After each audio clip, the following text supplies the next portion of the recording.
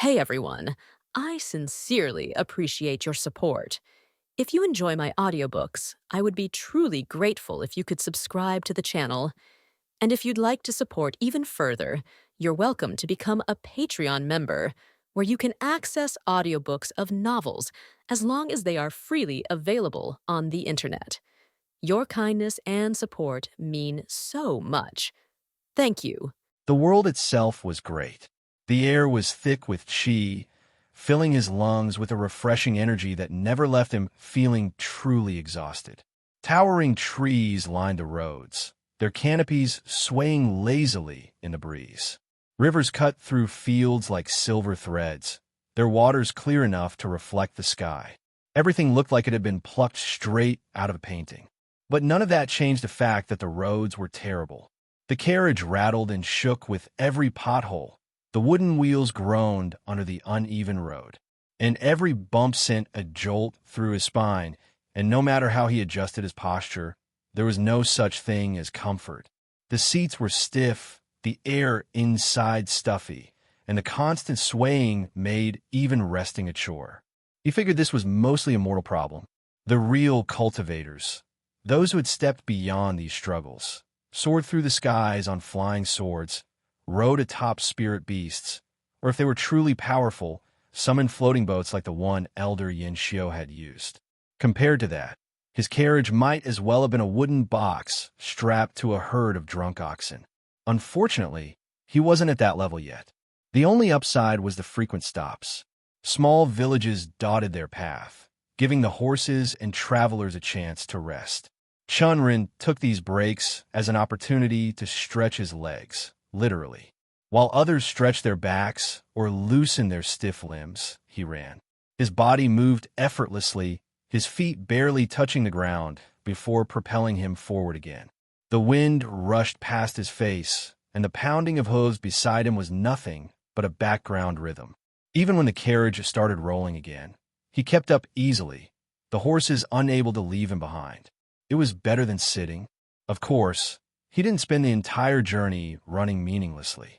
He had long since shed his laziness in this world, and he wasn't about to waste time lounging in the carriage. Instead, he trained. Whenever they took breaks, and he wasn't running, he trained. Not in his lightning techniques. Those came naturally, instinctively. No, this time he focused on something new. A technique he had won in the tournament. Starlight Defense, an Earth-grade defensive technique. The name was fancy, but in the world of cultivation, that was normal. He had heard of techniques like Palm that cuts the river and Immortal Fist of the heavens. Compared to those, Starlight Defense was straightforward. It did exactly what its name suggested. Used the chi of the stars and moon to form a protective barrier around the user. The diagrams in the manual showed a shimmering cover of light forming over the body, covering vital points like armor woven from the night sky. It sounded impressive. It looked impressive, but there was a catch. Chen Ren opened his eyes and exhaled, watching the stars stretch across the sky. He could only cultivate it at night. So apparently, it's mostly potent at night since it uses the chi of the stars and moon, Chen Ren muttered, leaning back against a fallen log. He picked on the grass beneath them as his eyes shifted from the technique manual in his lap. I can still use it in the morning, but it won't be nearly as strong. He sighed, gaze flickering toward the sky, where the moon had begun its slow climb. It's powerful. It's an Earth-grade technique, after all, but I don't know how to get around this flaw. Across from him, Yalin was sprawled on the grass, stretching her small body. A few paces away, Hong Yi crouched over a pot, stirring the venison soup he had thrown together after hunting a deer. Angie and Zihan sat nearby, murmuring about something he didn't bother listening to. High above, perched on a low-hanging branch, Whiskey lazily chewed on a berry, his tail flicking in amusement. Yalin glanced up from the fire that was in the middle of them, meeting his gaze.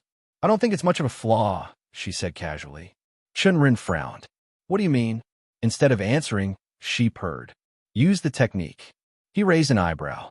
There was no hesitation in her tone, just quiet confidence. Well, there was no harm in trying. Without another word, he shut his eyes and exhaled slowly, letting his focus sink into the world around him. Ever since stepping into the Qi refinement realm, everything had changed, almost as if the world has opened itself to him, in terms of spiritual energy mixed in the air. He had even gotten better at recognizing different types of Qi. It was eye-opening and felt like a whole different level of enlightenment. Before, it had been like looking at a river from a distance. He knew it was there, but it was unreachable. Now, he stood at the river's edge, able to dip his hands into the flow. Alpha Nubi. And right now, he was searching for something specific. Star Qi. It wasn't as easy to grasp as his lightning Qi, which surged and crackled like a living storm within him.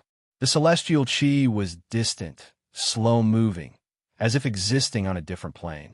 But as he focused, the mantra of starlight defense running through his mind, something shifted. A pull. The energy trickled toward him, slow but steady. He guided it into his body, moving it through his meridians, letting it flow across his skin. It was subtle at first, like cool mist settling over him. Then, as the technique took hold, the mist thickened. When he opened his eyes, his entire body shimmered with a faint bluish light. A transparent armor, woven from Qi itself, clung to him, covering his vitals in an otherworldly glow. There was no weight to it, no restriction in movement, but he felt different, more protected, more stable. Yalan studied him for a moment, then nodded. Not bad. Looks like a solid technique. Chen Ren let out a breath, the glow flickering slightly. Yeah, it is. He flexed his fingers, watching the way the Qi shifted over his knuckles before fading. But like I said, the problem is during the day. There's barely any star or moon Qi to draw from. It's not like my other techniques where I can just use my own aspect Qi. His voice was steady, but the frustration was there. A technique was only as useful as its availability, and this one, no matter how strong, came with a major limitation. He knew the sun was a star too, but for some reason, the Qi was completely different than the one he would feel at night, and he wouldn't be able to use it. There's very little star Qi in the air during the morning, Chen Ren said, shaking his head. Yalan didn't reply immediately. Instead, she gave him a long, narrowed-eyed look, the kind that made him shift uncomfortably. Then, with a pointed tone, she asked, "Do you really think that technique is so rigid?" Chen Ren frowned. "What do you mean?" She exhaled sharply, shaking her head. "I'll give you a hint." Her gaze flickered to the sky before closing.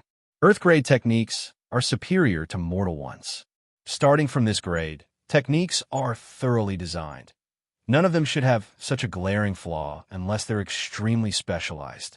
That means there's already a way to use your defense technique in the day without losing effectiveness. You just have to think about it. Then she went quiet. She didn't elaborate, didn't offer any further clues. Just sat there, calmly, as if waiting for him to figure it out on his own. Chen Ren turned her words over in his mind. A way to use starlight defense in the morning? How? There was no way to create star Qi, at least none that he knew of. Even if there was, he didn't have the ability to do it. He kept thinking, running through different possibilities. If he couldn't generate it, what could he do? He considered how the technique worked, pulling in celestial Qi from the environment, shaping it into armor. Seconds turned to minutes as he thought of ways to use the technique at all periods. And then it hit him. He looked up sharply. The way to do it is to store star Qi in my body so I can use it during the day. The story has been taken without consent. If you see it on Amazon, report the incident. Yala nodded, opening her eyes and looking at him. Exactly. It won't be easy, though. Star Qi is aspect. Your body isn't naturally aligned with it. But you can still store a limited amount, then recharge it at night. It's a good system. And while I think you'll get a better defensive technique eventually, at your current realm, this one will protect you from most attacks. Chen Ren hummed, considering her words. She was right. Starlight defense wasn't perfect, but it was strong. If he could master this method, he'd have a reliable defense at all times. All right, he said, flexing his fingers. Let me try it. Closing his eyes again, he focused on the Qi in the sky, the faint traces of star energy that lingered in the night air. It was distant but present, subtle but steady. He pulled it in, guiding it through his meridians, feeling the energy settle against his skin. This time, though, he didn't shape it into armor.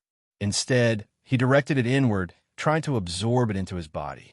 But the moment the star chi entered him, it slipped away just as easily. He frowned and tried again, pulling in the energy, attempting to hold on to it. Again, it leaked out as if refusing to stay.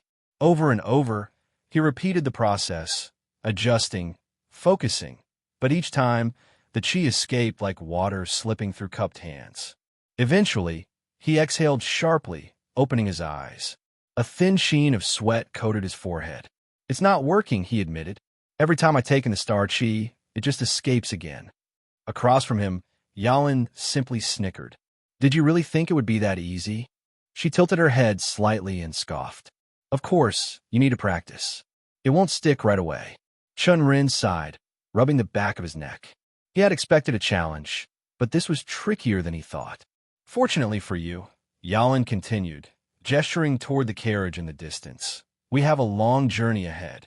Plenty of time to get it right." Chen Ren let out a breath, nodding. "Yeah, I guess I better start working on it." Throughout the journey, Chen Ren's focus remained on starlight defense. Each night, under the vast expanse of the sky, he worked to absorb more and more star chi, trying to store it within himself. At first, it was frustrating. Each time he gathered the energy, it slipped away before he could make use of it. But persistence paid off. Gradually, he refined his control. The trick, he realized, wasn't to store the excess star chi in his dantian, where it would dissipate too easily, but within his body itself. His skin, his veins, his very flesh became a reservoir, holding the celestial energy like a sponge soaking up water. With this method, the chi lingered longer, and when he called upon it, it responded instantly, forming the protective barrier without delay. By the time he had a firm grasp of the technique, they had reached their first destination, Black Lotus Town. It was a place known for two things: its barley, which was sought after by breweries across the region, and its blacksmiths, whose work was said to rival even sect forges. Obviously, that one was a rumor since there were only mortal blacksmiths in the town, but their skill was still considered to be high. More importantly, it was the place Hong Yi dreaded to come back to. His sect lay to the left of the town, built into the side of a mountain, looming in the distance, and due to that, the man's trepidation was understandable. As they moved through the streets, the air smelled of roasting grains and hot iron. And for what had to be the 100th time, Hong Yi asked, "Are you really sure about this?" Zihan walked beside, Chen Ren on his left, his sharp eyes scanning the surroundings. Angie had opted to rest at the inn with whiskey, exhausted from the long journey. As for Yalin, she had disappeared the moment they entered town, wandering off on her own, as usual. Chen Ren exhaled through his nose, glancing at Hong Yi. "I've already told you what I'm going to do." His gaze turned serious. "Do you really want to live the life of a deserter forever?" He expected Hong Yi to flinch at the words, but when he turned to look at him properly, he froze for the third time since they had entered the city. It wasn't Hong Yi standing next to him. The man beside him had a different face, plain, forgettable. His sharp features were gone, replaced with a smoother, almost regular look. He looked like every other guy on the street. Even his usual dark hair had disappeared, leaving him completely bald. But when he spoke again, his voice hadn't changed. "It's not that simple." Chen Ren's gaze flickered back to the street, taking a deep breath. "Skin mask is really a useful yet creepy artifact. It will take a bit of time to get used to Hong Yi looking so different." It was a cultivation tool, one that Hong Yi had acquired at the same place he had found his inheritance. It was an artifact used by Meridian Expansion Realm cultivators, capable of altering a person's entire appearance with just a thought. Even other cultivators would struggle to see through its disguise unless they were of a much higher realm or had a specialized technique. This was the reason Hong Yi had managed to evade his sect for so long, and the reason he dared to come so close to it now. Hong Yi sighed. "I don't want to be a deserter, but what you're planning, it's dangerous. What if it goes wrong?" His voice was quieter now. "They'll certainly be suspicious of you." Chen Ren met Hong Yi's concerned gaze and exhaled. "Yes, I'm aware," he admitted, "but I'm confident that if anything happens, I'll be able to run away. You already told me about all the escape routes I can take, and I'll have Yalan with me, so there's not much to worry about." Even as he said that, though, he was worried. After all, his plan required him to willingly walk into the jaws of an established sect to discuss a deserter. Cultivators weren't exactly known for their patience, and he wouldn't put it past them to attack first and ask questions later. The only reason he was still going through with it was the combined protection of the cat and the plan he had carefully put together, one that relied entirely on his ability to act. Still, no point in making Hong even more anxious than he already was. Chen Ren patted him on the shoulder. "Just relax. You don't have to do anything. Focus on preparing for your spot in the Divine Coin sect." Hong Yi hesitated before nodding. Just then, Chen Ren spotted what he had been looking for, a blacksmith shop. Weapons of all kinds were displayed in front of the open stall, their sharp edges gleaming under the torchlight. Behind them, a forge burned hot, illuminating the muscular silhouettes of several young apprentices hard at work.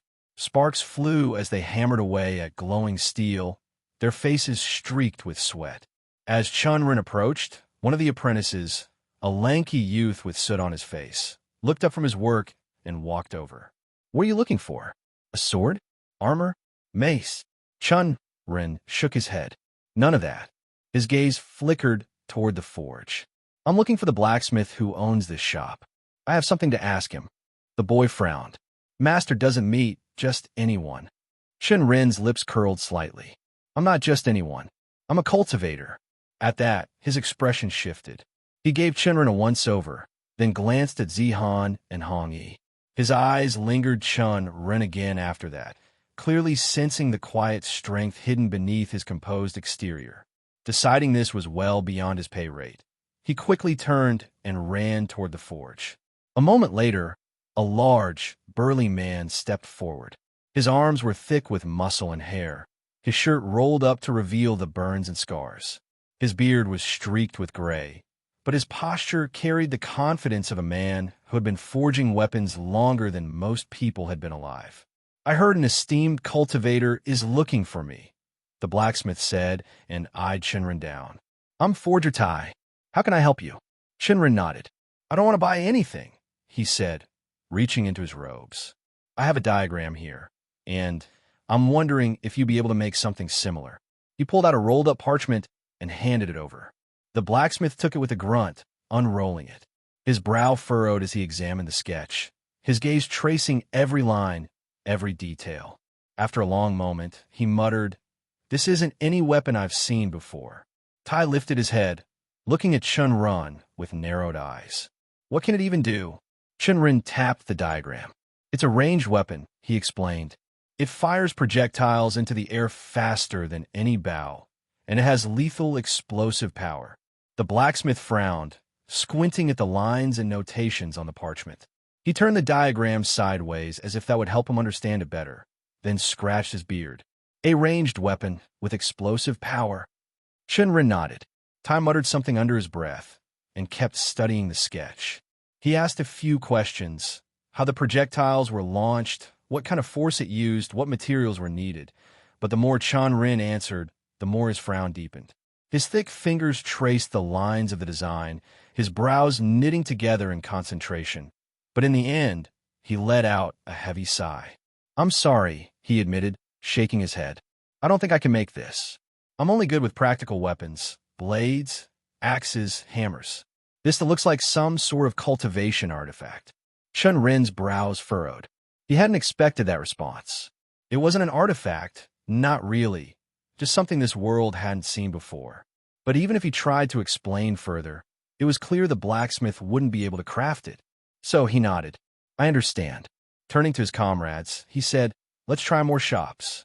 Black Lotus Town was known for its blacksmiths. Surely one of them had to be capable of making the weapon.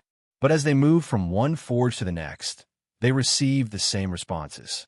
Every blacksmith looked at the diagram with confusion, some with curiosity, but all of them eventually admitted defeat.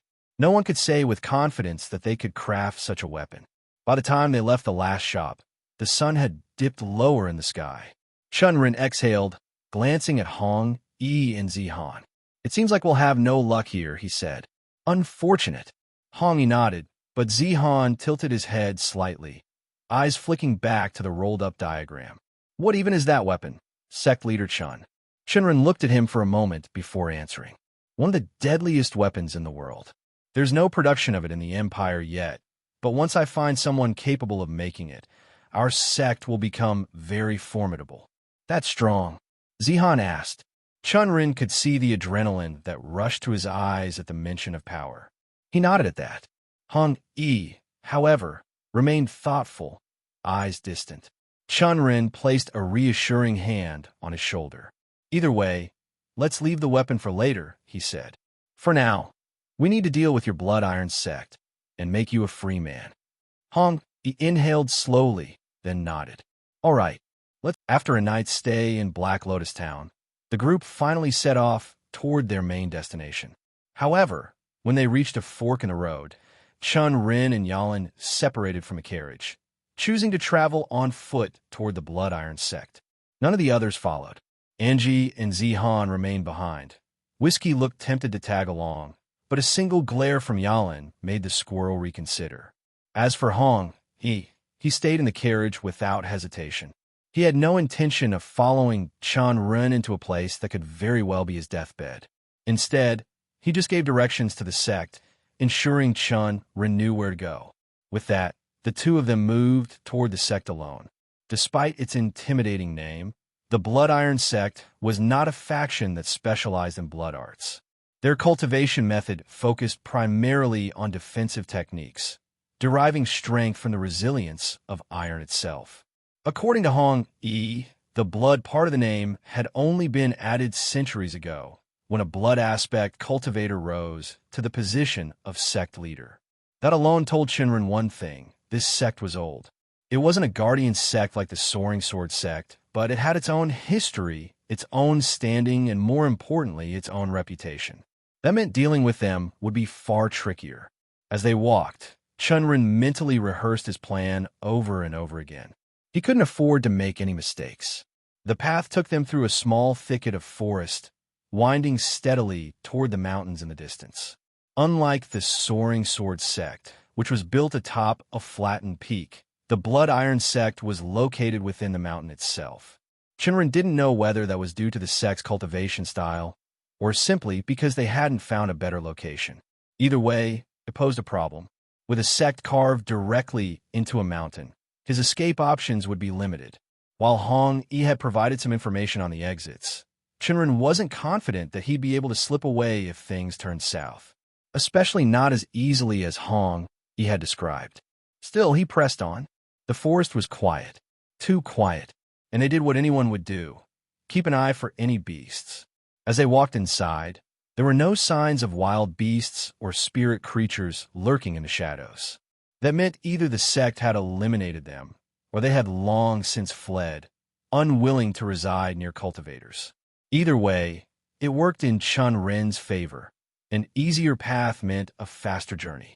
After trekking for half a day, they finally neared the sect's entrance.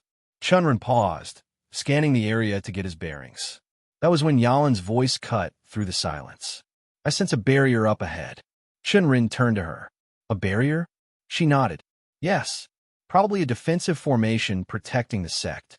Wealthier sects always place protective arrays around their territory in case of a surprise attack. If you try to approach, you'll be stopped by the barrier, then disciples should be alerted." Shinran nodded. "Then, that means it's time to start the plan." Yalan gave a slow nod, though reluctance crossed her eyes. Still, she didn't protest. Instead, a soft glow of qi surrounded her body, and her form began to shrink. Within moments, the elegant feline was gone, replaced by what appeared to be an ordinary, but a very cute kitten.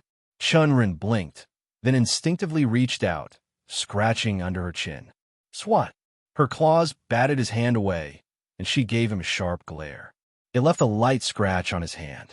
"Don't waste time," she said. "Let's go fast, so we can get out early." Chunrin let out a small chuckle, but complied. He carefully picked her up and tucked her inside the inner pocket of his robe, feeling a faint pulse of energy wrap around him as he did. It was warm, reassuring even, and he allowed himself a small smile. "I can do this," he muttered to himself. Then, reaching into his robes, he retrieved the skin mask he had taken from Hong Yi. The item looked like nothing more than a thin, flexible sheet, yet as soon as he pressed it against his skin and activated his chi, it adhered to his face, its magic taking hold. He fed it a command, shaping his appearance into that of a slightly middle-aged man. Newbie. There was no immediate sensation of change. His face felt the same, his features familiar. Yet when he touched his skin, it was rougher, textured like that of an older man. The transformation had worked. He touched his chin, outer corners of his lips, and his cheeks. He felt the way his face had changed. With everything in place, Chen Ren strode forward, heading toward the mountain in the distance. It only took 5 minutes for Yalin's warning to prove true. Thud!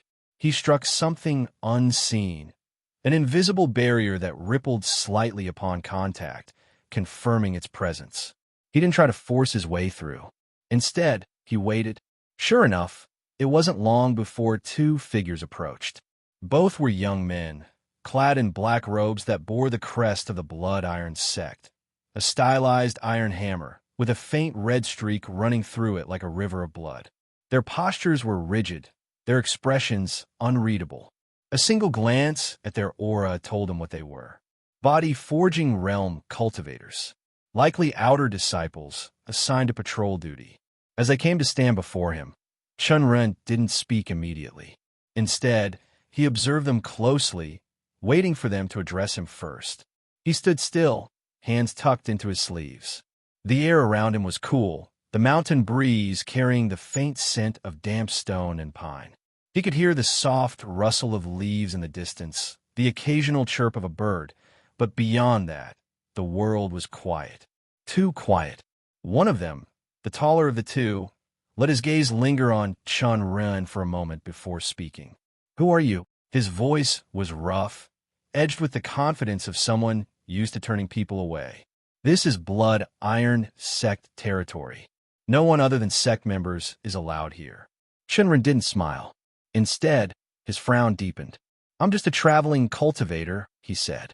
"I have an important matter to discuss with your sect leader." The shorter disciple scoffed, folding his arms. "What sect are you from?" "I'm a rogue cultivator." Chen Ren met his gaze without hesitation. "Take me to your sect leader." For a moment, silence stretched between them. Then, almost in sync, the 2 disciples burst in. "Our sect leader doesn't meet just any old man, cultivator or not." The taller one smirked, arms still crossed, as if the matter was already settled. Chen Ren arched a brow. "Old man." His voice carried no anger, but there was a weight to his words, a sharpness just beneath the surface. "It seems your sect has failed to teach you how to speak to others properly, especially ones who can kill you without any trouble." The taller disciple's smirk faltered. His eyes narrowed. "What do you mean by that?" Chen Ren didn't answer right away. Instead, he exhaled softly, letting his chi pulse outward. It wasn't much, just a thin ripple, a sliver of the pressure he had learned to control under Yalin's guidance. Instantly, the atmosphere shifted. The smiles died. Both disciples stiffened as a crushing force pressed down on them. Invisible, but undeniable. The air around them grew heavy, like the weight of a mountain had settled on their shoulders. Their feet slid half a step back before they could stop themselves. Their breathing hitched. Their fingers twitched. Cold sweat formed at their temples. "This isn't even 1% of my power." He looked at the 2, lowering his chi flare. "You would be wise to take me to your sect leader." The shorter disciple swallowed hard, his previous arrogance cracking. The taller one clenched his jaw, fists tight at his sides, as if debating whether to argue or comply. Then Chen Ren spoke again, this time dropping the final piece. "Tell them I'm here because of one of your disciples, Hong Yi." Their faces changed instantly. The shorter one didn't hesitate. He turned on his heel and sprinted back toward the sect, moving with the urgency of someone who knew this wasn't a matter to be taken lightly. The taller one remained, lips pressed into a thin line, his earlier bravado gone. Chen Ren didn't bother with him. He simply waited. Then, from within his robes, Yalin's voice brushed against his mind. You should have crippled one of them if you're acting like a big shot. Chen Ren didn't react outwardly, only responding through their shared link. I don't know if any of them have a powerful backer. I'm not here to start a war. I'm not stupid. I know how to pick my battles. Let me play the part of a calm, but scary rogue cultivator. Yalin made a small, unimpressed noise in his mind, but didn't argue. And so, with nothing left to do, Chen Ren stood at the sect's doorstep, waiting. As he waited, the stillness of the mountain path was soon broken by hurried footsteps. The disciple who had run off earlier was returning, and beside him strode a man who looked like an elder. Stolen from its original source, this story is not meant to be on Amazon. Report any sightings. The man's robe bore the same deep black as the disciples, but it was embroidered with shiny silver symbols on the front, giving it an air of authority. His movements were composed, but his sharp gaze flickered over Chen Ren, assessing him with every step. Stopping a few feet away, the elder inclined his head in a formal bow. I am Elder Kong Lynchi of the Blood Iron sect. He looked at Chen Ren from top to bottom and met his eyes again. I've been told you are here regarding Hong. Chen Ren nodded. Yes, I need to speak with your sect leader regarding him. Is he available? Elder Kang's eyes barely shifted, but Chen Ren caught the flicker of hesitation in them. The man was trying to sense his cultivation level, carefully deciding whether this was someone he could dismiss or someone that he should be cautious about. It was a smart move, looking to one honed by years of experience with rogue cultivators. Therefore, Chen Ren decided to make things easier for him. With a subtle movement, he cupped his hands, giving Yalin the signal. A split second later, a wave of invisible pressure pulsed from his body. It wasn't his own strength, but Yalin's controlled, heavy and precise, just enough to leave an oppressive weight in the air. Elder Kang's face went pale instantly. His back stiffened, his nostrils flaring just slightly, small signs of fear. He probably thought he was hiding well. Then, with a quick nod, he forced himself into a more respectful stance. Yes, the sect leader is available. Please come with me, honored cultivator. The shift in tone was immediate. Even the way he looked at Chen Ren, it all changed in a millisecond. Reaching into his sleeve, Elder Kong retrieved a small bronze token engraved with a faint, swirling rune. He held it out with both hands. Please hold this as you step forward, he instructed. Chen Ren took the token, its surface cool against his fingers. As soon as he gripped it, he stepped forward, and the once imperceptible barrier around the sect parted for him, allowing him through without resistance. The elder gestured for him to follow. This way, Chen Ren walked behind him as they approached the mountain, the path growing steeper with every step. A massive arch-shaped entrance yawned before them, a dark, gaping hole in the stone, large enough to accommodate multiple people walking side by side. Chen Ren eyed the entrance. Without pausing, Elder Kong stepped inside, and Chen Ren followed. The moment he crossed the threshold, he realized just how vast the tunnel truly was. The ceiling stretched high above them, supported by massive stone pillars reinforced with thick iron veins, pulsing and pulsating. He could tell that the whole place was infused with qi. The air inside was cooler, maybe because of its location. Regardless, he felt chills. Soon, they were walking down a path that was sloped downward, leading further underground rather than straight into the mountain. As they walked, Elder Kong finally spoke again. Honored cultivator, he began, and looked at Chen Ren, offering a gentle smile that didn't reach his eyes. You mentioned you were here to discuss Hong Yi. May I ask what this is about? Chen Ren didn't answer immediately. He let the silence linger, watching how the elder's hands subtly clenched and unclenched at his sides, a sign that he was trying to keep his composure. Then, finally, Chen Ren spoke. Hong Yi is a very important cultivator of your sect. Is he? He asked. Elder Kong nodded. Yes, he has been missing for some time, and we are all deeply concerned for him. Chen Ren fought back the urge to chuckle at Elder Kang's blatant lie. Deep concern for Hong Yi? Right. More like they were scrambling to figure out what happened to him, just so they could find him if he was alive. Still, he didn't call the elder out on it.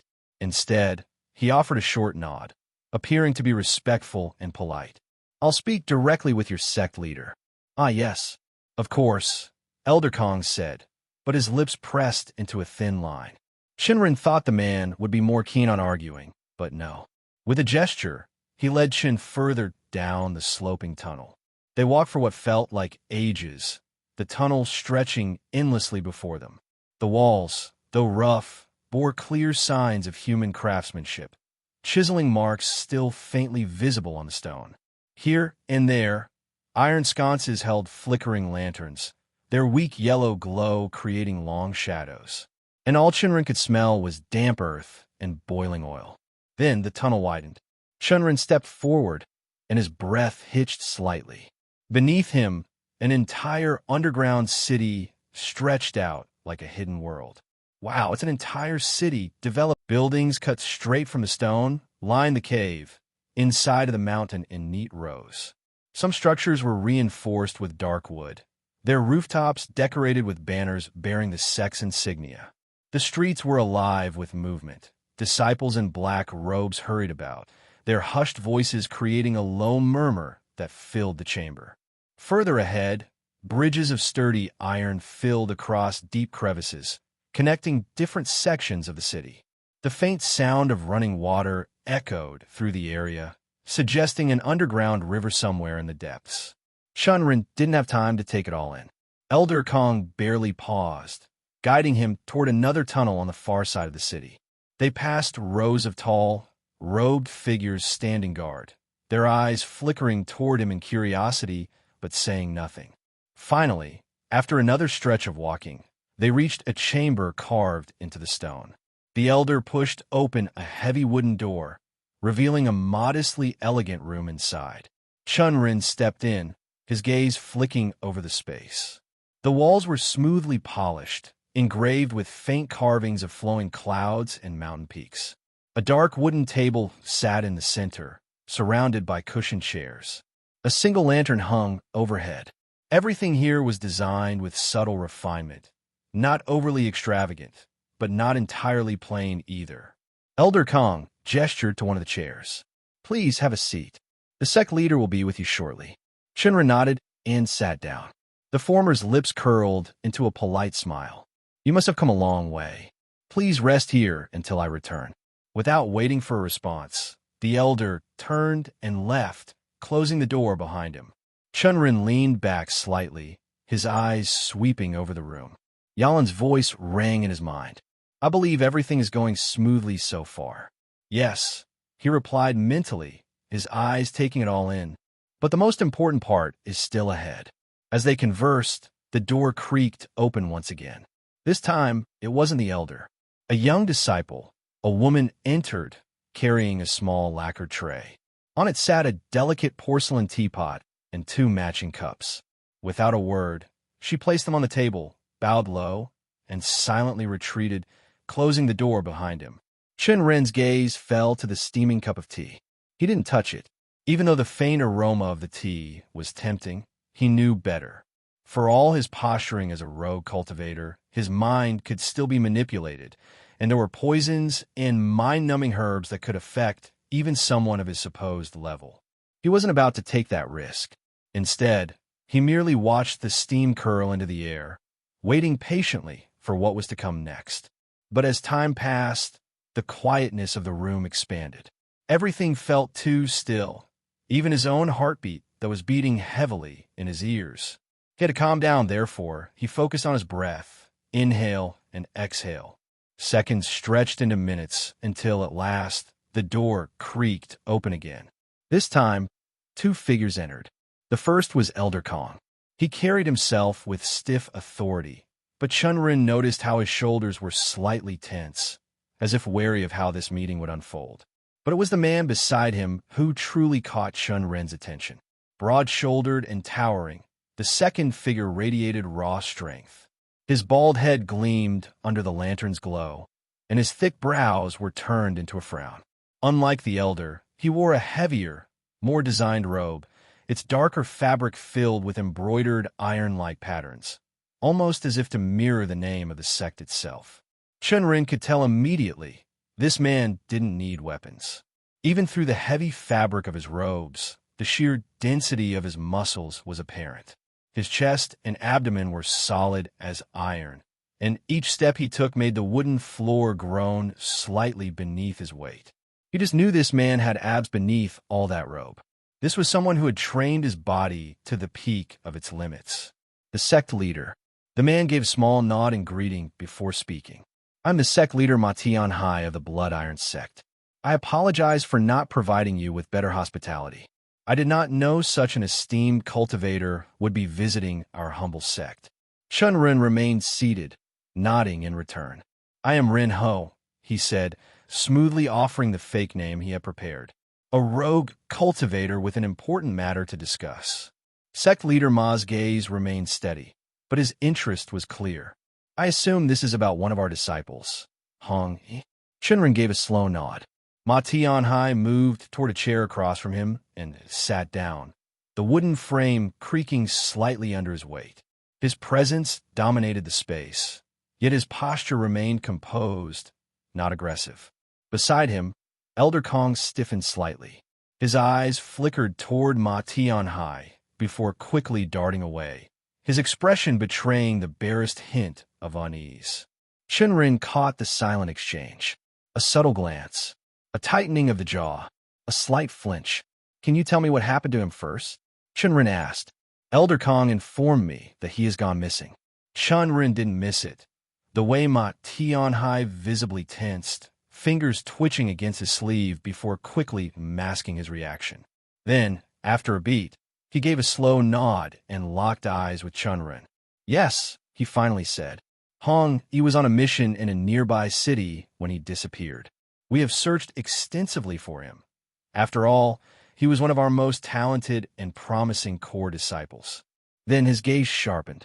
Do you have any further information about him? Chen Ren nodded. Yes, I do have information. He let the words settle for a moment, giving them weight. Then, with a slight sigh, he added, though I doubt you will like it, considering how much you seem to care about him. He watched them closely as he spoke the next words. Hong, he is dead. The room, once filled with a quiet but steady tension, shifted in an instant. The elder's breath caught. His lips parted as if to say something, but he didn't speak. Ma Tianhai's reaction was more controlled. His shoulders barely tensed, his posture remaining firm. But his eyes sharpened, an almost imperceptible flicker of something deeper flashing through them. Chen Ren didn't stop. I found his corpse in the Blaine forest far from here. He sighed again. He was shredded. Bite marks covered his body, deep gouges of torn flesh and cracked bone. Half of him was already gone, clearly devoured by a grade 5 beast. I believe it was a green fawn direwolf, though I could be wrong.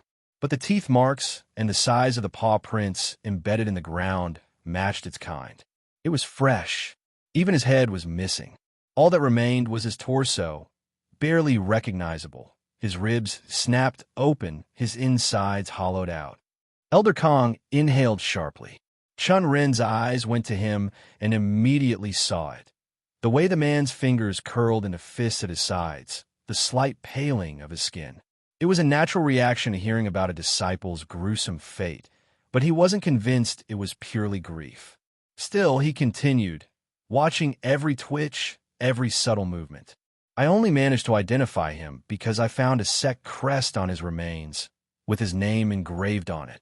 He reached into his robes, slowly pulling out the blood-stained metal emblem he had retrieved. He placed it on the table between them. The soft clink of metal meeting was the only sound in the room as no one spoke. The air grew thick, almost suffocating Chen Ren. Elder Kong turned, locking eyes with Ma Tianhai. It was quick, just a single glance, but it was enough. Chen Ren caught it. The tension in their postures, the way their gazes held for a fraction too long, the silent conversation passing between them. This wasn't the reaction of a grieving sect leader and elder. Chen Ren kept his face neutral, but inwardly, he honed in on the exchange. The way Ma Tianhai's brows furrowed, just slightly before smoothing over, the faint twitch in the elder's fingers, the subtle shift in their auras, as if thinking, adjusting, deciding. If they believed what Chen Ren was telling them, then his escape would be smooth, effortless. No suspicions, no lingering doubts. Just a rogue cultivator delivering unfortunate news before vanishing into the wind. More importantly, he would finally be free from the chains that had bound him for years. Dead men carried no burdens. But if they refused to accept the story, if they questioned him, picked apart his words, dug deeper, then cracks would form. And if they kept digging long enough, they'd find him. That wasn't an option. So he waited. His breathing was steady, his posture relaxed but not careless. His face remained unreadable, his expression carefully controlled, detached, neutral. If he showed sadness, it would be unnatural. A rogue cultivator mourning a stranger? Suspicious. If he appeared too indifferent, they might think he was hiding something. Dangerous. So he struck a balance, calm, firm, but with just enough weight in his words to make them believe he had at least some respect for the dead. A messenger delivering ill tidings. Nothing more. All the while, his thoughts churned, and he prayed and prayed. Then, finally, after what felt like an eternity, Ma Tianhai turned back to him. His face had changed. Gone was the momentary flicker of shock, replaced by a pointed stare. Chen Ren felt their calculative stares in his bones. Then he spoke. "Why should I believe you, Ren-ho?" Chen Ren had thought long and hard about how to free Hong-yi from the grasp of the Blood Iron sect. There were few options available to him. He could openly poach the young cultivator without a care in the world, daring the Blood Iron sect to challenge him. An act of arrogance that only someone far stronger could afford. And he very well knew that wasn't going to work. He could attempt to negotiate with Ma Tianhai, pleading his case like a merchant haggling over a prized treasure, which had a higher chance of failing than working. Or he could take the most direct approach, forcing them to let go, one way or another. But all of these paths had one glaring flaw. He wasn't strong enough. Power dictated the rules in the cultivation world, and right now, he didn't have enough of it to impose his will and stand against a well-known sect. So he had settled on a different plan, one built on a single, simple thought. The sect couldn't look for Hong-yi if he was already dead. Of course, it was a lie, but a lie only mattered if it was exposed, if he was caught. But this was better than all the other options he came up with. The real challenge lay in making them believe it. Now, as he sat in the heart of the Blood Iron sect, facing Ma Tianhai himself, he felt the weight of his gamble pressing down on him. The man before him, sect leader Ma Tianhai, was a figure of quiet menace, his aura coiling through the hall like an unseen serpent. "Why should I believe you, Ren-ho?" A formless pressure settled over Chen Ren's shoulders, threatening to drive him into the floor. His muscles stiffened, his breath hitching for just a moment before another force pushed back against the pressure. Yalan. The tension in his chest eased as her chi wrapped around him like an invisible shield, steadying his mind. He couldn't let the man know he was affected. He took a breath, lifting his gaze to meet Ma Tianhai's eyes. Then, in a calm, neutral tone, he spoke. "Sect leader Ma, I am not here to convince you. I am merely delivering the news of one of your disciples' deaths, because it is a righteous act and my responsibility as the one who confirmed it." He forced his vocals to remain even. "If I were lying, do you think I would be sitting here in the very heart of your sect? Are you truly willing to offend me when I am doing your sect a favor?" As he said the last words, a silence fell over. Both Elder Kong and sect leader Ma exchanged glances, their expressions shifting subtly. The oppressive force in a room did not dissipate entirely, but it loosened just enough for Chen Ren to know his words had landed. Ma Tianhai's eyes turned towards him, dark and unreadable. Then, slowly, he exhaled and lowered his gaze just a fraction. "You misunderstand me, fellow Daoist," he said. His fingers curled slightly against the armrest of his chair before relaxing. His gaze flickered downward, and for the first time, a trace of something almost human appeared in his expression. He was one of our most important disciples. Hearing of his death like this is difficult to accept. The chamber remained silent for a long moment. Then, sect leader Ma's voice cut through the air. "Can you give us more details on his death?" he asked. "Where did you find him? And what did you do with his corpse? Chen Ren nodded slightly, as if he had expected the question. He exhaled, keeping his expression neutral as he leaned back just a fraction. Well, he began, I can say for sure that he died to a beast. From the tracks, it was clear that he had been chased for quite a while before the end. He let that information hang in the air before adding, I believe it happened about a year ago. Ma Tianhai's expression did not shift, but Chen Ren caught the slight tightening of Elder Kang's jaw. Unfortunately, he continued, I don't know what he was doing there. As for the location, it was west of the heart of the Blaine Forest. I had ventured deeper myself, looking for certain herbs for a concoction I was brewing, a lie that the Iron Blood sect had no way of knowing. And his corpse? Ma Tianhai asked, his gaze sharpening. Chen Ren met his eyes without hesitation. I burned it. A sharp intake of breath came from Elder Kong. The man paled visibly, his fingers twitching against his robes. Sect leader Ma's eyes narrowed for a split second before his expression smoothed once more. RN, you burned it. Chen Ren nodded. Yes. By the time I found him, only bits of his flesh remained. According to cultivation customs, cremation was the proper choice. His voice remained steady, as if the decision had been entirely reasonable. I had no artifacts capable of preserving his body long enough to bring him here, so I did what was necessary. A slow exhale came from Ma Tianhai. He did not speak immediately, but there was a subtle stiffness in his posture, a tightness at the corner of his mouth. That is really unfortunate, he said at last. Before the weight of those words could settle, Elder Kong from behind suddenly spoke. Daos, the man paused, then continued, his voice holding an unmistakable edge. May I ask you something? Chen Ren inclined his head slightly. Of course, Elder. Elder Kong studied him for a moment, then leaned forward. Why did it take a full year for you to bring this news to us? His eyes gleamed with something sharp. An unspoken suspicion, perhaps. Our Blood Iron sect might not be as grand as a Guardian sect, but it is hardly obscure. It wouldn't have been difficult for someone as esteemed and powerful as yourself to find you. At that, even Ma Tianhai turned his gaze back to Chen Ren, waiting for his answer. Chen Ren did not hesitate. He had expected this. His lips curled into an easy smile, his eyes remaining relaxed as he replied. As I mentioned, I was searching for rare materials in the forest at the time. Afterward, I entered secluded cultivation. I only emerged last week, and as soon as I did, I made my way here to inform you. He let his expression turn just a fraction apologetic, but his voice held firm resolve. I understand the delay may be frustrating, but I trust you understand.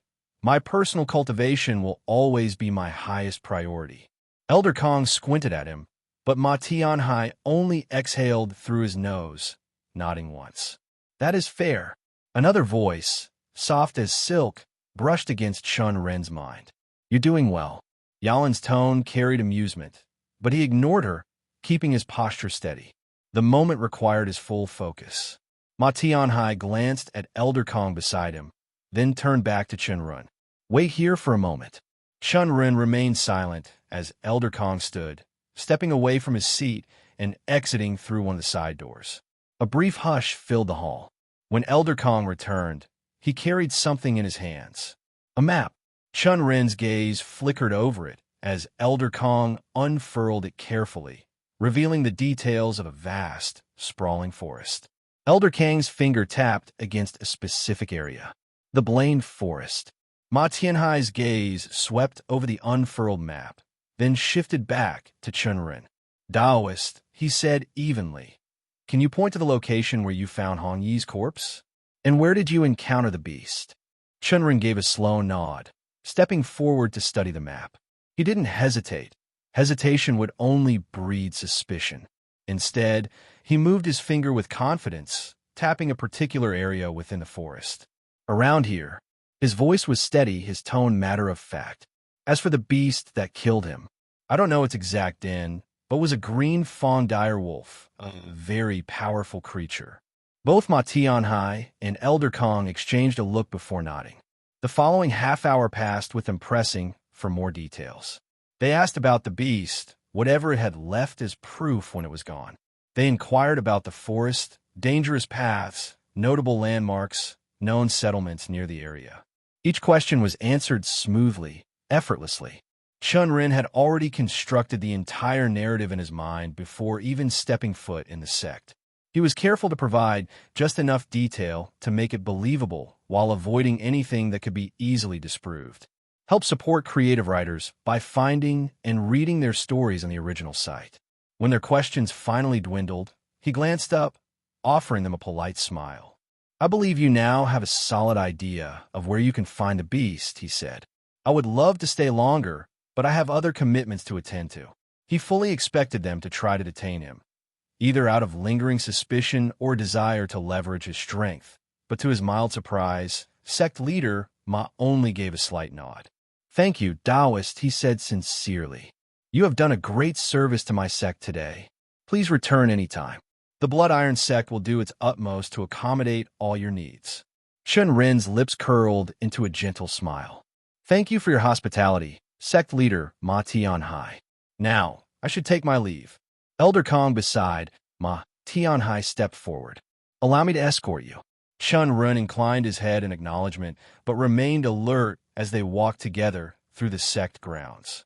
He observed everything: the disciples' training in courtyards, the neatly maintained pathways, the defensive formations embedded into the walls. Yet, throughout the entire escort, nothing seemed amiss. No hushed conversations. No discreet gestures signaling hidden intent. Still, he maintained his composure, answering Elder Kang's occasional small talk with casual politeness until they reached the sect's barrier. At the boundary, Elder Kang came to a halt, bowing slightly. "Thank you, Daoist. Safe travels." Chen Ren returned the bow with the appropriate level of respect, then stepped through the barrier. Only once he had put some distance between himself and the sect did he exhale deeply, the breath he hadn't even realized he had been holding. He was calm, but his mind was already working through the next steps. "They'll check the locations I pointed out." That was inevitable. The Blood Iron sect would send people to verify his claims, to look for any traces that the incident had truly occurred as he described. But he wasn't concerned. He had accounted for this from the beginning. Hong Yi himself had told me he passed by the edge of the Blaine Forest while fleeing. He hid in a cave near the entrance for a week.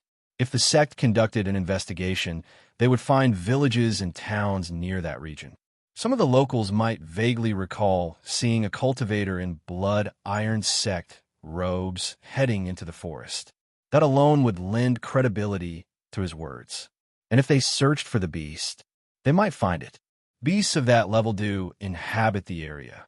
But what could they even do with it? Hong Yi's metaphorical remains had long been digested, his tracks erased by time. Even if the sect suspected that verifying the full truth was futile, they would still go through the motions. It was their last-ditch attempt to confirm that Hong Yi was dead, and they would never get their hands on the inheritance. Now, only one major problem left.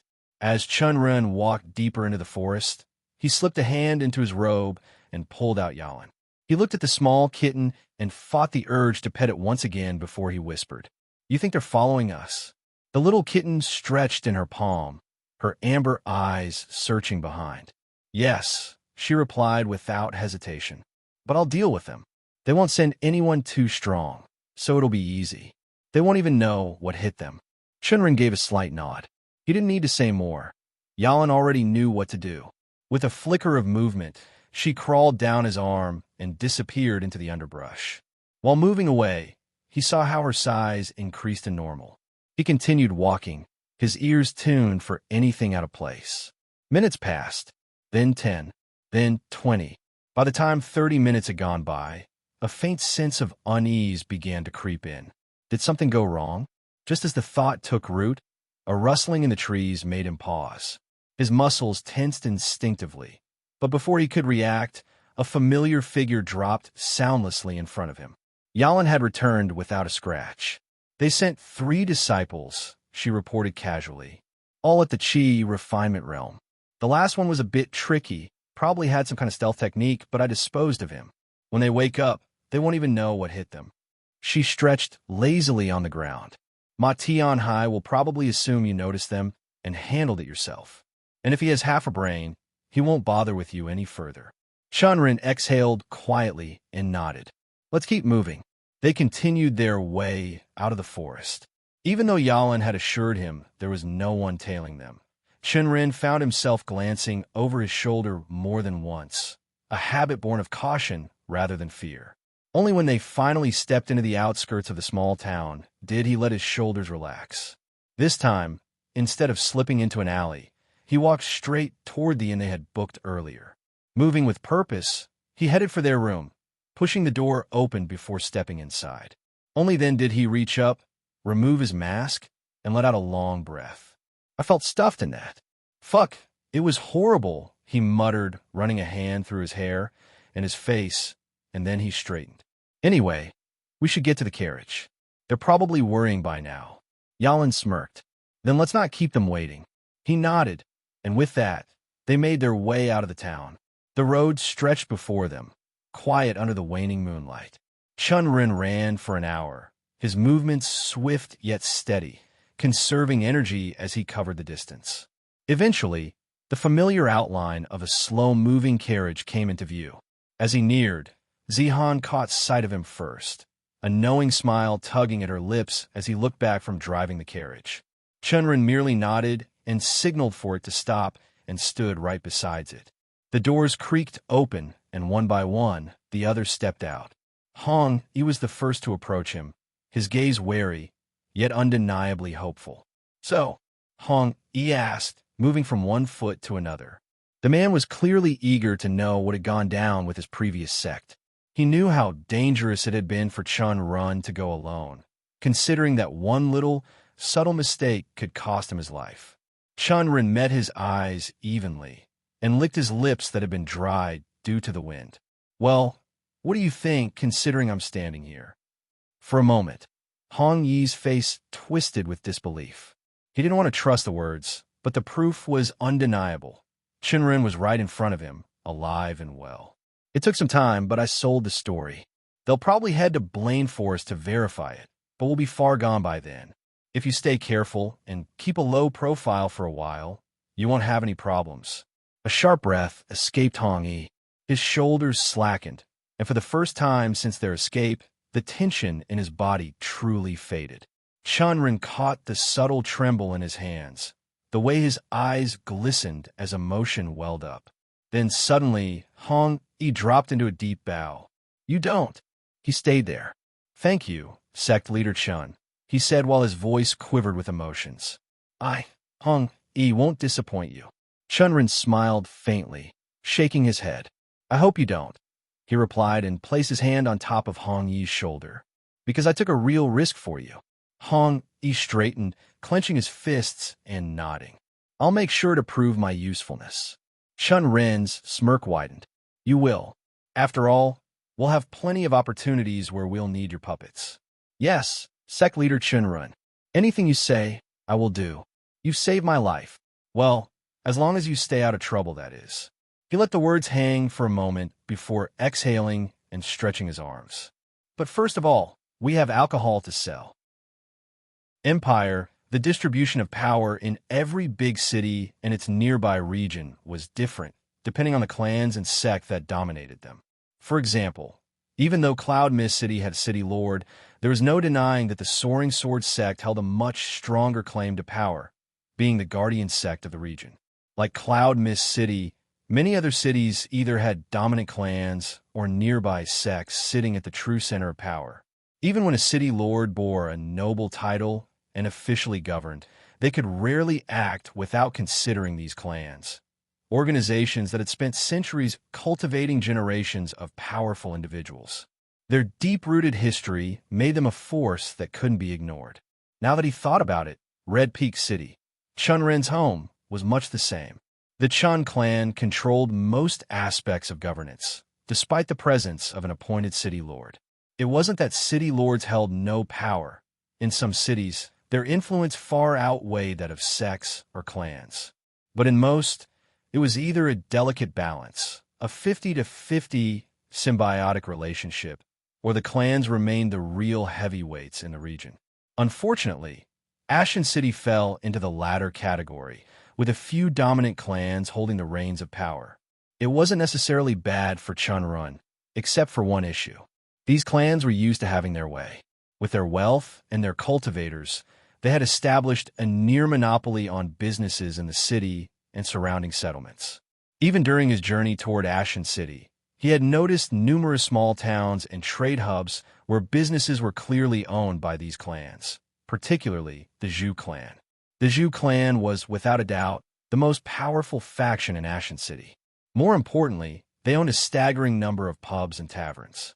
If he could strike a business deal with them, he would have a constant market for his alcohol. But before he could dream of making a fortune and advancing his cultivation, he had to figure out a way to get their attention. "What are you thinking, sect leader Chen?" Chen Ren blinked, pulled from his thoughts by Angie's voice. He turned to her, briefly considering his words before speaking. "Just thinking about this place and the powers that occupy it." As he spoke, he swept his gaze outside the carriage window, taking in the sight of Ashen City. They had entered the city a while back, and through the carriage's wooden frame, he could see just how bustling the streets were. Merchant stalls lined the roads, people weaved between buildings, and the energy of trade and power warmed the air. If he wanted to carve a place for himself here, he needed to act carefully. Yet, beneath the lively facade, something darker clung to the air. A thin layer of black soot floated through the city, barely perceptible unless one truly focused. It did not choke the lungs nor cloud the vision, but it was there, settling on rooftops, streaking the edges of signboards, dulling the once bright hues of banners. Even the occasional cultivator who sped past through the streets at full speed left behind a faint swirl of black. Chen Ren sat within the carriage, one hand idly brushing against the wooden armrest. His gaze flickered toward the sky, where the sun's light strained to cut through the lingering haze. It was the mark of Ashen City's namesake, the legacy of a volcano that had erupted centuries ago. Though dormant, its breath still reached out, carried on the wind. A voice pulled him from his thoughts. "Are you worried that the Zhu clan won't buy our alcohol?" Zihan leaned forward and asked. Chen Ren chuckled, shaking his head. "They'll be interested. Their establishments cater to more than just mortals. Look around. This city teems with cultivators, and not the kind who shut themselves away in caves seeking enlightenment." His fingers tapped against his knee as he observed the crowd outside. Most of them chase after beasts near the volcano, delve into caves for treasures, then return to spend their earnings on indulgence. They want fine food, warm company, and strong liquor. Ours will be exactly what they're looking for. He paused, his gaze sharpening. The problem isn't demand. It's price. A clan like the Zhu won't pay fair coin if they can twist our arms into selling cheap. If we let them dictate the terms, we'll be left with crumbs while they feast. Zihan frowned slightly, crossing his arms. "So what's your plan, Sect Master Chen?" "They have power, influence, and for what you were saying, they don't play fair." Angie, who had been silent until now, finally spoke. "Do we even have leverage? If they decide to force us, what then?" Chen Ren smirked. "Clans are never monolithic. Rivalries exist, both within and outside. We just need to play them against each other." His fingers traced a slow circle on the wooden surface beside him, mind already running through possibilities. "The first step is a demonstration, not just to them, but to the city itself. We need to make them feel like they need our product, like they'll lose something if they don't act fast. The moment we turn the tables, it'll be them chasing us." Zihan's expression eased into a comprehending smile. Angie gave a slow nod, understanding dawning in her eyes. Chen Ren turned to look outside. Outside the carriage window, Ashen City sprawled before them. While Chen Ren and the others were away, Meadow Village was anything but quiet. Activity buzzed through its streets and courtyards, the air thick with the sounds of construction, training, and murmured conversations. And as Ziwan made his way through the sect's compound, he bore witness to it all. Nigerian Ira. He still wasn't sure if he should even call it sect yet. Not in the way true sects were, where towering halls loomed over vast training fields, where disciples practiced in neat ranks under the watchful eyes of elders, and where the weight of centuries settled into every stone and pillar. No, this wasn't that. But it would be. Somewhere deep in his chest, an unshakable certainty had taken root. He couldn't explain it, but as he walked past the bustling activity, watching the pieces come together, he knew that the divine coin sect was going to become something great. Through a window, he caught sight of the mortal members seated inside a modest hall, practicing their numbers on wooden slates, their faces scrunched in concentration. Numbers.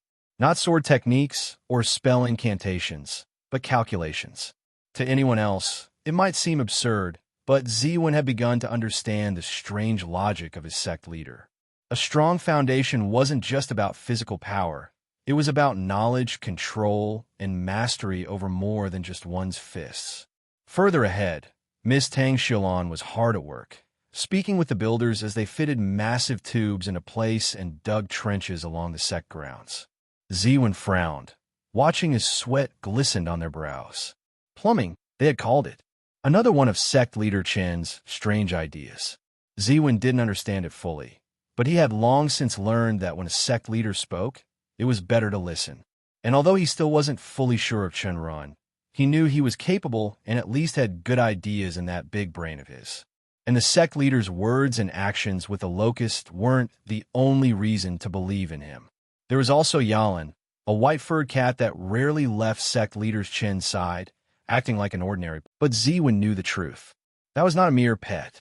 Yalan was a master of the Meridian expansion realm, a being whose strength dwarfed most cultivators who walked the land.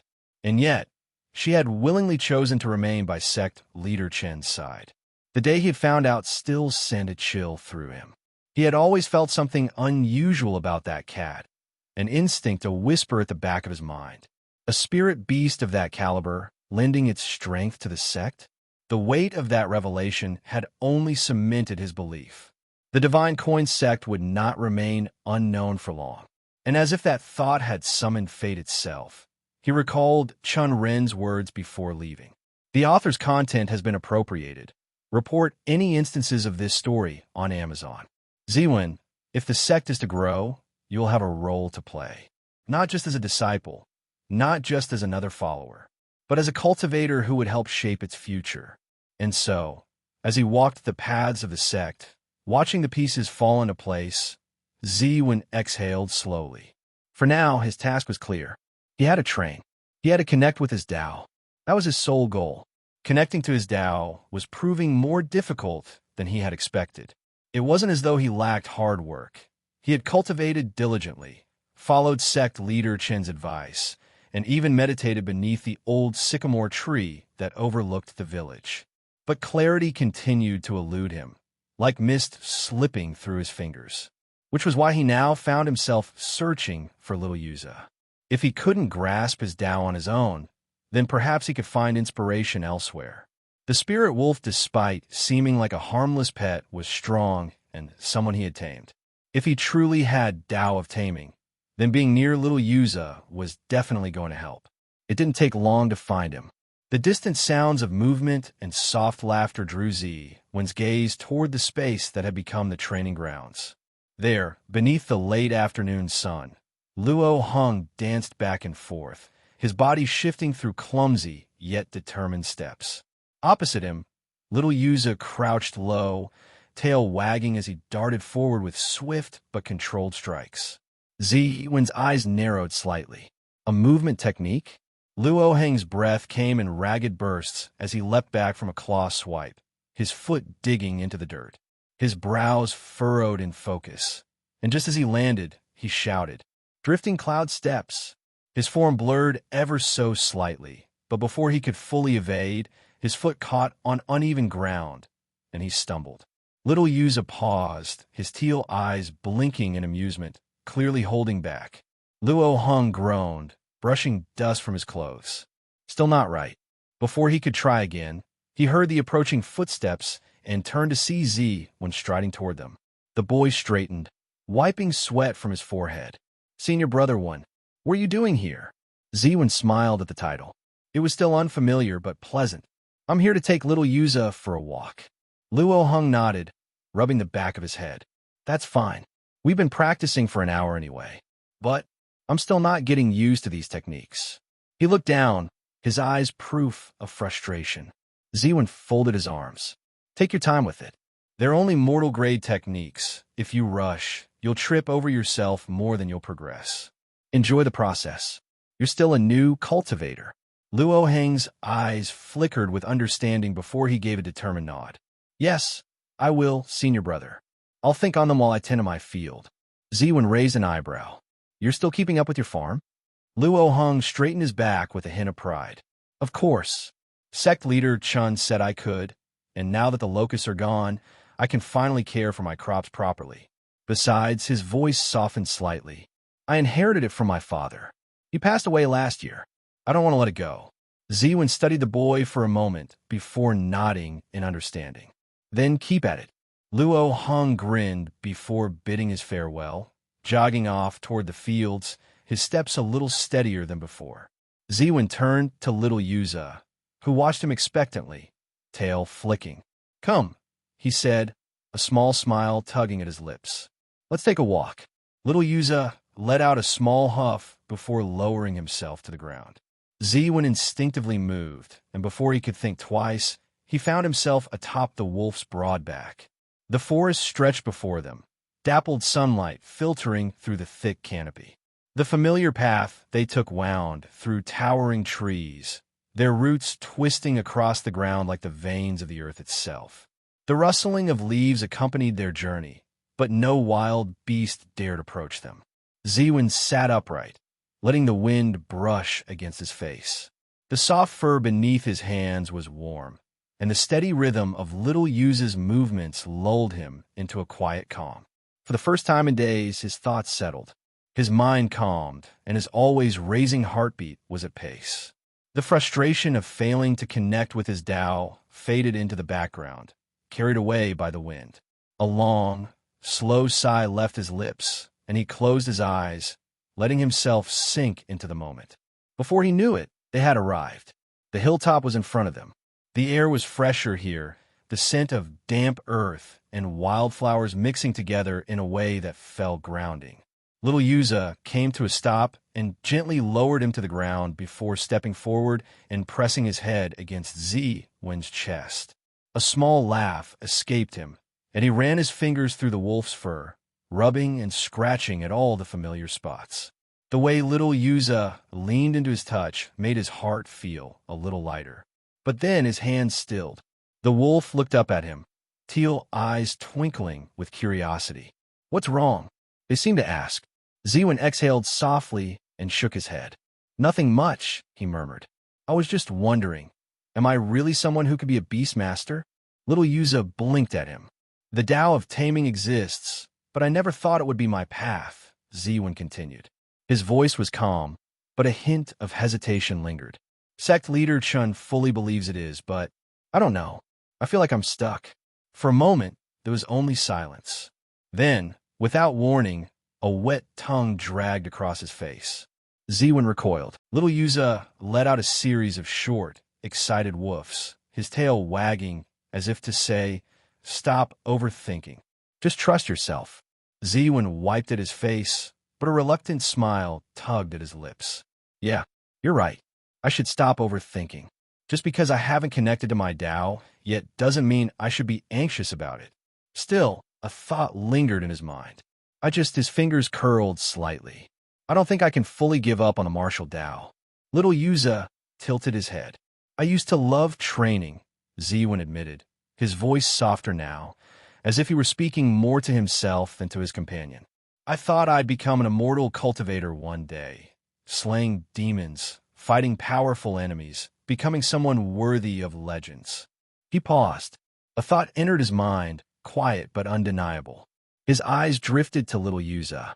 Did I truly enjoy training as much as I enjoy this? The memory of those long days resurfaced. The endless hours of striking dummies, the exhaustion of drilling techniques over and over again, the aching limbs and bruised knuckles. He remembered the initial rush of excitement whenever he learned something new, the thrill of growing stronger, but that feeling always faded, replaced by repetition.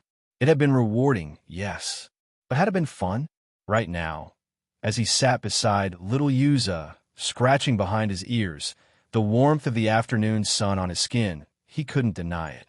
This moment, this feeling, this was happiness. Even playing with that mischievous squirrel, Wisku, had been fun. But had he ever felt this way about his martial training? Ziwen lowered his gaze, lost in thought. Perhaps he had been walking the wrong path all along. Ziwen stared at the sky, watching as the clouds drifted by, his fingers idly running through the wolf's fur. He exhaled. The realization settled over him like a quiet tide. His past wasn't a mistake. It had been good in its own way. But had he been truly happy? No. It was nostalgia that had clouded his thoughts. Back then, he had walked the path of the martial Dao because it had been his childhood dream. He had believed himself to be chosen, a favored son of the heavens, destined for greatness. But that had been nothing more than a story he told himself, a fantasy spun from the arrogance of youth. Reality had been different. But this... Ziwen glanced at little Yuza, the steady rise and fall of his breathing, the warmth of his presence.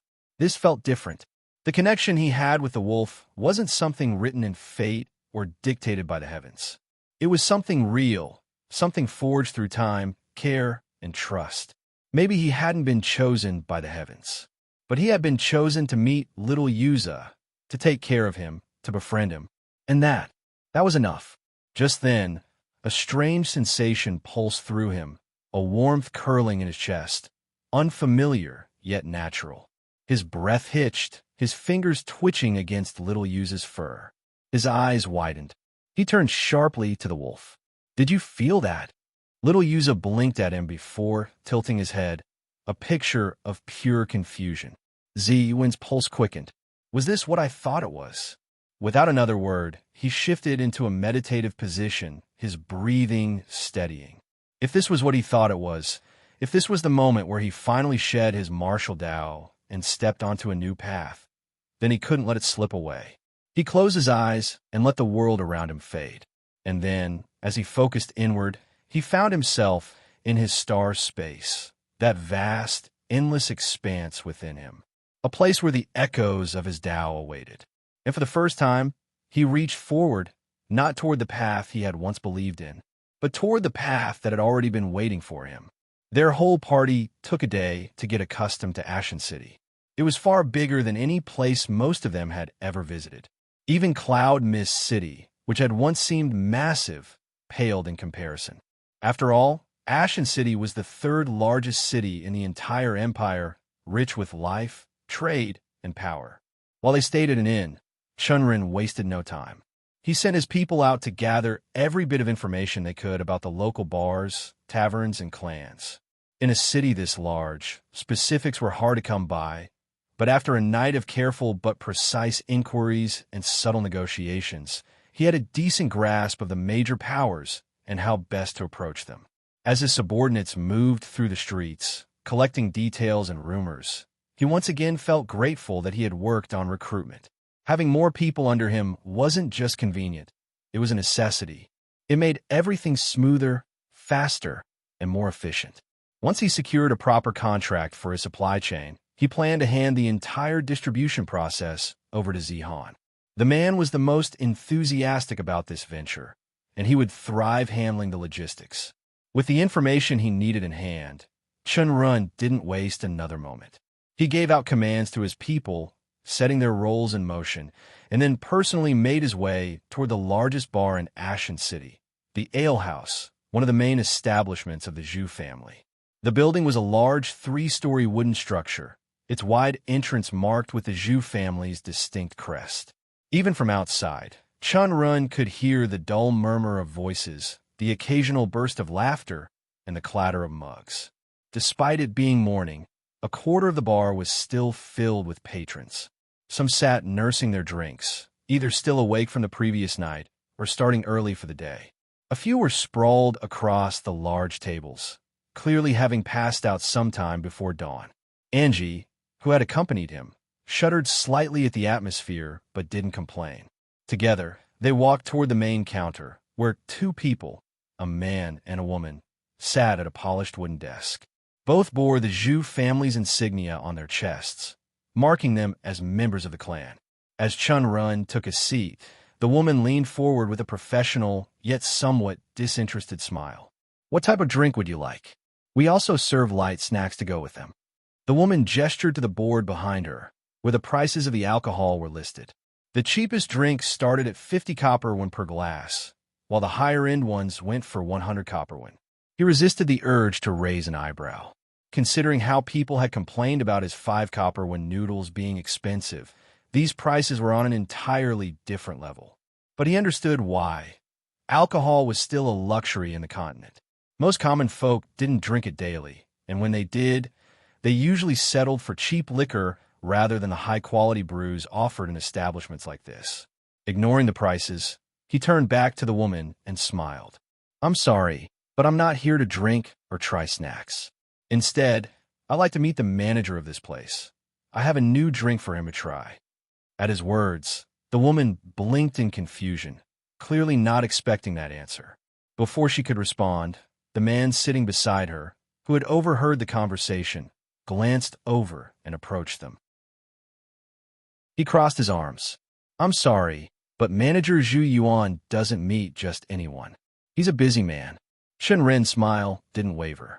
"I know. He only meets reputable people." The man nodded.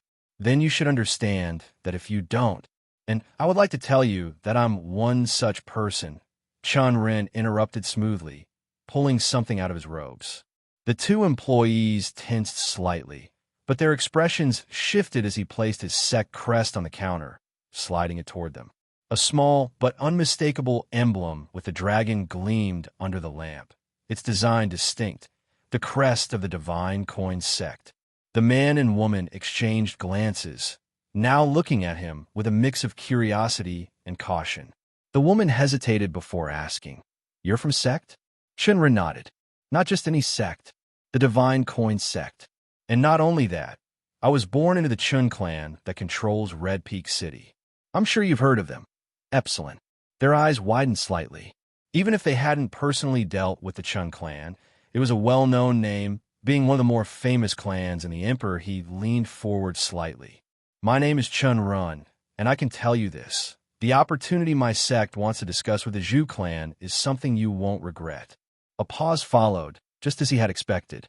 They weren't foolish enough to immediately believe him, but they also couldn't outright dismiss someone from a sect and an influential clan. After a moment, the man nodded toward the woman, and she disappeared into the back, likely to fetch the manager. As they waited, Chen Ren turned to Angie, who seemed more relaxed now. He smirked. "See, this is something you should learn if you're going to take part in business." She raised an eyebrow. "What? How to interrupt people?" "No," he chuckled. "Background is everything. If I were just a normal merchant, they'd have thrown me out. But being from a reputable clan and sect makes them reconsider." Angie shrugged. "I still think they would have let you in if you just told them you're a cultivator." "Maybe," Chen Ren admitted with a shrug. "But most members of our sect aren't cultivators. Even you aren't." At that, he noticed a slight twitch in Angie's expression, something brief but telling. He chose to ignore it and continued. "That's why you need to learn how to throw your background around. And even if you don't have a background, make one." Angie shot him an unimpressed look, but before she could respond, he smirked. "You look good enough for them to believe you come from a reputable clan." A faint flush dusted her cheeks. Before anything else could be said, the door to the back swung open. The female worker from before stepped out, followed by a bigger man, broad-shouldered and round-faced, with a 3-day-old beard that made him look slightly unkempt. His clothes were well-tailored, but there was no hiding the slight bloat in his features or the lingering scent of alcohol that clung to him. Chen Ren instantly pegged him as someone who enjoyed his own stock a little too much. "The story has been stolen. If detected on Amazon, report the violation." Yet, despite that, the man wasn't old. He was around Chen Ren's age, maybe a year or two older. The man approached the counter, placing a large palm on the wooden surface as his gaze settled neutrally on Chen Ren. "I heard you're from a sect and wish to discuss a business opportunity with the Zhu clan." Chen Ren smiled, unfazed. "For Zhu Ale House, mostly." A single brow lifted, but there was a subtle shift in the man's posture, an indicator that he was taking this more seriously now. So, what's the deal? Chen Ren chuckled. Why don't you try it for yourself? At that, he glanced at Angie, who swiftly pulled out a small container she had been carrying. The moment Chen Ren uncorked it, a rich, potent aroma of distilled spirits filled the air. The fat manager and the two workers instinctively leaned forward, eyes drawn to the swirling liquid inside. It was clear, almost too clear, yet had a subtle shimmer. Unlike the thick, golden-brown Alash they were used to, this drink looked deceptively light, but the scent told an entirely different story. Zhu Yuan narrowed his eyes. You're trying to sell alcohol to the best bar in town? Chen Ren grinned. No, I'm selling the best alcohol. A slight silence followed before the manager let out a sigh and grabbed a glass. He poured himself a small amount, lifting it to eye level before finally taking a sip. The moment it touched his tongue, his face changed instantly. Chen Ren knew what the man was experiencing. A sharp burn across his mouth and down his throat, like fire igniting every nerve. His face contorted in surprise, and he coughed silently before blinking at Chen Ren in shock. My tongue feels like it's burning. What the hell is this? Chen Ren leaned against the counter, smirking. The strongest drink you'll ever try. Give a nice little kick, doesn't it? The man didn't answer immediately. Instead, he took another sip, slower this time, trying to savor the burn. It wasn't just fire.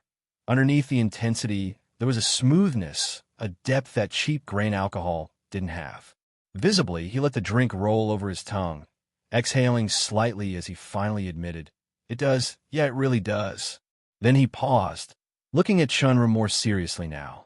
I haven't tried anything like this before. Where did you get it? Chen Ren smiled easily. My sect has an elder who's interested in spirit making. He ended up creating this, and now we're trying to ensure his work reaches the rest of the Kalian Empire. A blatant lie. But talking about elders would make the manager think their sect was bigger and more influential than he had originally assumed, worth forming connections with. Just as Chen Ren had expected, the fat man stroked his chin, looking thoughtful. What was the name of your sect again? Divine Coin Sect, Chen Ren answered smoothly. The man frowned. Never heard of it. Chen Ren chuckled. We like to stay low-key, but our new sect leader is trying to change that. He wants our name to spread across the continent. And what better way than through our creations? Zhu Yuan hummed, his lips twitching. He looked interested at the very least.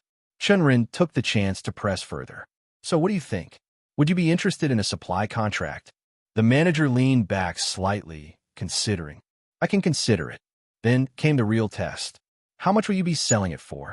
Chen Ren glanced at the container Angie had placed on the counter, then turned back to the man. That depends on how much you can shell out. He wasn't going to name a price first. He wanted to see what kind of offer the manager would make. The fat man rubbed his chin, then finally said, 30 silver per container. Chen Ren's smile didn't waver, but internally, he scoffed. As expected, the man was trying to shortchange him. With everything required to make moonshine, high-quality grains, fermentation agents, distillation materials, his total cost of production already sat at 25 silver per container.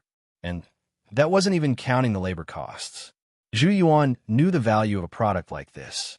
Clearly, he'd been in this business for a long time. A single container held enough alcohol for 20 to 30 glasses, and considering the prices listed earlier, the tavern could easily sell each glass for 2 to 5 silver. If they marketed it as a luxury drink or something suited for cultivators, the price could soar even higher.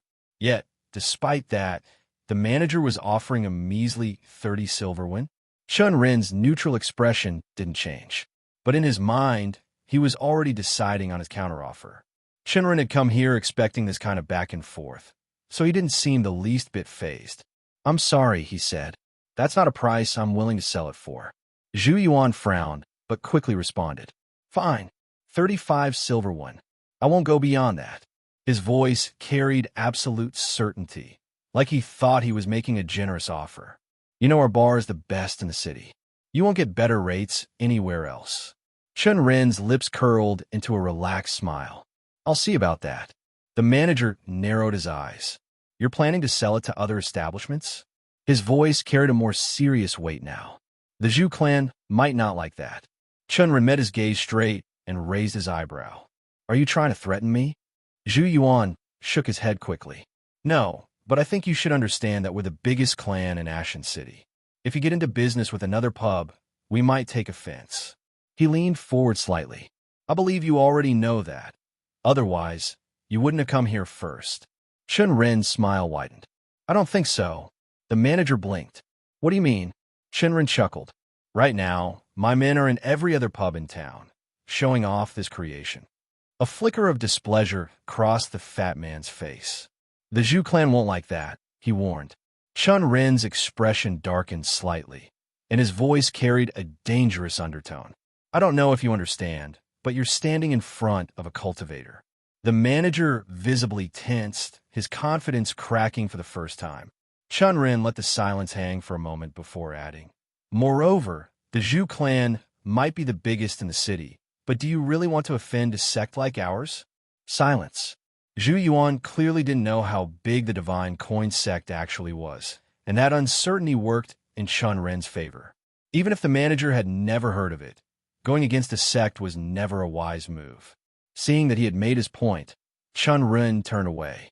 I'll be staying at the Heavenly Sleep-In if you change your mind, he said casually. Then, without sparing the manager another glance, he walked out of the tavern with Angie following close behind. Chen Ren sat cross-legged on the bed. He looked around at the small room in Heavenly Sleep-In. Across from him, Zihan and Hong sat with straight backs, their faces composed but expectant. Angie, still getting used to these kinds of discussions, leaned slightly against the bedpost, listening carefully. On the far side of the bed, Whiskey was curled up, peacefully napping. As for Yalin, she was out, likely gathering information or exploring the city. Chen Ren finally broke the silence. Yes? So what happened? Zihan and Hong exchanged glances before Zihan took the lead. It was as you predicted, sect leader, he said. The bars like the product. Both places, Shuangguan and Phoenix Tavern, agreed to meet us after we mentioned our sect and let them try the moonshine. They enjoyed it, but he hesitated. They were only willing to pay 20 silver, one per container. He picked up from there. After some negotiation, we got them to raise the price to 35 and 40, but they refused to go higher. We tried a few other places, but it was the same story. Chen Ren nodded thoughtfully. 40 silver one wasn't bad, and he could turn a solid profit at that rate. But he also knew moonshine was worth far more. With its high concentration, cultivators in the city would go crazy for it, and those kinds of customers wouldn't blink before dropping 5 to 6 silver one for a single glass. That meant there was still a lot of room to push the price up. He looked at the people gathered around him and smirked. Sounds like things are going according to plan. Angie raised an eyebrow. Does it?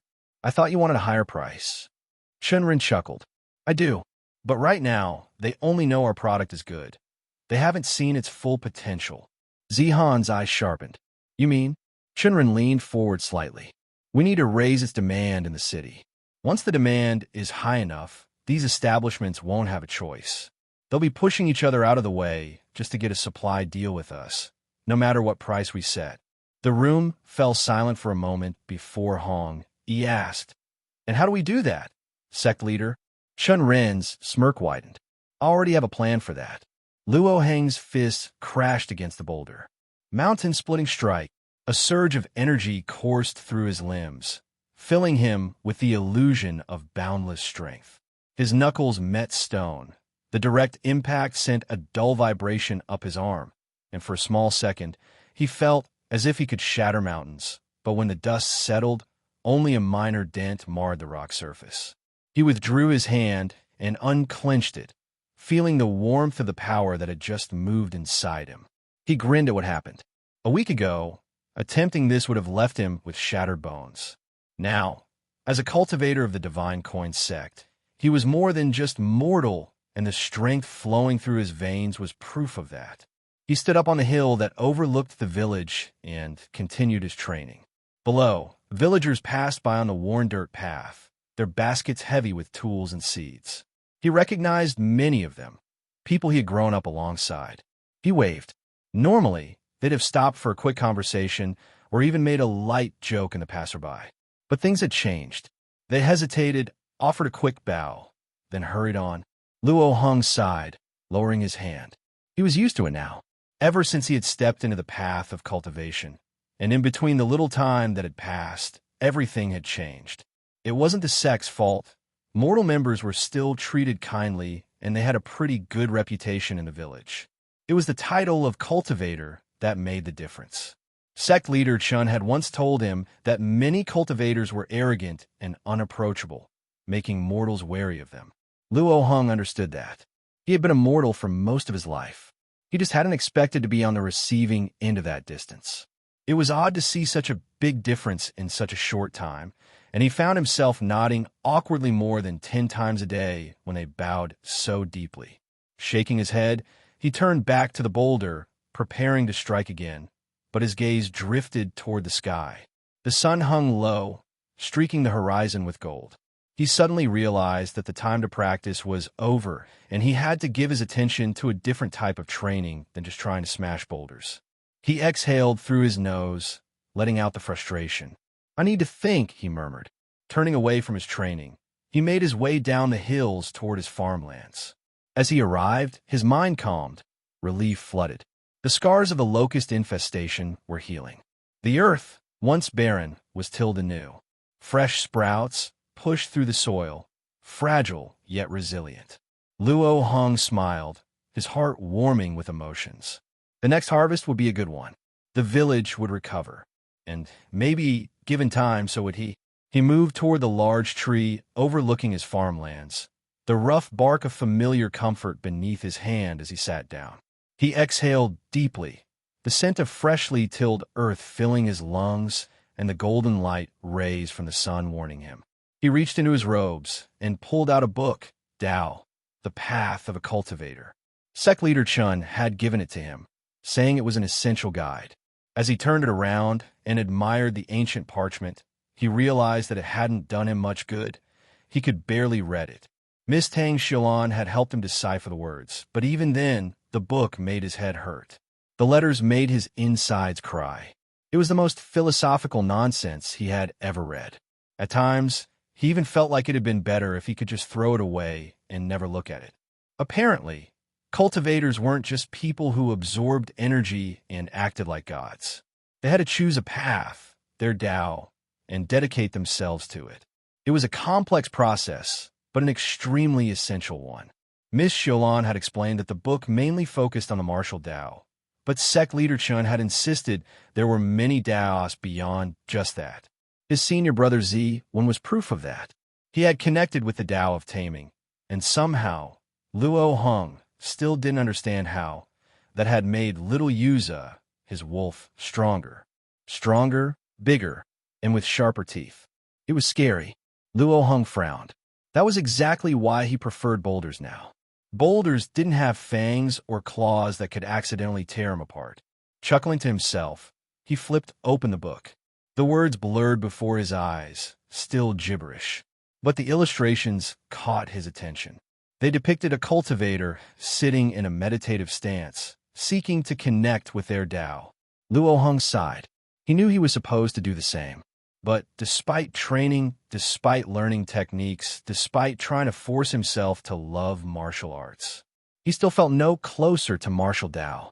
Luo Hung flipped through the pages, eyes scanning the words that Miss Xiaolan had patiently helped him decipher. The martial Dao was said to be the easiest to connect with. It was the foundation of countless cultivation paths, the most direct route to strength. And yet, he felt nothing. According to sect leader Chen, there were always other paths. Maybe he was meant to be an alchemist, refining herbs into miraculous pills. Or perhaps an array master, manipulating space itself with complex formations. He could always learn and advance if they were meant to be his path, because the book spoke of such people with reverence, describing their abilities as mysterious and unfathomable. But Luo Hung had never so much as held a cauldron. And even if the idea of learning alchemy intrigued him, it was curiosity, not a pull. That was what senior brother Zi had described. a pull, an undeniable instinct. When he had found little Yuza, he had known, deep in his heart, that they were meant to be together. Like something in the universe had clicked into place. Luo Heng felt none of that. Martial arts were cool, but that was it. Alchemy sounded fun, but he had never liked fire. Maybe it was because of his earth aspect roots. And as for a raise, he wouldn't even know where to start. It left him stranded. He sighed, staring down at the book before smacking it against his forehead. Am I just untalented? He muttered. He knew his spiritual roots were weak. That much had been clear from the beginning. But sect leader Chen had said that a strong Dao could overcome weak roots, if only he could find it. Luo Heng exhaled, shaking off the creeping doubts. His gaze drifted past the book, past his hands, past his confusion, toward the farmlands below. The soil had been freshly tilled, dark and rich, the first hints of green peeking through in delicate sprouts. The smell of earth was thick in the air, damp with the promise of growth. The more he focused, the thicker the smell felt, like heaven. He could already imagine it. In a few months, the fields would be full, bursting with life.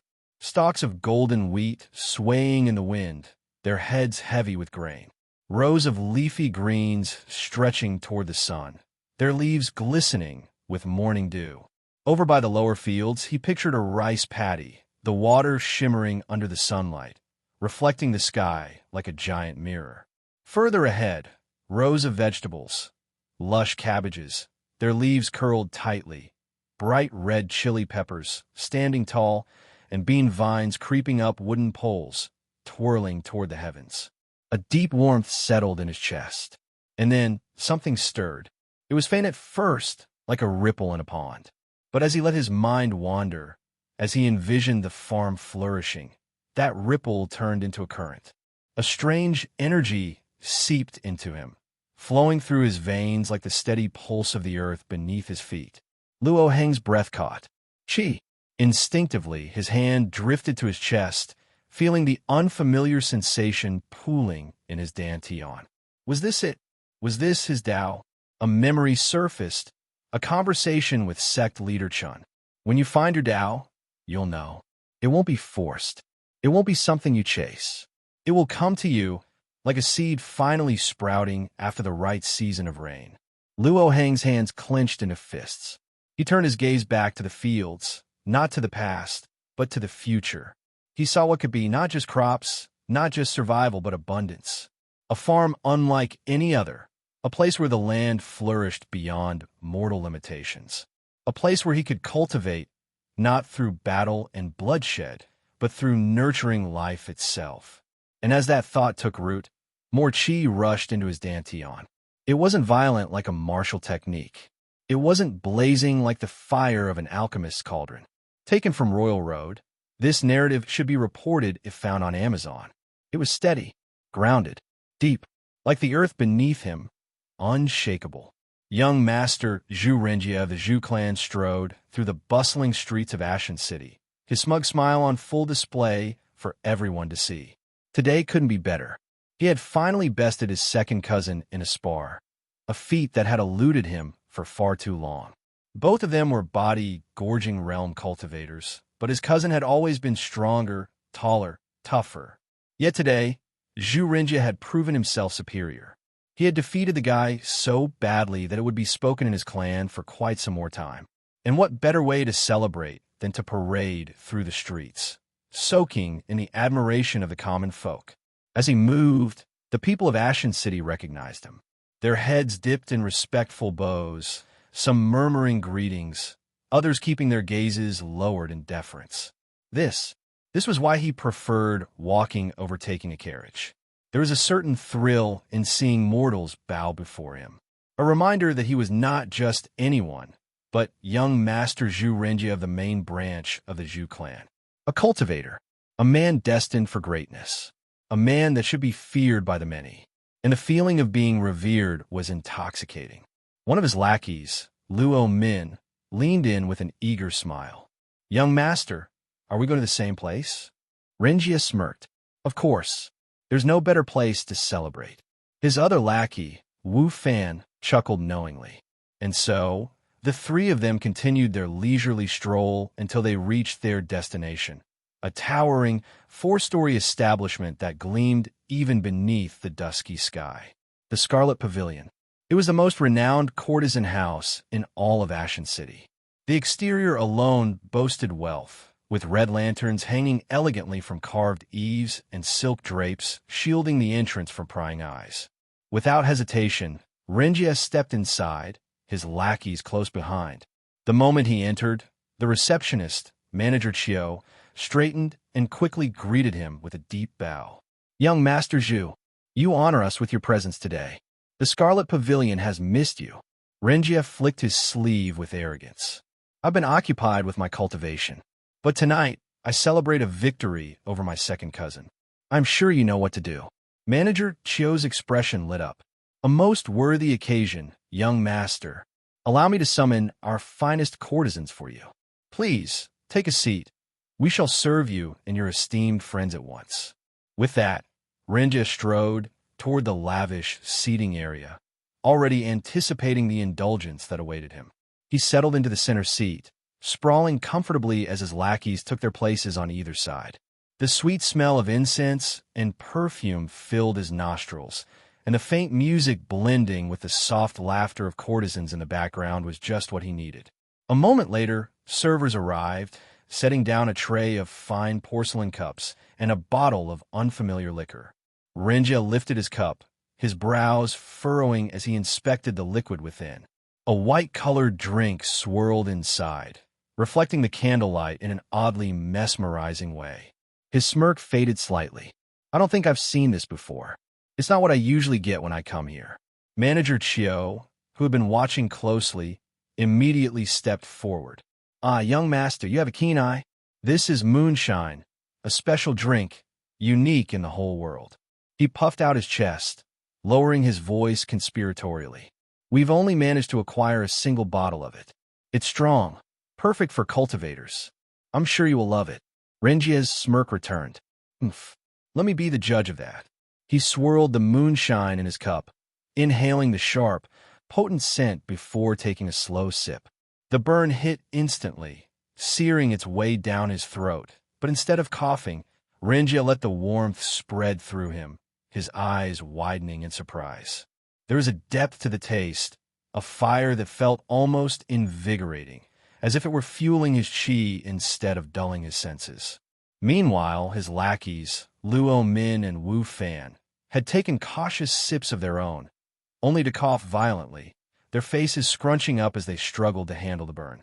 Renjia let out a low chuckle, finishing the rest of his cup in one smooth motion before slamming it down on the table. "Now this is good. Strong. Just how I like it." Luo Min wiped his mouth, still wheezing. "Why, young master, do you truly like this stuff?" Renjia shot him a sharp look. "What would you know? This is real liquor. It can satisfy a cultivator like me." Then, without hesitation, he eyed their still full cups and snatched them both up before they could protest. "If you're not drinking it, I will." And just like that, he downed both their drinks in a few gulps, the burn intensifying but only making him crave more. Turning back to Manager Chiu, he set his cup down with a loud clunk, eyes gleaming. "Bring me more." The receptionist hesitated for a second, but seeing Renjia's expression, he quickly nodded and signaled for another serving. One after another, Renjia drained each new cup, his head growing light, a pleasant buzz settling in his mind. Yet instead of dulling his senses, the moonshine made him feel alive, his qi subtly humming in response to his good mood. After finishing yet another glass, he leaned back and exhaled. "Good stuff." Then, as if struck by a sudden thought, he turned to Manager Chiu, waving lazily. "Send a crate of this to my estate." Manager Chiu's eyes widened. "A crate?" "Yes." Zhu Renjia leaned forward, propping his elbow on the armrest as he gazed lazily at Manager Chiu. "Make it a full crate." The manager, who had been about to instruct the servers, suddenly froze. A flicker of hesitation crossed his face before he forced a polite smile. I can't, young master." Renjia's expression darkened instantly. "What?" Manager Chiu's fingers twitched, clearly regretting his words. What I mean is, we don't have a full crate. Renjia's eyes narrowed. Then bring me whatever you have. That's just it, young master. Manager Chio hesitated, then spoke quickly, trying to appease him. We only had one bottle. There's no more stock. A beat of silence. Then, a sharp crack echoed through the hall as Renjia slammed his hand against the table.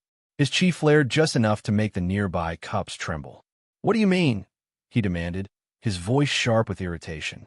Where did you get it from? The manager paled, but quickly shook his head. I don't know, young master. A man came here yesterday, selling moonshine. He claimed it was made for cultivators, and I thought I'd buy a bottle to see if our esteemed guest would enjoy it. But I don't know who he is or where he came from. Renjia clicked his tongue, glaring. Useless. Manager Chio swallowed hard, lowering his head as Renjia shoved himself up from his seat. I'll find more of this alcohol myself. His robes flared as he turned toward the door. Behind him, Manager Chio called out hastily, Young master, what about the courtesans? Renjia didn't even glance back. I don't care about them right now. I need more moonshine until I'm satisfied. His voice was filled with genuine hunger, his pulse quickening at the thought of tasting that burn again. It had been so long since he'd found a drink that could actually make his chi stir and mind dizzy in a good way. He needed to find this. Leaving his stunned lackeys behind, he strode swiftly into the streets, his feet automatically taking him toward the only place he thought might have it, the alehouse. It wasn't the most dignified establishment out of everything his clan owned, but if anyone in this wretched city had rare liquor, it would be there. Pushing through the heavy wooden doors, he stepped inside, his presence commanding attention. His gaze landed immediately on a man and woman behind the counter. Without hesitation, he took a step forward, voice booming loud across the room. I, Zhu Renjia, young master of the Zhu clan, need moonshine.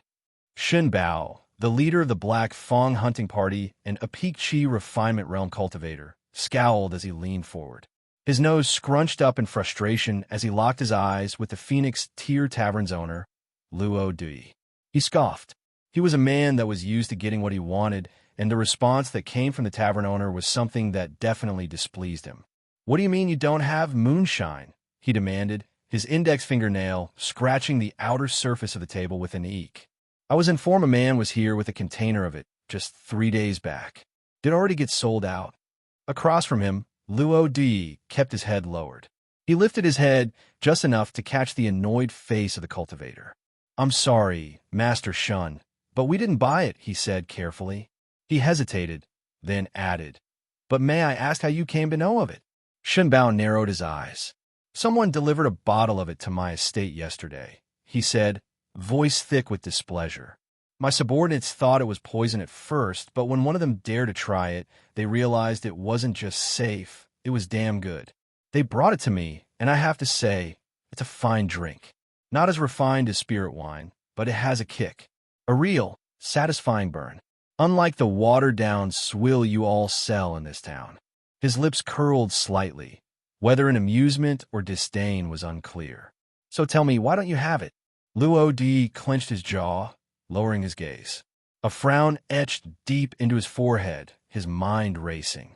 He hadn't expected this, hadn't thought much at all when he rejected the young man who had come to sell the moonshine. But now, under Shun Bao's scrutiny, he realized his mistake. Some people did try to sell it to me 3 days ago, he admitted reluctantly. And I won't lie, I liked it. But we couldn't agree on a price, so they left. That's the reason your people saw someone with moonshine entering the tavern. There's nothing more to it. Please believe me. Shen Bao studied him for a long moment, his sharp, wolf-like eyes measuring the truth in his words. Then he leaned back and let out a low grunt. Fine. Then tell me, where are these people? I'll find them myself and buy the moonshine from them. His voice turned harsh, a flicker of impatience threading through it. You need to understand, I don't like something every day. But when I do, I make sure I get my hands on it. Luo Di straightened hurriedly, nodding with forced enthusiasm. Of course, Master Shun. The whole city knows you don't give up on things easily. There's no way I wouldn't be aware of that. Then, a crease formed between his brows. But, I actually don't know where they are. They just left after saying they wouldn't sell for the price I was offering. They didn't give an address. He hesitated, rubbing his chin. But if they sent you a bottle as a gift, they should still be in the city. Shen Bao's fingers stilled against the table. A slow grin spread across his face, though there was nothing pleasant about it. Then we'll just have to find them, won't we? Luo Dui wiped his hands on his apron, forcing a smile as he gestured toward the door. Why don't you try some other pub, Master Shun? Maybe someone else has what you're looking for. Across the table, Shen Bao's expression didn't change. His wrinkled hands rested on the worn wood, scraping the wood until little parts were stuck in his nails. Then he shook his head. I already did. Luo Dui stiffened. You already did? Shen Bao nodded. Yes. The ones who came to sell you moonshine tried every pub in the city. Not a single one of you offered them a good enough price. He leaned forward, his lips curling into a slow smile. If I hadn't gone around myself and heard the same story from every other tavern, I wouldn't have believed you so easily. The corners of his lips curled up. I would have taken my time getting the truth out of you. A cold sweat broke across Luo Dui's brow. He swallowed, his throat suddenly dry. I'm glad then, he stammered, forcing out an uneasy laugh. But as the silence stretched, an idea struck him. He straightened, his expression turning earnest. Don't worry, Master Shun. I'll make sure I get the moonshine in stock next time you visit. Shen Bao's smirk deepened. I hope you do, he said, his voice smooth, because from what I hear, a lot of people have suddenly started looking for this alcohol. Luo Dui's brows furrowed. Where did you hear that from? Shen Bao chuckled, shaking his head. I wasn't the only one who received it out of nowhere. A lot of places where cultivators gather, inns, gambling dens, even brothels, have mysteriously acquired bottles of moonshine, and quite a few people found a gift waiting at their doorstep. His eyes gleamed. You're not an idiot, Luo Dui. You must have some idea what's going on. A flicker of realization dawned on the tavern owner's face. His fingers tightened around the edge of the table as he connected the pieces. Shen Bao continued, his voice almost casual. Soon, demand will soar as these people search for more. If any pub manages to secure a steady supply, their business will boom overnight. He paused, letting his words sink in. Right now, the Zhu clan controls the biggest share of the market, not just in the city, but in nearby towns and villages. But this is an opportunity. His gaze sharpened. A chance for another pub to close the gap. Alphen. Luo Di exhaled slowly, then nodded. Understand. His face grew serious, determination setting into his features. He straightened his back. Don't worry, Master Shun. I, Luo Di of the Phoenix Tier Tavern, will make sure we have a batch of moonshine ready when you return. Even though Chen Ren had expected his plan to work, he had never imagined it would unfold this smoothly, or to this degree. Not only had he managed to slip his moonshine into the hands of some of the most influential people in the city, but he had also spread it into public venues where cultivators gathered in large numbers. Courtesan houses, training halls, gambling dens, and even some prominent inns. It wasn't difficult. A few well-placed bribes ensured that the right hands carried the bottles to the right places. From a start, he had known his alcohol would be a hit. Cultivators had stronger bodies, faster metabolisms. Regular liquor barely scratched the surface of their tolerance.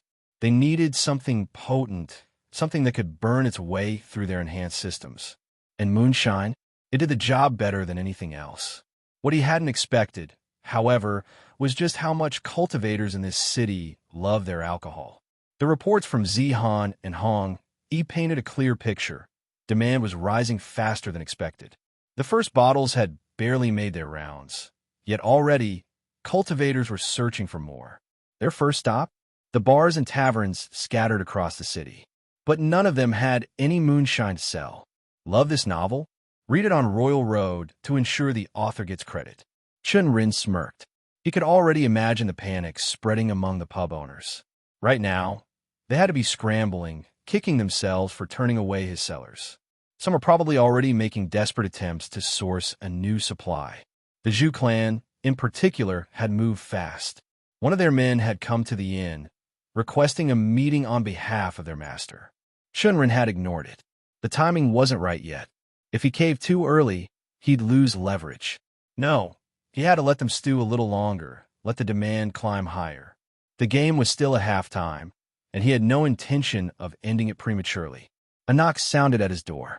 Chen Ren leaned back, exhaling slowly before speaking. "Come in." The door opened, and he stepped inside. The moment the door shut behind him, he reached up, pulling away the mask that concealed his true face. His features shifted, revealing the familiar face that immediately locked onto Chen Ren. "I just returned from the Black Lotus Tavern and the Dragon's Fong Bar," He reported. "As you suspected, the rumors are starting to spread. Even regular folks are talking about our moonshine now." Chen Ren's smile widened. "Is that so?" He nodded.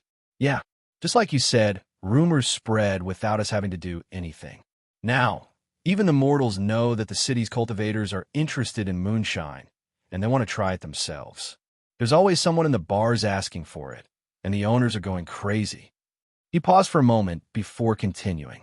"Zihan also told me that we've received a lot of invitations from both bars and individual cultivators, ever since they found out we were staying here." Chen Ren chuckled. "Yes, but I'm stalling for now. Fortunately, Ashen City has strict laws, so I don't have to worry about cultivators barging in uninvited. Just their servants, and they've been pretty amiable after learning that I'm a Qi refinement cultivator. In Ashen City, Qi refinement cultivators were considered heavyweights. The highest-ranking figures, the heads of stronger families and powerful hunting groups, were usually in the early stars of the Foundation establishment realm, but they wouldn't show their faces out a lot and would be busy trying to advance their cultivation for more lifespan, being old men with a time limit. Anyone with better talent in the young generation would have left for a sect long ago. That meant that as far as the city's residents were concerned, a Qi refinement cultivator like Chen Ren was someone to be treated with respect, if not outright caution. That gave him all the time he needed to let the rumors about moonshine spread. Another reason he had been left alone was the fact he had fed the bar owners, that he was part of sect. Even if the city's cultivators wanted to get their hands on his product, none of them were reckless enough to offend a sect, even one they hadn't heard of before. Not over a mere drink, at least. "So what are we going to do next?" He asked. "How long are we stalling for?" Chen Ren's gaze sharpened. "Not much longer. Just one more day. After that, we'll start hearing out the bar owners and see who's willing to give us the best price." He tilted his head. "Do you want me to go with Zihan to the bars and see how much they're willing to pay now?" Chen Ren shook his head. "No, we're far beyond the point of going to them. We have a product that's becoming a hit among the city's cultivators, and they want it. Let them come to us. Not separately, but all at the same time." He raised an eyebrow. "I see that you already have a plan, Sect Leader Chen." Chen Ren smirked. "I do, and it's something businesses often do when they're trying to secure a partnership." Yi's eyes narrowed. "And what's that?" "It's simple," Chen Ren said. "It's called a tender document." He paused. "Let me explain it to you." Zhu Yuan scratched the beard that had slowly grown along his jaw, his frown deepening as he leaned against his desk. He reached for the half-full mug of beer beside him and downed it in one gulp, but the bitterness only added to the headache brewing behind his eyes. He exhaled sharply, rubbing his temples.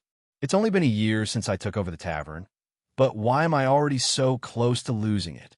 Slumping back in his chair, he cursed his rotten luck. He knew that in business, there were opportunities that could make or break you, golden chances that, if seized, could secure wealth for years to come.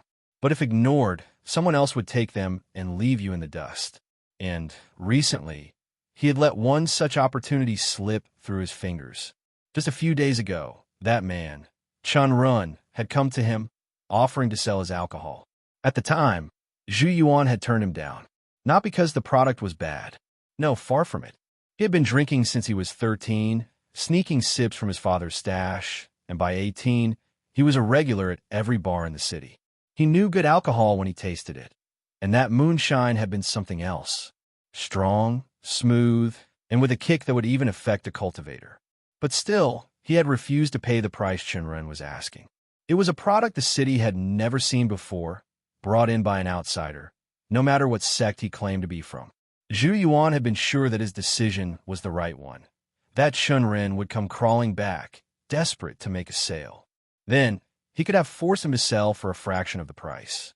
Yet, instead of things going his way, demand for moonshine had exploded almost overnight. Now, even his uncles, the ones who usually left the bar matters to him, were asking about it. The old men of the Zhu family held considerable power, each carrying decades of favors and influence. If they found out that he had turned down the contract for moonshine, Zhu Yuan was certain he wouldn't just be scolded. He'd be taken down a notch, maybe even have some of his authority stripped. But that wasn't even the worst part. If another bar managed to secure the contract instead, then his alehouse was doomed. That thought alone made his stomach churn, an unbearable emptiness gnawing at him no matter how much he drank or ate. All because of that damn man, Chen Ren, he muttered under his breath, rubbing his face in frustration. It wasn't even like the fame of moonshine had started out of nowhere. Zhu Yuan knew Chen Ren was behind it and was pulling strings from the background. He and his people had believed in their product enough to push it directly into the hands of the city's big shots. Zhu Yuan didn't know how they had managed to do it, but somehow they had made all the influential figures in Ashen City taste moonshine. And once those bottles ran dry, those same big shots had started looking for more. With each inquiry, rumors spread like wildfire. Every drunkard and alcoholic in the city had heard about moonshine by now. Yet, despite the growing demand, Chen Ren refused to meet with him. In fact, he wasn't meeting with any of the bar owners. He was keeping them all in the dark. Zhu Yuan could only hope that this was just a negotiation tactic and not something worse. Because the only thing he truly feared now was Chen Ren opening his own bar. More competition was the last thing he needed, especially when the product in question catered directly to cultivators, a market that was already rare and highly profitable. He exhaled sharply, tapping his fingers against the wooden desk as his mind spun in circles, weighing his options. Then a knock on the door. "Come in," he barked. The door opened, and one of the receptionists entered, bowing slightly. In his hands was a parchment, the edges sealed with an unfamiliar mark. Zhu Yuan frowned. "What now?" The receptionist straightened, clearing his throat. "Young Master Yuan, one of Chen Ren's men, just came by. He wanted to discuss the sales of moonshine." Zhu Yuan jumped to his feet, his chair screeching against the floor. "Is he still outside? Let me go meet him." The receptionist paled and shook his head hurriedly. "No, he already left, but he left this." He stepped forward, placing the parchment on the desk. Zhu Yuan narrowed his eyes and snatched it up, tearing open the seal. His gaze ran from the top of the document to the bottom, his expression shifting from confusion to shock. Then, he let out a harsh breath and muttered under his breath, "What the hell is this tender?" Heavenly Sleep was a fairly unremarkable place. A middle-tier establishment that catered mostly to merchants and travelers, it saw a steady flow of customers. People of modest means who came and went without drawing much attention. That was why, on this particular morning, the sight of several extravagant carriages pulling up outside sent shockwaves through the people in the inn. The moment the first carriage door opened, a hush fell over the common room. Conversations died mid-sentence. Patrons turned gawk. Even people outside the inn gathered around, craning their necks to get a better look. The realization spread quickly, whispered from table to table. These were the men who controlled the city's alcohol trade. Half a dozen figures entered, each dressed in finely embroidered robes that bore the insignias of their respective clans and trade associations. They moved confidently, the weight of their wealth and influence pressing into the space like an invisible force. Yet among them, only 3 men truly stood out. The first was the owner of Phoenix Tear Tavern, Luo Di, a shrewd businessman who had once entertained a visiting noble and boasted about it for years. His sharp eyes swept over the inn with a deep-set frown. The second was an elder from the Gujum clan, Gujum Deshan, a man who had controlled the Silver Jug Bar for decades. He stepped inside while clenching and unclenching his fists in habit, his eyes moving across the room, searching for something unseen. And the last was Zhu Yuan of the alehouse. His round face lacked any sort of expression as he took his place among the others, giving nothing away. A tense silence stretched between them as they moved toward the largest table in the inn. The servers, looking nervous, rushed to bring water, placing the glasses carefully in front of them. Finally, they sat down, and Luo Duyi broke the silence. He scowled down at the glass of water before him, then scoffed. "What kind of place has that man called us to?" he muttered, the upper lip curling in disgust. "Couldn't he have chosen somewhere decent?" At that, Gujum Deshun chuckled.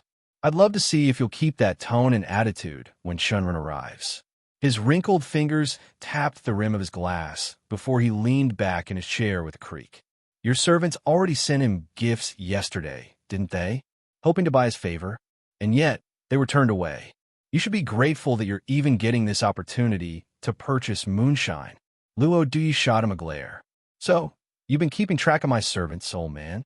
he asked with a smile that mocked the attempt, but his eyes remained cold. "Don't pretend you haven't done the same. From what I've heard, you outright refused to meet Daoist Chen Ren's people when they first came to sell moonshine. And now that it's turning into the most sought-after drink in the city, here you are, scrambling to secure a deal." Deshun's face darkened at that, his grip on his cup tightening slightly. But before he could shoot back a retort, Zhu Yuan clicked his tongue in annoyance. "Enough. You two should stop bickering like children. We're in a public place." He looked around and took note of all the eyes that were peering down on them. Luo Dui scoffed, crossing his arms. "This isn't bickering. It's called talking. Fighting is done with fists. And let's not forget, we're all competitors here. Do you really expect us to sit around and chat like we're at a family dinner?" A few of the seated businessmen nodded at that, but Zhu Yuan remained unimpressed. He merely sighed before speaking again. "It doesn't matter how much we argue. In the end, none of us can change the outcome of who gets the exclusive contract for moonshine." Then, his gaze swept across the gathered merchants. "I assume all of you have already decided on your tenders?" They exchanged looks before nodding. Dui clicked his tongue. "I still don't understand this whole tender process. I've never seen anything like it before. Why can't he just conduct business the normal way, like any proper merchant?" "Arengo Bedes." Deshun exhaled through his nose, shaking his head.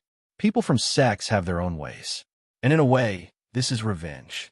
He wants to see which of us is the most desperate to get his product after we rejected him." A wry smile appeared on his lips.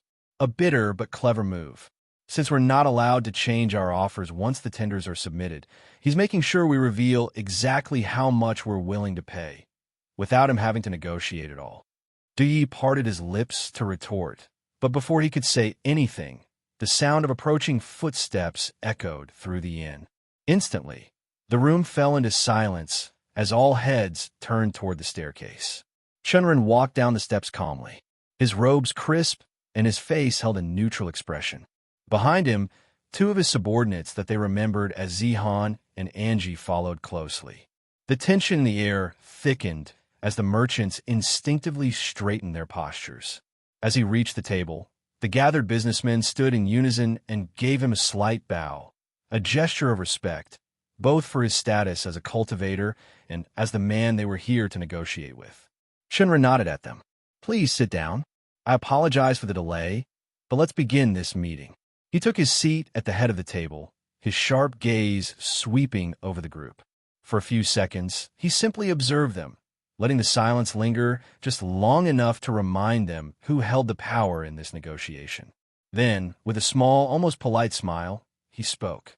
"I see that all of you have decided to come here today with your tenders. First of all, I appreciate your interest in our moonshine. But before we begin, let me make one thing clear. There will be no second chances. Whatever offer you've prepared will be final. There will be no renegotiations." A ripple of tension ran through the merchants, but they nodded in agreement. A few of them even voiced their assurance. "We are here with our best offer." Even Dui, who had been the most vocal earlier, now seemed to have adjusted his attitude. With a more respectful tone, he said, "My Phoenix Tier Tavern will secure this contract." One by one, the merchants reached into their robes, retrieving their tenders, rolled up parchments sealed with wax, each holding their final bid. Chen Ren accepted them, stacking them neatly in front of him. He let his fingers brush over the topmost scroll before meeting their eyes once more. Now, shall we see who will have the privilege of selling moonshine in this city? He then started opening them, one after the other. Chen Ren looked down at the neatly stacked parchments in front of him, fingers brushing lightly over the wax seals. He had anticipated that the bar owners would realize they were in direct competition and would submit strong offers. And he had to admit, he wasn't disappointed. Each proposal was significantly better than the initial ones he had received. The desperation to secure the moonshine contract was evident in the generous terms they had put forward. Now, all that was left was to choose one. Rather than overcomplicating things by immediately looking for the best deal, Chen Ren started from the bottom, gauging which offers were the weakest. His expression remained neutral as he unrolled each parchment, scanning the contents before setting aside the ones that failed to meet his expectations. With each rejected tender, he silently passed the parchment to Angie and Z1, who stood beside him. He had to admit, choosing a winner wasn't easy. The bars had gone all out, offering him terms that were almost ridiculously favorable. He guessed they now viewed moonshine as their golden ticket to expanding their reach into the cultivator market, a customer base that was notoriously difficult to cater to. And because of that, they were offering terms they probably hadn't given anyone before. Part of it was obviously fueled by their competition with each other. No one wanted to lose. But at the end of the day, this was an exclusive contract. Only one of them would be walking away with the rights to sell moonshine. After shifting through the parchments for a while, weighing the pros and cons, Chen Ren finally came to a conclusion. And he had to say, it wasn't a surprising one. If anything, he had fully expected this outcome. Lifting his gaze from the documents, he looked at the gathered businessmen. Honorable gentlemen, thank you for your patience as I reviewed your offers. He placed the parchment that he had in his hands on the table. I found them all to be quite generous, and I appreciate the effort each of you put into your proposals. The story has been illicitly taken. Should you find it on Amazon, report the infringement. The men at the table tensed ever so slightly. They had maintained an air of composure throughout the meeting, but in truth, they all understood what was at stake. Whoever lost this contract wasn't just losing out on one product. They were losing an entire market share. Their competitors would gain the upper hand, while they would be left scrambling to catch up. Ignoring their expressions, Chen Ren continued. So, after careful consideration, I have decided that the establishment that will receive the exclusive contract for moonshine is... He paused for just a fraction of a second. The Zhu clan's alehouse. The atmosphere immediately turned dire. Zhu Yuan's eyes gleamed as he tapped the table, his jubilant smile widening. The murmurs of surprise spread like wildfire among the gathered crowd, while Luo Di's face paled, his throat constricting as he hastily swallowed a large gulp of water, mistaking it for alcohol in his panic. I offered 50 silver, one per container, Di sputtered, his voice shaky. How did I not win? You made a deal with the Zhu clan already and called us here to humiliate us. Chen Ren's eyes remained unbothered. His expression didn't shift as he met the man's gaze. I have no such intention. I chose the Zhu Ale House because they gave the best offer. Deshun, seated quietly at the back, let out a low sigh and leaned forward. Can we know what the Zhu clan offered? Chen Ren turned his gaze to Zhu Yuan, who smiled proudly, thoroughly enjoying the attention. He leaned back in his chair with exaggerated ease, before answering in a voice that boomed with authority. I just gave an offer that can't be surpassed. 40 silver, one per container. Luo Di's jaw dropped, but before he could protest, Zhu Yuan wasn't done. He raised a hand, signaling for silence, and continued, and 25% profit on every sale of moonshine. Gasps rippled through the inn, the men on the table turning to each other, eyes wide in disbelief. Even Gujum, who had clearly seen many deals in his time, couldn't help but raise an eyebrow. With such rates, he started, his voice tinged with incredulity. How are you even going to make a profit? Zhu Yuan waved his hand dismissively, his grin unwavering. You don't need to worry about that, old man. Now that my bar has the contract, I'll handle the rest. He leaned back in his chair, eyes locking with Chen Ren's. I hope we'll be good business partners, Daoist Chen. Chen Ren offered a polite nod, his fingers brushing together in the subtle gesture of respect. Certainly, young Master Zhu Yuan. The tension in the room seemed to diffuse as the deal was sealed, the murmurs turning into whispers. But Chen Ren didn't care about any of it. The important part was that he had finally secured a deal for the moonshine. Once the final decision was made, confirming that the Zhu clan had secured the exclusive contract for moonshine, the atmosphere in the inn shifted dramatically. The men, who had been seated at the table moments ago, quickly gathered their things, eager to leave. They barely cast a glance toward Zhu Yuan or Chen Ren. He could sense the mix of frustration and resignation when they left. It was clear they were desperate to be anywhere else. Still, to Chen Ren's surprise, none of them overtly showed their displeasure. They bid Zhu Yuan and him farewell with polite smiles, maintaining an outward calm.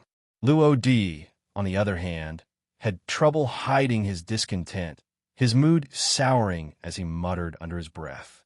But Chen Ren couldn't help but respect the restraint shown by the other bar owners. It spoke volumes about their professionalism.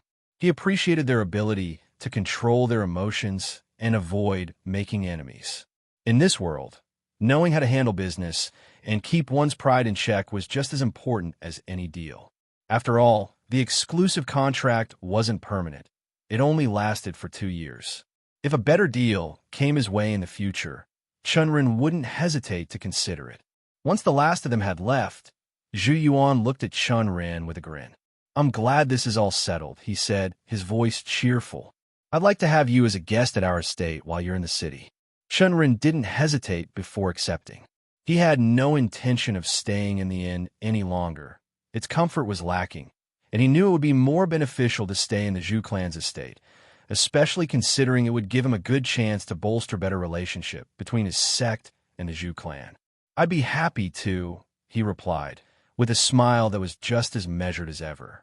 Without wasting time, they began to shift everything and moved to the Zhu clan estate, where they decided to store every bit of moonshine they had brought in the carriage. As the Zhu clan workers began moving the moonshine into the warehouse, Zihan, Hong, Yi, and Angie made sure nothing was broken in the process. Zhu Yuan led Chen Ren to a tour of the estate.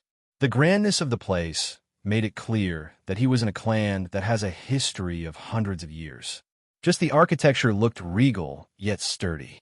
As they walked, Zhu Yuan turned to Chen Ren with a more serious expression. I know we didn't start off on the best footing, he said, but I'm genuinely excited to have good business with the Divine Coin sect. We'll make this work. Chen Ren nodded. What happened in the past isn't important. As long as we're good business partners and make profits, I believe we'll both be happy. He glanced at Zhu Yuan, his eyes steady. That's the nature of this business. Zhu Yuan's grin widened at the words, a flicker of understanding passing between them. Exactly, he agreed, pausing before adding. With the way moonshine's been gaining fame, I'm confident the business will be booming. Honestly, I was almost scared I wasn't going to get my hands on it. Chen Ren smiled. I can understand. I myself didn't expect such interest in my product, he said before adding. Though, I expected you to get the deal. At Chen Ren's words, Zhu Yuan's eyebrows shot up in surprise. You expected me to get it? He asked. Chen Ren nodded. Yes. Out of all the bar owners, you needed it the most. He paused for a moment, letting his words sink in before continuing. First of all, you're really young Master Zhu Yuan. From what I've gathered, you've only recently taken over the alcohol business from your father. It's obvious you want to prove yourself to him. If you had let the moonshine slip through your fingers and some other tavern made a success of it, your position within the clan might have been in jeopardy. Zhu Yuan's expression shifted as he intently listened to Chen Ren's analysis. His posture straightened slightly, and he flinched, as if he recognized the truth in what Chen Ren was saying.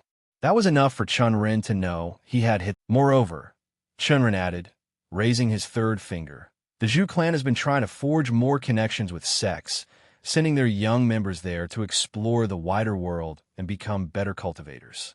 A brand of alcohol catering primarily to cultivators could help with that.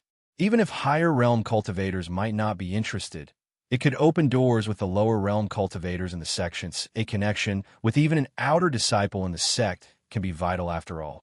When he had arrived in the city first, Chen Ren had searched for every bit of information he could find from various sources. Other merchants in the inn, servants of the large clans, and even by giving away a bit of moonshine to some establishments, and then he had pieced it all together. It was almost unbelievable how much could be learned from just keeping an ear open. The larger the clan, Chen Ren continued, the more likely they are to leak information.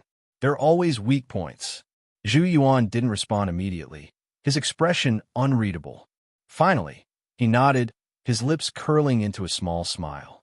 I see you've done your research, he said, acknowledging Chen Ren's information. But he didn't confirm or deny any of the points raised. Before Chen Ren could say anything further, his gaze shifted to the side. Something caught his eye, a faint glow of heat rising from a forge. His attention snapped to it, his focus sharpening as he saw a man standing in the center, hammering a piece of armor. The heat from the forge was intense, and the air shimmered around it. But what truly caught Chen Ren's attention wasn't the fire or the steel. It was the subtle pulse of qi that flowed from the man's hammer with each strike, rippling through the air like a hidden current. Chen Ren's eyes widened. The man's movements were smooth, his control over the hammer and the forge seemingly infused with internal energy. Every strike sent a faint but distinct wave of qi into the metal. This wasn't just someone with an impressive skill for forging or someone who's trying their best to be skilled in their craft. That man was a cultivator. A wave of heat passed through Chen Ren as he walked towards the forge. Sparks erupted with each strike of the hammer. Fire burst into existence before dying just as quickly. Regardless, Chen Ren walked closer. The man at the forge didn't look up from the armor he was working on, utterly absorbed in his craft. But this close, it was unmistakable. He was a cultivator. He could feel the flow of qi radiating from the latter, his realm and star matching Chen Ren's own. Yet something was off. The man was attempting to infuse his qi into the metal, but it wasn't working. Every pulse of energy bounced off the armor, dissipating into the air rather than sinking into the material. Was the metal simply unfit to conduct qi, or was it a flaw in the craftsman's technique? Chen Ren didn't know, but the process intrigued him, his eyes following every movement of the hammer with rapt attention. A heavy pat on his shoulder pulled him from his thoughts. You got any weapons you need fixed? Zhu Yuan grinned at him. This guy's no good in a fight, but he does well enough with scraps of metal. The man at the forge remained focused, hammering away as if he hadn't heard a word. Zhu Yuan's grin turned into a scowl. Hey, Feiyu, can't you see I'm here with an esteemed guest? His voice took on a sharp edge. Why aren't you bowing yet? At that, the forger's hammer froze mid-swing. Slowly, he lifted his head, eyes widening as he registered their presence. Now that he was facing him, Chen Ren got a proper look at the man. Feiyu was in his mid-20s, a few years older than Chen Ren, with a face roughened by hard work and exposure to heat. His skin was tanned, his arms corded with lean muscle from years of swinging a hammer. Sweat dripped down his forehead, matting his short, unkempt black hair, and his brows were furrowed, not in anger, but in intense focus that had yet to fade completely. His eyes, a deep brown, held the sharpness of someone used to measuring things with precision. Chen Ren could say that his robes were once a deep blue, but now it was all stained with soot, patched in a few places where stray sparks had burned through. The forge behind him was a sprawling workspace, an open-air structure that let out waves of heat with every billow of the flames. Iron tools lined the walls, some simple, some not so simple, their purposes unknown to the untrained eye. A massive anvil stood at the center, its surface dented and scarred from countless strikes. Buckets of water sat nearby, the surface of one still rippling from the latest piece of metal being tempered. The pounding of steel against steel had momentarily stopped, replaced by the crackling of the flames and the faint hissing of cooling metal. Chen Ren's gaze flickered back to Feiyu's qi, faint traces still lingering in the air around the unfinished armor. A craftsman with some cultivation, but not much talent. Someone who struggled to walk the path of a cultivator, yet still held on. Though Chen Ren knew that calculating a person's spirit roots based solely on how fast they reached a certain realm wasn't entirely accurate, it gave him a rough estimate. But in this case, he could be far off. He had no idea about Fei Yu's Dao, and from the way Zhu Yuan spoke about him, it was safe to assume that the blacksmith didn't follow a martial Dao. It would explain why he was in the Qi refinement realm, even with not being in martial arts. Fei Yu's lips pressed together before he finally gave a stiff nod, his voice slightly hoarse from disuse. "My apologies, young master." Then, he bowed deeply, his posture rigid and submissive, his eyes glued to the floor. "I'm really sorry, young Master Yuan," he said once again, his voice thick with apprehension. "I didn't realize you were here." Zhu Yuan glared at him, arms crossed, and stepped towards him. "Didn't realize?" he sneered. "It seems like your senses have gotten worse. For a slave, you sure aren't attentive enough." Fei Yu stiffened, bowing lower. Just apologizing won't correct your disrespect." Zhu cut him off. "You're going to be sleeping with the horses tonight. Maybe getting kicked in your sleep will teach you better manners." Fei Yu paled, his back breaking out in a cold sweat. "Please no, young Master Yuan," he pleaded. "Last time, one of the horses nearly crushed my hand in my sleep. There's no space there. That's not my problem." Zhu Yuan waved him off, uninterested. Chen Ren exhaled through his nose, seeing the interaction, questions bubbling in his mind. A punishment like that wasn't just cruel, it was completely unproductive. The man clearly had talent, and was a cultivator, and letting him sleep with the horses was clear disrespect. Though, Zhu Yuan didn't seem to feel that. In the back of his mind, Chen Ren somehow felt obliged to help the man. No one deserved a punishment just for not noticing a person due to being focused on work. "Wait, young Master Yuan," Chen Ren interjected. "How about instead of sleeping with the horses, you assign him to repair my carriage and a few weapons I have? That should take him a few hours, and I believe it'll be a good enough lesson. After all, forcing him to sleep in the stables won't do anything productive." Zhu blinked at him, frowning as he mulled it over. Chen Ren saw how Fei Yu raised his eyes to meet him, but soon he looked back at the ground in respect. "O Thailand Bades." After a long pause, he finally shrugged. "Fine." Then he turned to Fei Yu. "You heard him. Serve Daoist Chen well. If I hear any complaints, I'll throw you into a spar with my older cousins." Fei Yu hurriedly nodded, bowing once more. "I will make sure you have no complaints, Daoist Chen." Satisfied, Zhu Yuan gestured for Chen Ren to move, leading him away from the forge. As they walked, Chen Ren found his gaze drifting back, his mind lingering on the whole interaction. Something about it felt strange. It wasn't Zhu Yuan's attitude. He had expected that from a young master of a powerful clan. No, it was something else. Something about the way Fei Yu reacted. After all, Zhu Yuan was a young master. Most of them had no idea how to talk to others, being too arrogant and haughty. Chen Ren didn't like it, but he wasn't going to say anything in the man's own home, especially when they were about to become business partners. Still, his thoughts kept circling back to the blacksmith. By the chi the man gave off, he was a cultivator, and not a weak one. On the other hand, Zhu Yuan was immortal. Even if he had the backing of the Zhu clan and was part of the family, he doubted he could talk like that to a cultivator serving his family. Normally, these were rogue cultivators who formed contracts with clans, trading their strength for resources, protection, and a place to cultivate. They were expected to be subservient, but there was still a limit. No cultivator would tolerate open disrespect, not unless they had no choice. But Zhu had spoken to him like the man was immortal, even calling him a slave. Unable to hold back his curiosity, he finally asked, "Young Master Yuan, that man. We spoke to, who is he?" "Oh, him." Zhu snorted. "He's just a slave." Chen Ren frowned. "A slave? But he's a cultivator." And slavery was abolished in the empire. He knew it was common knowledge that slavery had been outlawed.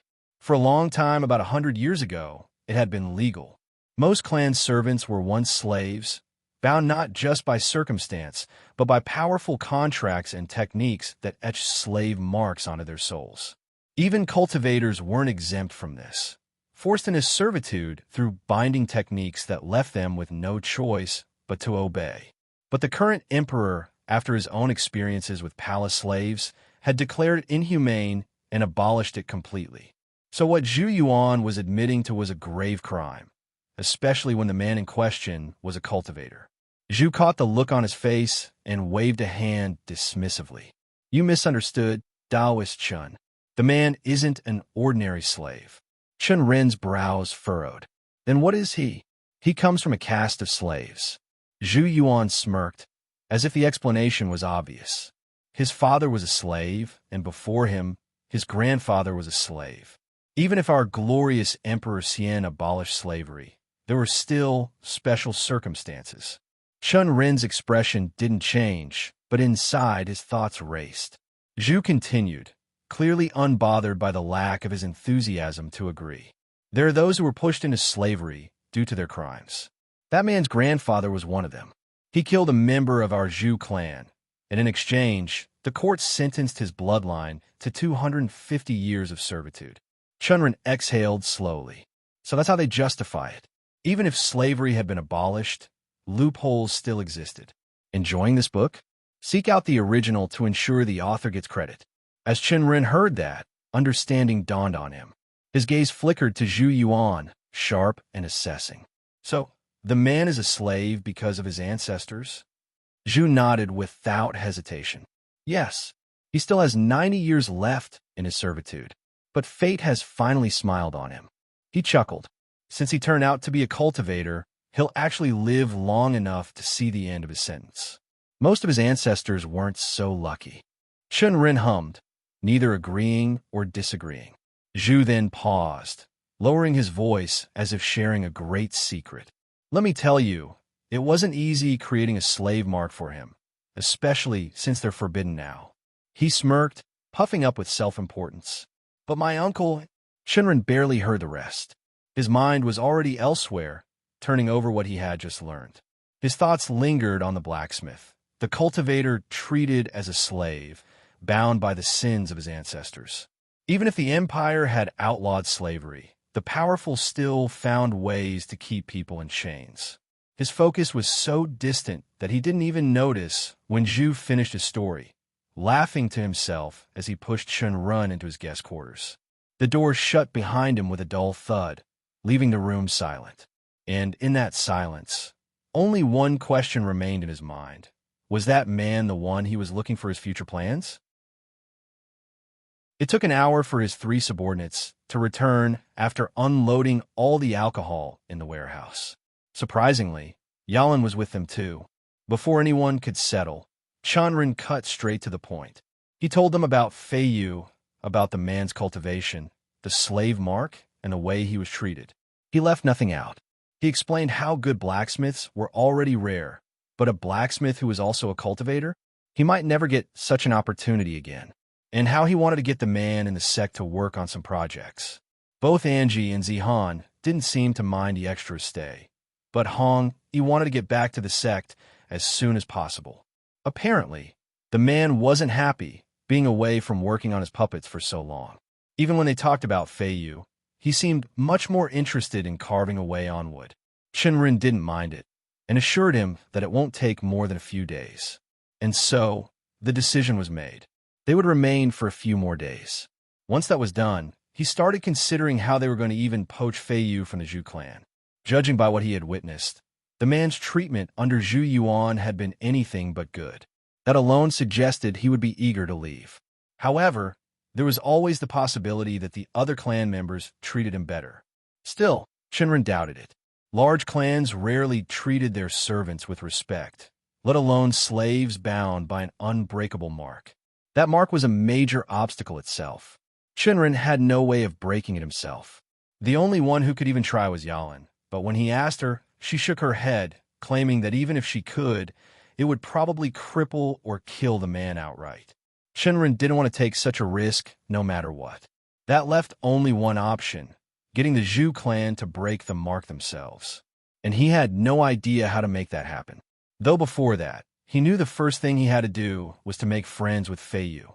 He had to find out if the man was even capable of helping him out in making the weapon. If he wasn't, then Chen Ren could forget the idea of risking a good relationship with one of the biggest clans in Ashen City. So, he took advantage of the punishment that Zhu Yuan had given him. At night, he wanted to talk to Fei Yu.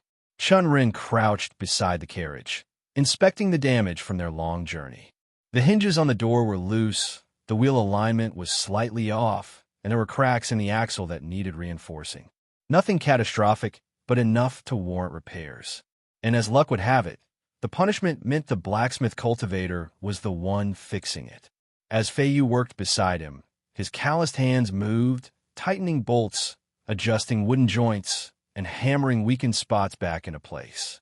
Chen Ren watched closely, taking note of the ease with which the man handled metal and wood alike. I believe this is a dumb thing you're trying to do. Yalin's voice echoed in his mind. She sat nearby, making herself comfortable and looking around the night sky. Chen Ren didn't even blink. It's not. I'm just trying to get capable people into my sect. Let me rephrase it, she said dryly.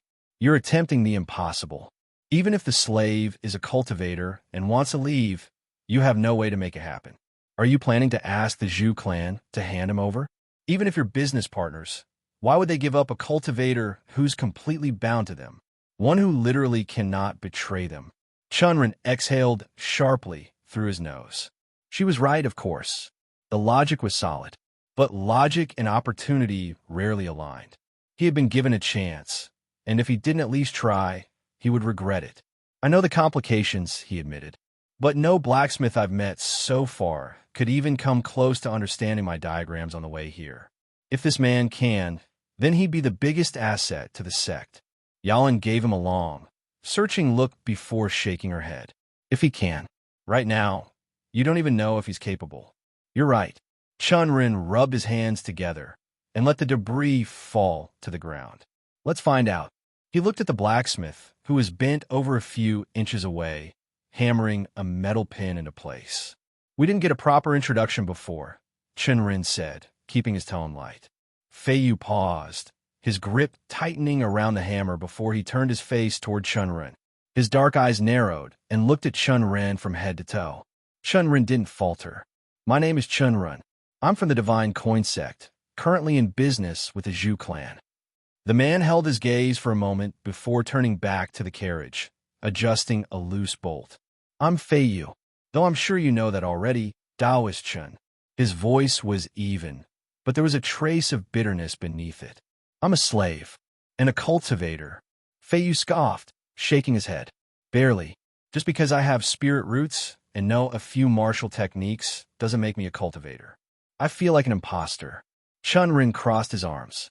If you don't want to be called a cultivator, then what else would you rather be called? The man didn't hesitate. A blacksmith. I come from a long line of them. It's in my blood. I like creating things, fixing things, like your carriage here. Chen Ren nodded, watching the way the man spoke with conviction. He hesitated for a brief moment before taking the next step. Are you interested in weapons? He asked. Obviously, Fei Yu said. Weapons are the things that I deal with the most in the clan. I like working on them the most, seeing my weapons in action. Chen Ren nodded before asking the question he had been waiting to ask. So, are you interested in developing a new kind of weapon? Fei Yu's hand stilled. Slowly, he turned around and pursed his lips. What do you mean? I didn't get it. Chen Ren pulled out a parchment from his robes and handed it over. This is an ancient artifact our sect has information on. Can you understand it? Fei Yu took the parchment, his thick fingers brushing over the surface as he unfolded it. The moment his eyes landed on the diagrams, his expression shifted. His pupils widened, his breath hitched just slightly. Subtle signs, but enough for Chen Ren to notice. He wasn't just looking at it. He was processing it. Seconds stretched into silence as Fei Yu's gaze flickered over the details, his lips parting slightly in contemplation. Then, slowly, he lifted his eyes to meet Chen Ren's. There was something different in his gaze now. Were these called Daoist Chen? Chen Ren allowed himself, when Chen Ren first decided to bring mortals into his sect, It wasn't just to have them handle merchant activities while the cultivators acted as the sect's muscle. No, he had bigger plans for them, plans that involved making them stronger. The problem had been, how? In a world where even a one-star body forging realm cultivator could slaughter a dozen mortals without breaking a sweat. How was he supposed to bridge that gap? Worse still, most mortals would rather bow or flee the moment they saw a cultivator, not stand and fight. That fear had been ingrained in them for generations, passed down like an unshakable curse. So, how was he supposed to make them strong enough to at least stand against a cultivator? The solution was simple: give them a weapon that could kill one. The idea first struck him when he read a story in Chen Ren's shop. It was about a mortal boy who found an artifact with a spirit stone embedded in it. Using that artifact, he killed a cultivator who had slaughtered his family over a petty grudge. Obviously, that was just a fairy tale. Even if it had been real, the cultivator in question must have been pathetically weak. But the story had done its job. It had planted a seed. While Chen Ren couldn't forge artifacts for every mortal in his sect, he could create something else. A gun workshop. Arm every single one of the mortals. That was one of the main reasons he had sought a sect location far from Cloud Mist City, somewhere secluded. If he had started building guns in the city and word had leaked out, some powerful clan would have taken an interest. Or worse, an accident could have exposed his plans before he was ready. No, he had to be patient, careful. Though, the hardest part of making a gun still remained, finding a blacksmith capable of crafting one. Chen Ren watched the man in front of him, eyes scanning the parchment with an almost feverish intensity. His fingers traced the diagrams, his brows furrowing and then relaxing as he absorbed every detail. This was the moment. Was this man truly skilled enough? Finally, Fei Yu spoke. I think this is very, very interesting. His eyes sparkled when he looked up from the parchment. He tapped a finger on one of the diagrams.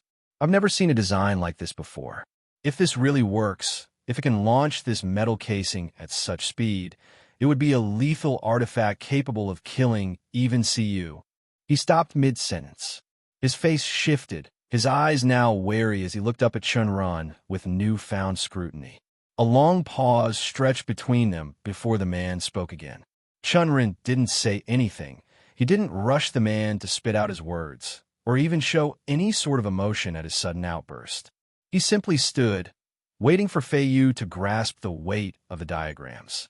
Can I ask you some questions, Daoist Chen? I'm very curious about this. Chen Ren nodded, retrieving the parchment from his hands. Go ahead. Fei Yu wasted no time. To push out this metal thing that you seem to have called a bullet, it would require some kind of explosive force inside the weapon's body. Is it some sort of alchemical compound? Chen Ren shook his head. No, it's something different, gunpowder or black powder. It's not exactly an alchemical creation, but a chemical mixture. We don't have it yet, and our sect is missing some parts of the formula, but I know the basics. The man nodded, his fingers drumming against his thigh as he processed the information. I see. Then, how do you prevent the weapon from exploding? I didn't see any rune inscriptions on this design to reinforce the structure. Chen Ren smiled faintly. That's because the original design doesn't use runes. Fei Yu's frown deepened.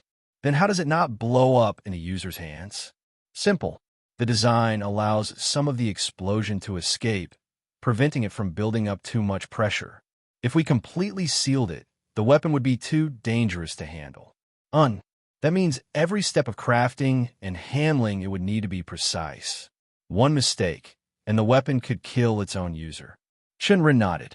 That's true. But then again, isn't it the same with a sword? A slow smile spread across his face. I suppose it is. A sword's sharp edge can cut its wielder too, Chen Ren said, mirroring Fei Yu's smile. But in the case of a gun, it'll just blow you to bits. He chuckled before adding, but don't worry. Once I get my hands on the weapon, whoever we give it to will have to go through extensive training before they're allowed to use it. Fei Yu nodded in agreement. That will be the right way. He hesitated for a moment before asking, though, am I right in assuming even a mortal could use this? Chen Ren didn't answer immediately. His gaze lingered on the man, weighing his trustworthiness. If Fei Yu babbled to the Zhu clan, they might get unnecessarily interested. But then again, as a slave, it was unlikely anyone would take his words seriously. And even if they did, Chen Ren could always deny everything. After a moment, he nodded. Yes, mortals can use it. Fei Yu's eyes widened. I see. His fingers twitched as he processed the revelation. Then, if this could be mass-produced, and there were enough of them, like common weapons, it might change everything. Chen Ren exhaled sharply. That's true, but I have no intention of letting it fall into other people's hands. This is one of my sect's most precious artifacts. Then, why did you show it to me? There are a few reasons. Fei Yu raised an eyebrow, urging Chen Ren to continue. First of all, I don't think you can do much with what you've seen. Sure, maybe you could forge a metal case that resembles a gun, but you don't have the powder to make it work. And you already understand how dangerous it is. If you try to build it without the right knowledge, there's a good chance you'd get yourself killed. Fei Yu slowly nodded, his fingers gripping his own arms as he listened. Chen Ren continued. Secondly, I showed it to you because I want your help in making it. The man's head snapped up. His eyes searched Chen Ren's face, as if trying to determine if he had misheard. Me? He asked, his voice barely above a whisper, thick with disbelief. He met Fei Yu's gaze and nodded. Yes, you look like a capable blacksmith and a cultivator too. I'm pretty sure working on this will help your Dao. You know my Dao? His eyes widened at that.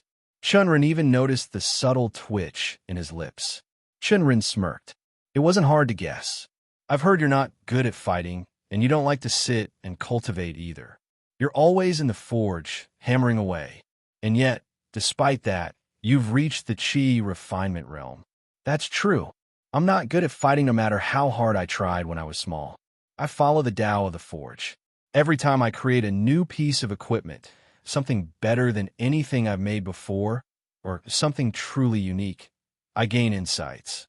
But it's not easy to improve while stuck here. Chen Ren crossed his arms. Then you'd be interested in guns? The man's eyes gleamed with intrigue before it dimmed wholly. He shook his head. I am. But I can't help you, Daoist Chen. Chen Ren raised an eyebrow. Because you're a slave? Fei Yu smiled, but it was a bitter one. Yes, I'm a slave. Even if I wanted to help, I can't. Not for the next 90 years. He let out a short laugh, shaking his head. If you're still looking for a blacksmith after 90 years, you can always look me up. I'll help you. With that, he turned back to the cart he'd been working on, his hands moving as if the conversation had never happened. Chen Ren remained standing there for a while, watching Fei Yu work. The man hadn't even hesitated when he said he was a slave. There was no bitterness in his voice, just a quiet acceptance of his fate, as if it had long since settled into his bones. Yet, despite that, his eyes had gleamed with interest when they talked about the gun. That spark, however fleeting, was enough for Chen Ren to know that Fei Yu wasn't completely resigned. He still had ambition, buried, restrained, but there. Chen Ren let out a slow breath. The man had grasped the design far better than any other blacksmith he'd spoken to. More than that, he was interested, but his slave status, that was a problem, a big one. Chen Ren let out a slow breath. If he could free him, he wouldn't just be getting someone to forge him a gun. He'd be gaining a blacksmith who specialized in the Dao of the forge, someone whose entire cultivation path revolved around creating superior weapons. But how was he going to do it? The more he thought about it, the more he realized this might be the most complicated problem he had faced so far. The next 3 days went by in quiet observation. Chen Ren kept his distance at first, watching how Fei Yu interacted with others. Just as he had expected, most of the Zhu clan members weren't kind to him. While they didn't outright beat him, they treated him like a tool, an object to be used when needed and discarded when not. They ordered him around with the same casual disregard one might show to a servant, rarely acknowledging his skill beyond what was necessary to get their work done. Did you know this story is from Royal Road? Read the official version for free and support the author. The man spent most of his time doing odd jobs, repairing carts, reinforcing weapons, fixing farming tools, whatever the Zhu clan needed. Only in the free time he managed to scrape together did he return to the forge, hammering away at whatever project he had been working on. That was when Chen Ren approached him. Fortunately, Fei Yu wasn't cold toward him. He would engage in conversation on a large number of topics, from metallurgy to cultivation techniques, from the best way to temper steel to the flaws of certain battle formations. He was knowledgeable, well-spoken, and most importantly, he was rational. The more they talked, the more certain Chen Ren became that he wanted this man in his sect. He was skilled, disciplined, and ambitious in his own way. While he didn't openly declare his desires, Chen Ren could see it in the way he worked, how he strived to improve his craft, how his eyes sharpened when discussing designs, how his hands moved with certainty even when experimenting with something new. But once again, he confirmed that his ambition was chained, and the man knew it. More than once, he told Chen Ren outright, there was no way to break a slave pact before the required servitude time ended. Chen Ren had initially dismissed that. There had to be a way. But as the days passed, doubt crept in. It wasn't as if he wasn't trying. He had spent the last few days racking his brain, trying to think of a loophole, a weakness in the system, something, anything, that would let him break the pact. But every possibility he came up with led to a dead end. And worst of all, Fei Yu wasn't even hoping for it. He had accepted his fate. Chen Ren clenched his jaw. He refused to do the same. He had spent the past few days maneuvering through the Zhu clan, engaging in casual yet much-needed conversations. Zhu Yuan had been a frequent target, as well as any other influential figures he happened to cross paths with. Each time, he had subtly broached the topic of acquiring the blacksmith. Each time, he had been met with rejection. It wasn't hard to see why. A cultivator bound by servitude was a rare commodity, and the Zhu clan had no intention of letting Fei Yu go without bleeding him dry first. They didn't understand his Dao, probably didn't even realize he had one. If Fei Yu had kept it hidden, it was with good reason. The Zhu clan thrived on the martial Dao, fists and blades carving their path forward. To them, forging was merely a means to an end. Yalan had warned him more than once. You're wasting your time. It's a lost cause. But Chen Ren couldn't bring himself to agree. Something in his gut told him otherwise. He didn't need brute force or wealth to get what he wanted, just an opening, a single crack in the foundation that he could slip through. And on the fourth day, that crack finally appeared. The sun hung low in the sky. Chen Ren sat cross-legged on the wooden perch near the forge, eyes half-lidded as he slowly guided the immense surge of qi within him, absorbing what he could from his deal with the Zhu clan. The quiet hum of the forge filled the air, steady and unbroken, until it wasn't. Footsteps sounded out. His eyes flicked open. A group approached the forge. A young man led them, his confident stride and the smug tilt of his chin making it clear that he was here to enjoy himself. He was Zhu Renjie, someone Chen Ren had a conversation with 2 days back while trying to get to know more people in the clan. Beside him, a handful of lackeys followed, grinning like they were in on a private joke. But it was the girl among them who caught Chen Ren's attention. She walked stiffly, her gaze darting away from the forge as though she was dragged here. Unlike the others, she carried no amusement in her eyes. Her robes, fine with artistic embroidery, marked her as a Zhu, one of Renjie's cousins, most likely. But he knew one thing. She didn't belong with them, not entirely. Her expression was tight, her shoulders stiff. She wasn't eager like the lackeys, nor was she indifferent like Renjie. Instead, she looked reluctant, uncomfortable. Her gaze flitted around, never settling too long on anything. And though she walked with them, there was a hesitation in her steps, as if she would rather be anywhere else. Chen Ren's eyes narrowed slightly. Interesting. The group came to a stop before the forge, and Fei Yu, who had been hammering away at a piece of metal, slowed his strikes before setting the hammer down. He turned toward them, wiping the sweat from his brow. Zhu Renjie smirked. Still toiling away, I see. Fei Yu straightened. His hands tightened at his sides before he quickly stepped forward, bowing low. Young Master Renjie. He shifted, lowering his head toward the girl beside him. Young Miss Ling Yan, this slave greets you.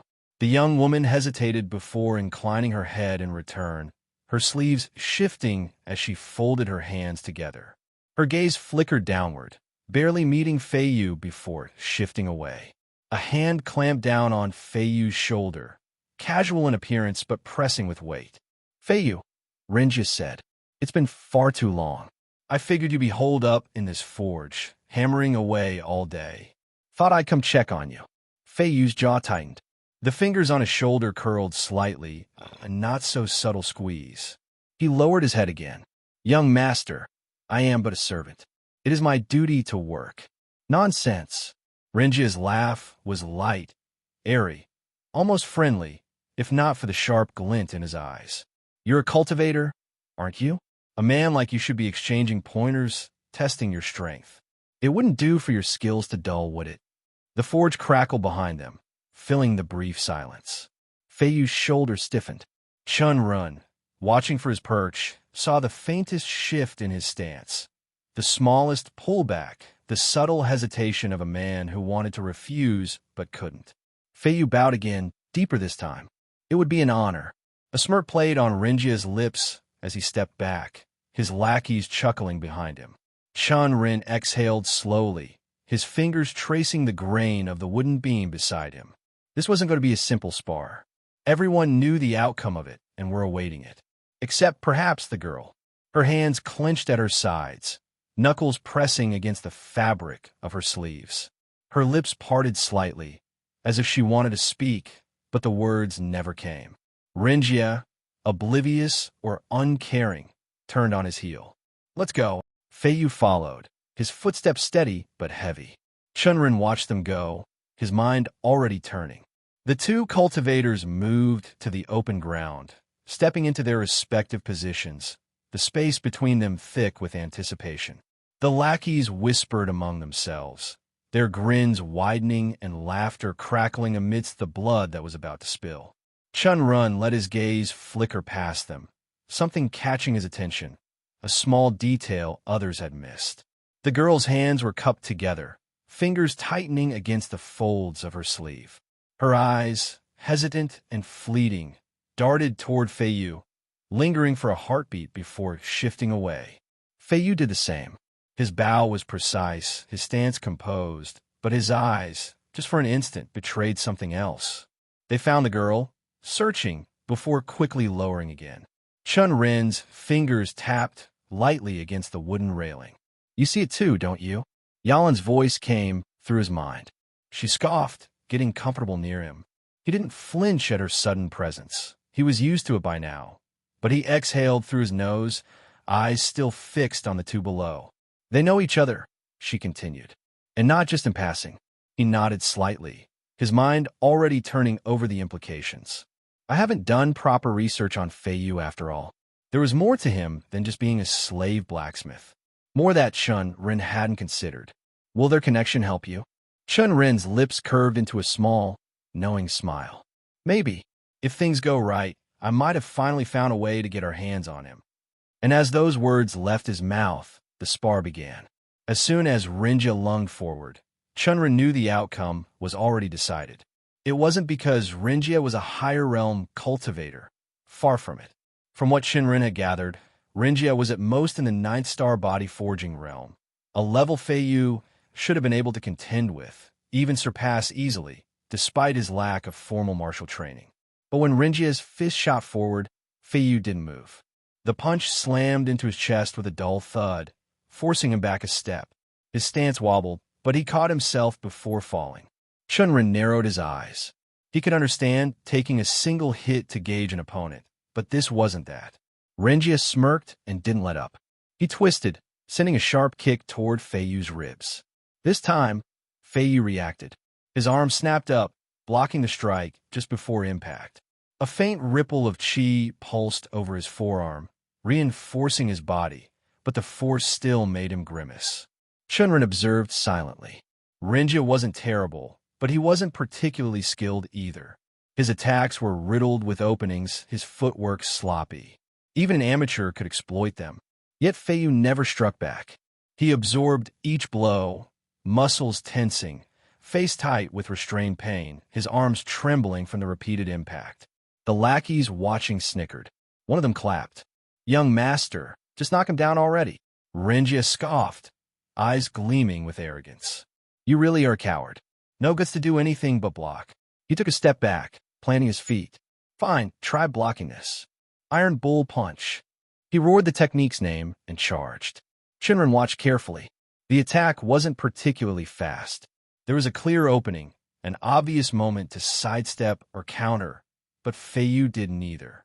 He simply raised his arms in a crossguard. The moment the punch landed, a shockwave rippled through the air. Feiyu's feet lifted off the ground as he was sent flying, crashing hard onto the dirt floor with a sickening thud. Dust billowed around him. The lackeys burst into laughter. Chen Ren leaned forward slightly, eyes sharpening. Why?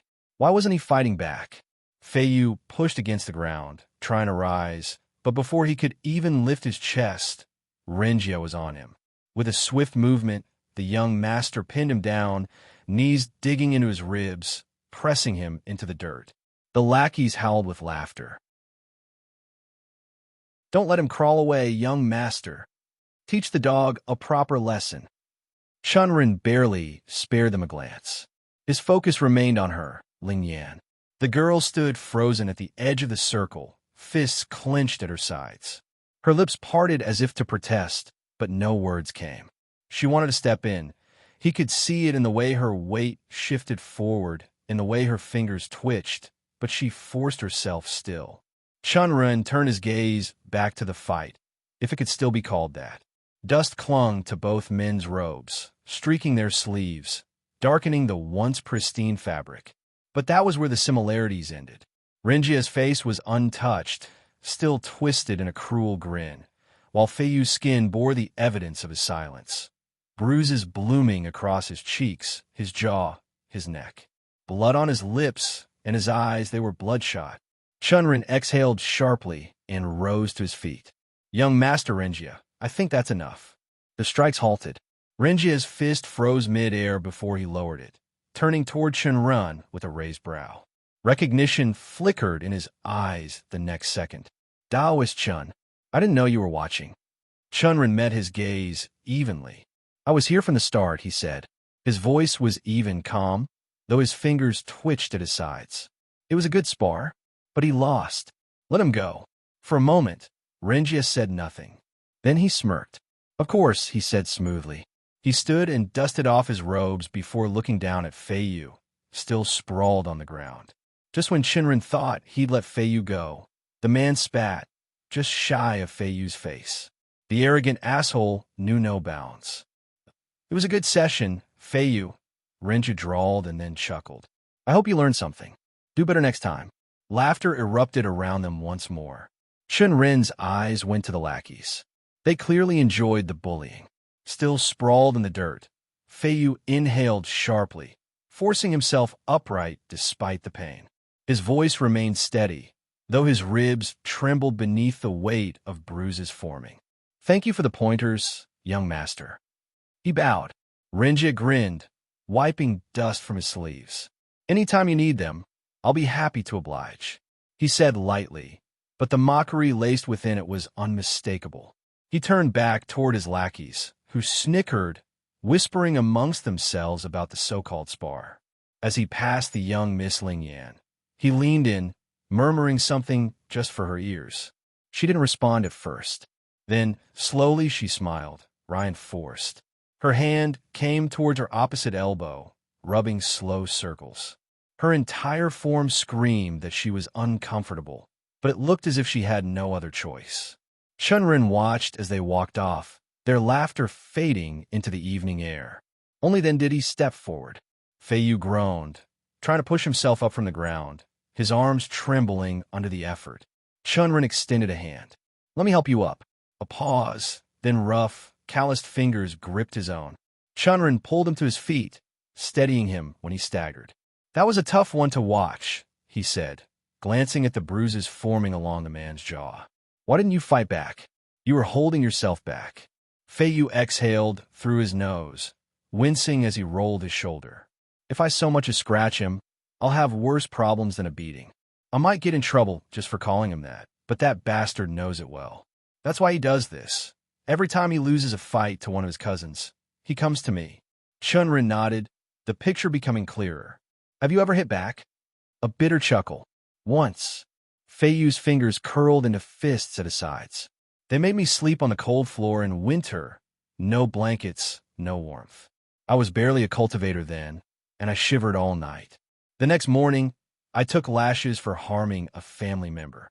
His voice was quiet now, but the weight of it hung heavy between them. I don't want to talk about it, Daoist Chun. A case of theft. This story is not rightfully on Amazon. If you spot it, report the violation.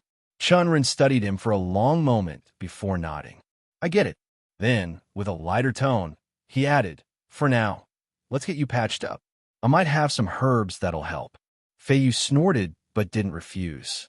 Chen Ren took that as a yes. After the spar, Feiyu was in no shape to work. His bruises ran deep, and though his cultivation would speed up recovery, Chen Ren guessed it would take him at least 2 days before he could properly return to his forge. And 2 days was more than enough time for someone to visit him. Just as Chen Ren had expected, on the first night after the fight, the young Miss Ling Yan slipped through the quiet halls, moving towards Feiyu's quarters. From the shadows, Yalan tracked her movements, her presence silent and unseen. Ling Yan entered the cabin with ease, and from her hidden vantage point, and Yalan listened to every word spoken between them. And Chen Ren had to say, it was everything he had expected. First, she apologized, earnestly, for her cousin's actions, her voice carrying a rare gentleness. Then, she presented a small pouch, filled with concoctions meant to speed up his healing. Feiyu simply smiled, his eyes soft through the entire exchange. At first glance, it was obvious what kind of relationship they had. Unlike the rest of her family, she spoke his name with ease, without hesitation, without contempt, and throughout their conversation, they held hands. For the young miss of an affluent clan, this was as clear of a sign as any.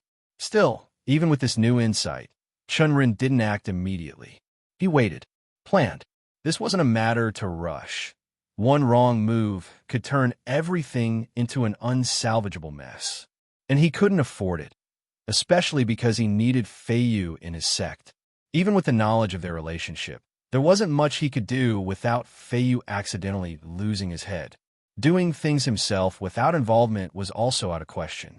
Even if Feiyu didn't agree to join his sect, he wasn't a person who would throw a man towards his death. A scandal with Ling Yan was something that would have his head fall in an instant. Not only because she belonged to Zhu clan, but because she was the current patriarch's youngest daughter and someone with around 79 spirit roots, making the clan put a lot of hope on her. This was common information he had found after searching about her. In a way, Feiyu was playing with fire by having a relationship with the clan's princess, and as he had talked to Yalan and others on what they could do here, he felt like other than trying to poach the man in his sect, he was also saving him. After all, it was clear that the relationship was going to come out one day, and when it happened, Feiyu would be buried with his ancestors. So, before that could happen, Chen Ren played his hand. Once he had a solid approach in mind, on the evening of the second day of Feiyu's recovery, he finally stepped into his quarters, intent on having a conversation. When Feiyu saw him, the man shifted, trying to sit up despite his injuries. No need for that, Chen Ren said, raising a hand. Just lay down. How are you feeling now? Feiyu grunted. Better. I'll be back at my forge by the evening. Chen Ren chuckled. You really love that forge, don't you? A sheepish grin spread across Feiyu's face. It's all I have, he admitted. Technically, it belongs to the Zhu family, but I've worked there since my father taught me how to hammer metal. It's like my home, the only place I feel safe. Chen Ren nodded. He could understand that sentiment. He had felt the same about the room he lived in at the Tang clan, and had been pretty upset about leaving it. Then, after a brief pause, he asked, Do you ever think about having a forge of your own? One that belongs wholly to you? Feiyu blinked at him. Chen Ren knew what exactly went through his mind. And then he sighed. Of course. Once my slavery period is over, I plan to save whatever money I can and start a forge in a small village. Spend the rest of my years there in peace. His voice was calm like a river, but Chen Ren could hear the quiet yearning beneath it. I probably won't ever reach the foundation establishment realm, Feiyu continued. So I'll have maybe 40, 50 years left after my servitude ends. That should be enough. Hearing that, Chen Ren nodded before his eyes darkened slightly. The conversation he was going to have played through his mind, and for a second, he wondered how Fei Yu was going to take it before he decided to lock away his worries. I don't think you'll ever have that forge, he said in a hushed tone. Fei Yu frowned. Confusion flickered in his bruised eyes. Why? Chen Ren clutched his hands in front of him and looked directly into his eyes. Do you really think the Zhu clan will just let you go? He asked not just as a question, but also a statement. Silence filled the room as Fei Yu hesitated to answer. Making use of it, he continued. You're a cultivator, a good blacksmith, and, more than that, you can't disobey them. Chen Ren's voice was steady, but his words were hefty. You have too much value. You're useful. Do you think they'll just let you walk away when the time comes?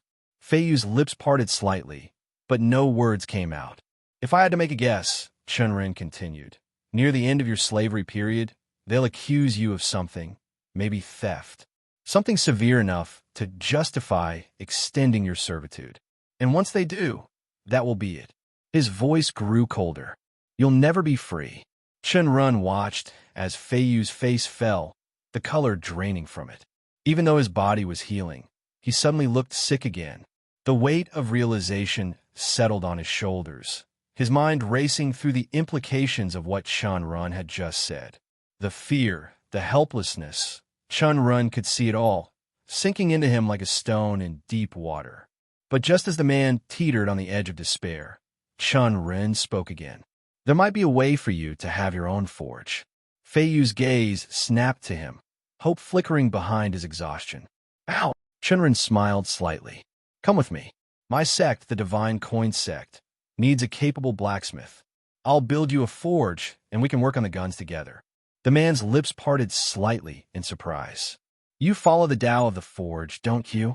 Chen Ren continued. I'm certain that working on such an artifact will not only strengthen your craft, but also push your cultivation toward a breakthrough. And it's not just one project. You'll have the chance to work on different types of weapons, new ones, powerful ones. Fei Yu didn't respond immediately, but Chen Ren saw it, the unmistakable spark in his eyes. Greed, not for money, not for power, but for creation, for the chance to work on something that truly mattered. It was admirable. For a moment, it looked like he might accept, but then, just as quickly, the light dimmed, and he shook his head. I appreciate the offer, Daoist Chen, truly. But I'm a slave. There's no way I'd be able to leave. Chen Ren's smile widened slightly, having waited for the exact words. What if there was a way to break your slave contract? Fei Yu blinked, then scoffed lightly, as if Chen Ren had just made a joke. But when he looked at him again, really looked, he saw that the young cultivator wasn't laughing. His throat bobbed as he swallowed. How could that possibly be done? Chen Ren's gaze remained steady as he spoke. Anything is possible with a good plan and the conviction to see it through. But it won't be easy. There's a risk, especially for you. Fei Yu hesitated for only a second before exhaling sharply. If I can really get out of being a slave, I'm ready to take any risk. And like you said, there's a good possibility I won't ever be free if I don't try. If there's a way, I'll take it. Chen Ren's expression didn't change as he said, even if it involves her. Ooh, Ling Yan. Fei Yu froze. His body tensed, and his eyes flickered with a storm of emotions. Anger, shock, confusion, and something else, something deeper. His throat moved as he swallowed hard before finally asking, You know? Chen Ren nodded. I saw how she looked at you during the spar. Then, I saw her moving toward your quarters last night. I'm surprised no one else knows. The man lowered his head, exhaling through his nose. She's careless. It hasn't been found out because no one expects her to feel anything for a slave. She's the patriarch's daughter. No one would dare accuse her of something like that. Chen Ren hummed in understanding. He had already guessed as much. After a moment of silence, he asked, So, do you love her? There was no hesitation. Yes, I do. But we both know it's impossible. Sooner or later, she's going to be betrothed to someone else. And with my status, I can never even think of something like that. Chen Ren's eyes sharpened. Even if you get rid of the slave mark. Fei Yu's head snapped up. Ow! His voice was rough, almost desperate.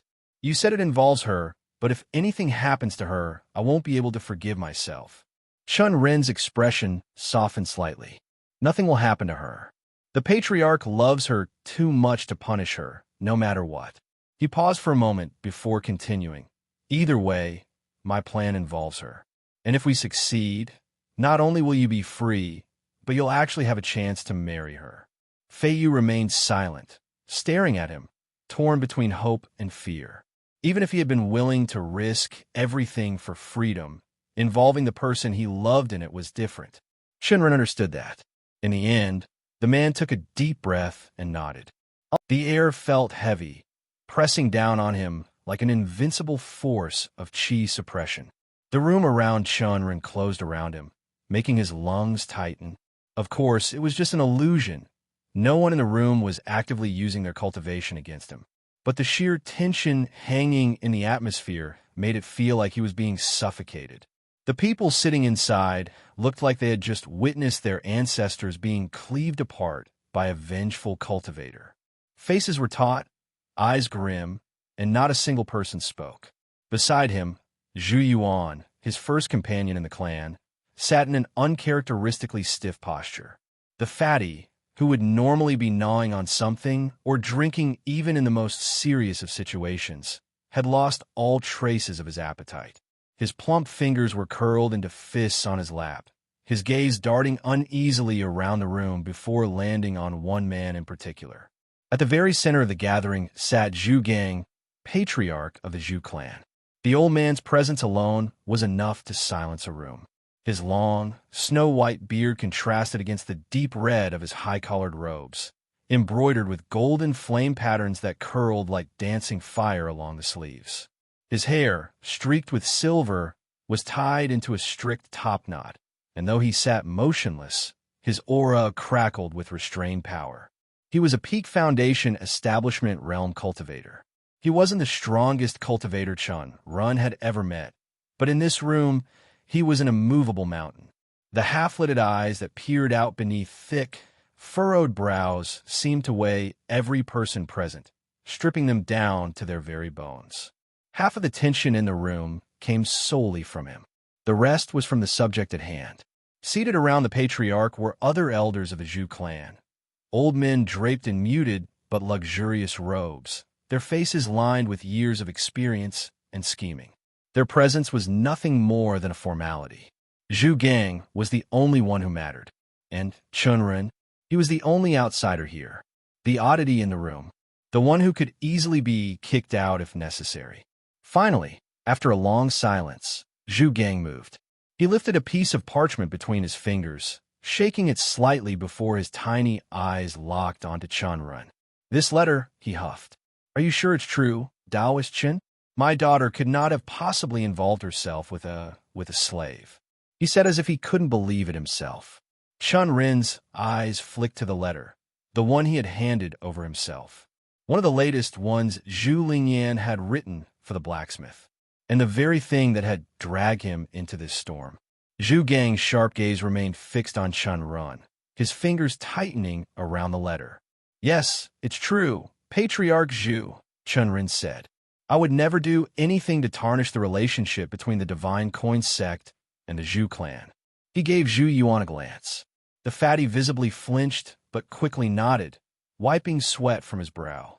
"Yes, that's true, Patriarch," Zhu Yuan confirmed. Chen Ren continued, keeping his expression carefully neutral. "I was simply fortunate that one of the sect disciples I brought with me happened to come across it and delivered it to me. I consulted Zhu Yuan the moment I learned of it, knowing how serious the matter could become." Zhu Gang exhaled sharply, as if reining in his emotions. His qi, which had been rippling slightly in agitation, steadied. After a moment, he spoke, his voice colder but more composed. "You did the right thing, Daoist Chen. On behalf of the Zhu clan, I thank you." Chen Ren nodded. "Understand, Patriarch Zhu. I originally come from a clan as well. I know how these things work." A beat of silence followed. Then, he carefully added, "May I ask what you intend to do with the slave?" The moment the words left his lips, the temperature in the room seemed to drop. The patriarch's already sharp eyes turned frigid, his aura shifting like a storm ready to break. The pressure of his qi surged, leaking into the room in droves, heavy and suffocating. Zhu Yuan stiffened beside Chen Ren, his knuckles white as he clenched his hands under the table.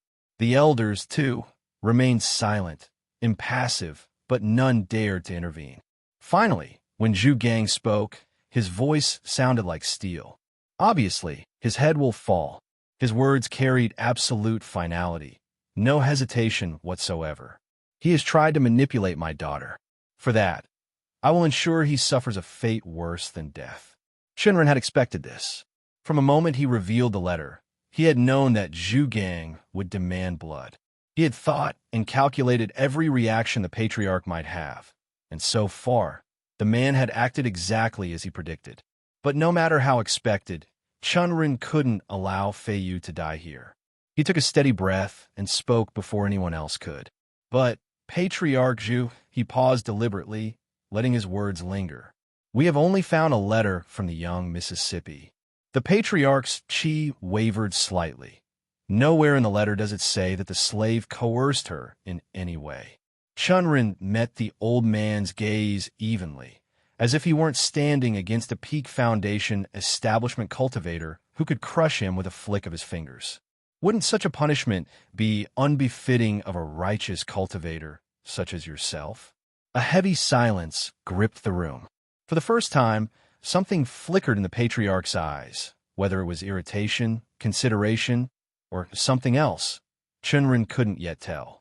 But he knew one thing. He had his attention. Zhu Gang's eyes narrowed dangerously.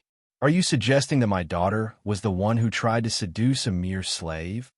Suddenly, he felt the man's anger reeking through his voice, and immediately, murmurs spread through the room like ripples in a pond.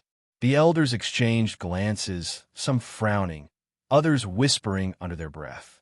Beside Chen Ren, Zhu Yuan went pale, his hands trembling slightly as he wiped sweat from his forehead. But Chen Ren remained calm. He had dealt with powerful figures before, prideful, overbearing, quick to judge. This was no different. No, I don't mean that, Patriarch Zhu, he said evenly. As I just stated, we don't have any evidence that the slave had any involvement at all. He met the patriarch's glare without flinching. And a righteous cultivator does not make hasty decisions. A wise man such as yourself would surely know that. The tension in the room thickened. Zhu Gang's expression twisted into clear displeasure, but he didn't lash out this time. He stared at Chen Ren for several long moments, as if weighing his words. Internally, Chen Ren smiled. His plan was working. By presenting the evidence of an illicit affair directly to the patriarch, he had made himself important. Not just some merchant, but a sect-affiliated individual bringing critical information to the clan. And he knew from his research that Zhu Gang prided himself on his upright nature, always preaching about cornering a self-proclaimed righteous man with his own beliefs was a strategy that rarely failed. In the end, Zhu Gang let out a slow breath and gave a curt nod. Let's hear both sides, then. With that, he gestured toward one of the elders. Bring the slave. The elder rose immediately, leaving the room. A tense silence followed as they waited, the pressure lingering thick in the air. Chen Ren simply folded his hands together, waiting patiently. Before long, footsteps echoed outside the hall, and then Fei Yu entered. The blacksmith's face was pale, his steps hesitant. The moment he stepped into the room, his eyes flickered to the gathered elders, to Zhu Gang sitting at the center, and then to Chen Ren. His expression twisted with barely restrained fear, and without a word, he fell to his knees. Before he could even properly bow, a surge of qi filled the room. Chen Ren's eyes sharpened as he watched it happen. Zhu Gang's energy moved with frightening precision, pressing down on Fei Yu like an invisible mountain. The blacksmith barely had time to react before his forehead slammed against the floor, hard enough to make a sharp cracking sound echo through the room. He was forced into a deep kowtow, his body trembling under the sheer weight of the patriarch's qi. Chen Ren exhaled through his nose. He had expected something, but to see it in action was another matter entirely. Now, the real game would begin. Fei Yu. The patriarch's voice cracked through the room like a whip. I know your tainted bloodline has been one of criminals, but still we gave you shelter, work, and even helped in your cultivation. And in return, you dare put your hands on my daughter." His chi flared once more, sending a suffocating weight pressing down on Feiyu's trembling form. "What do you have to say for yourself?"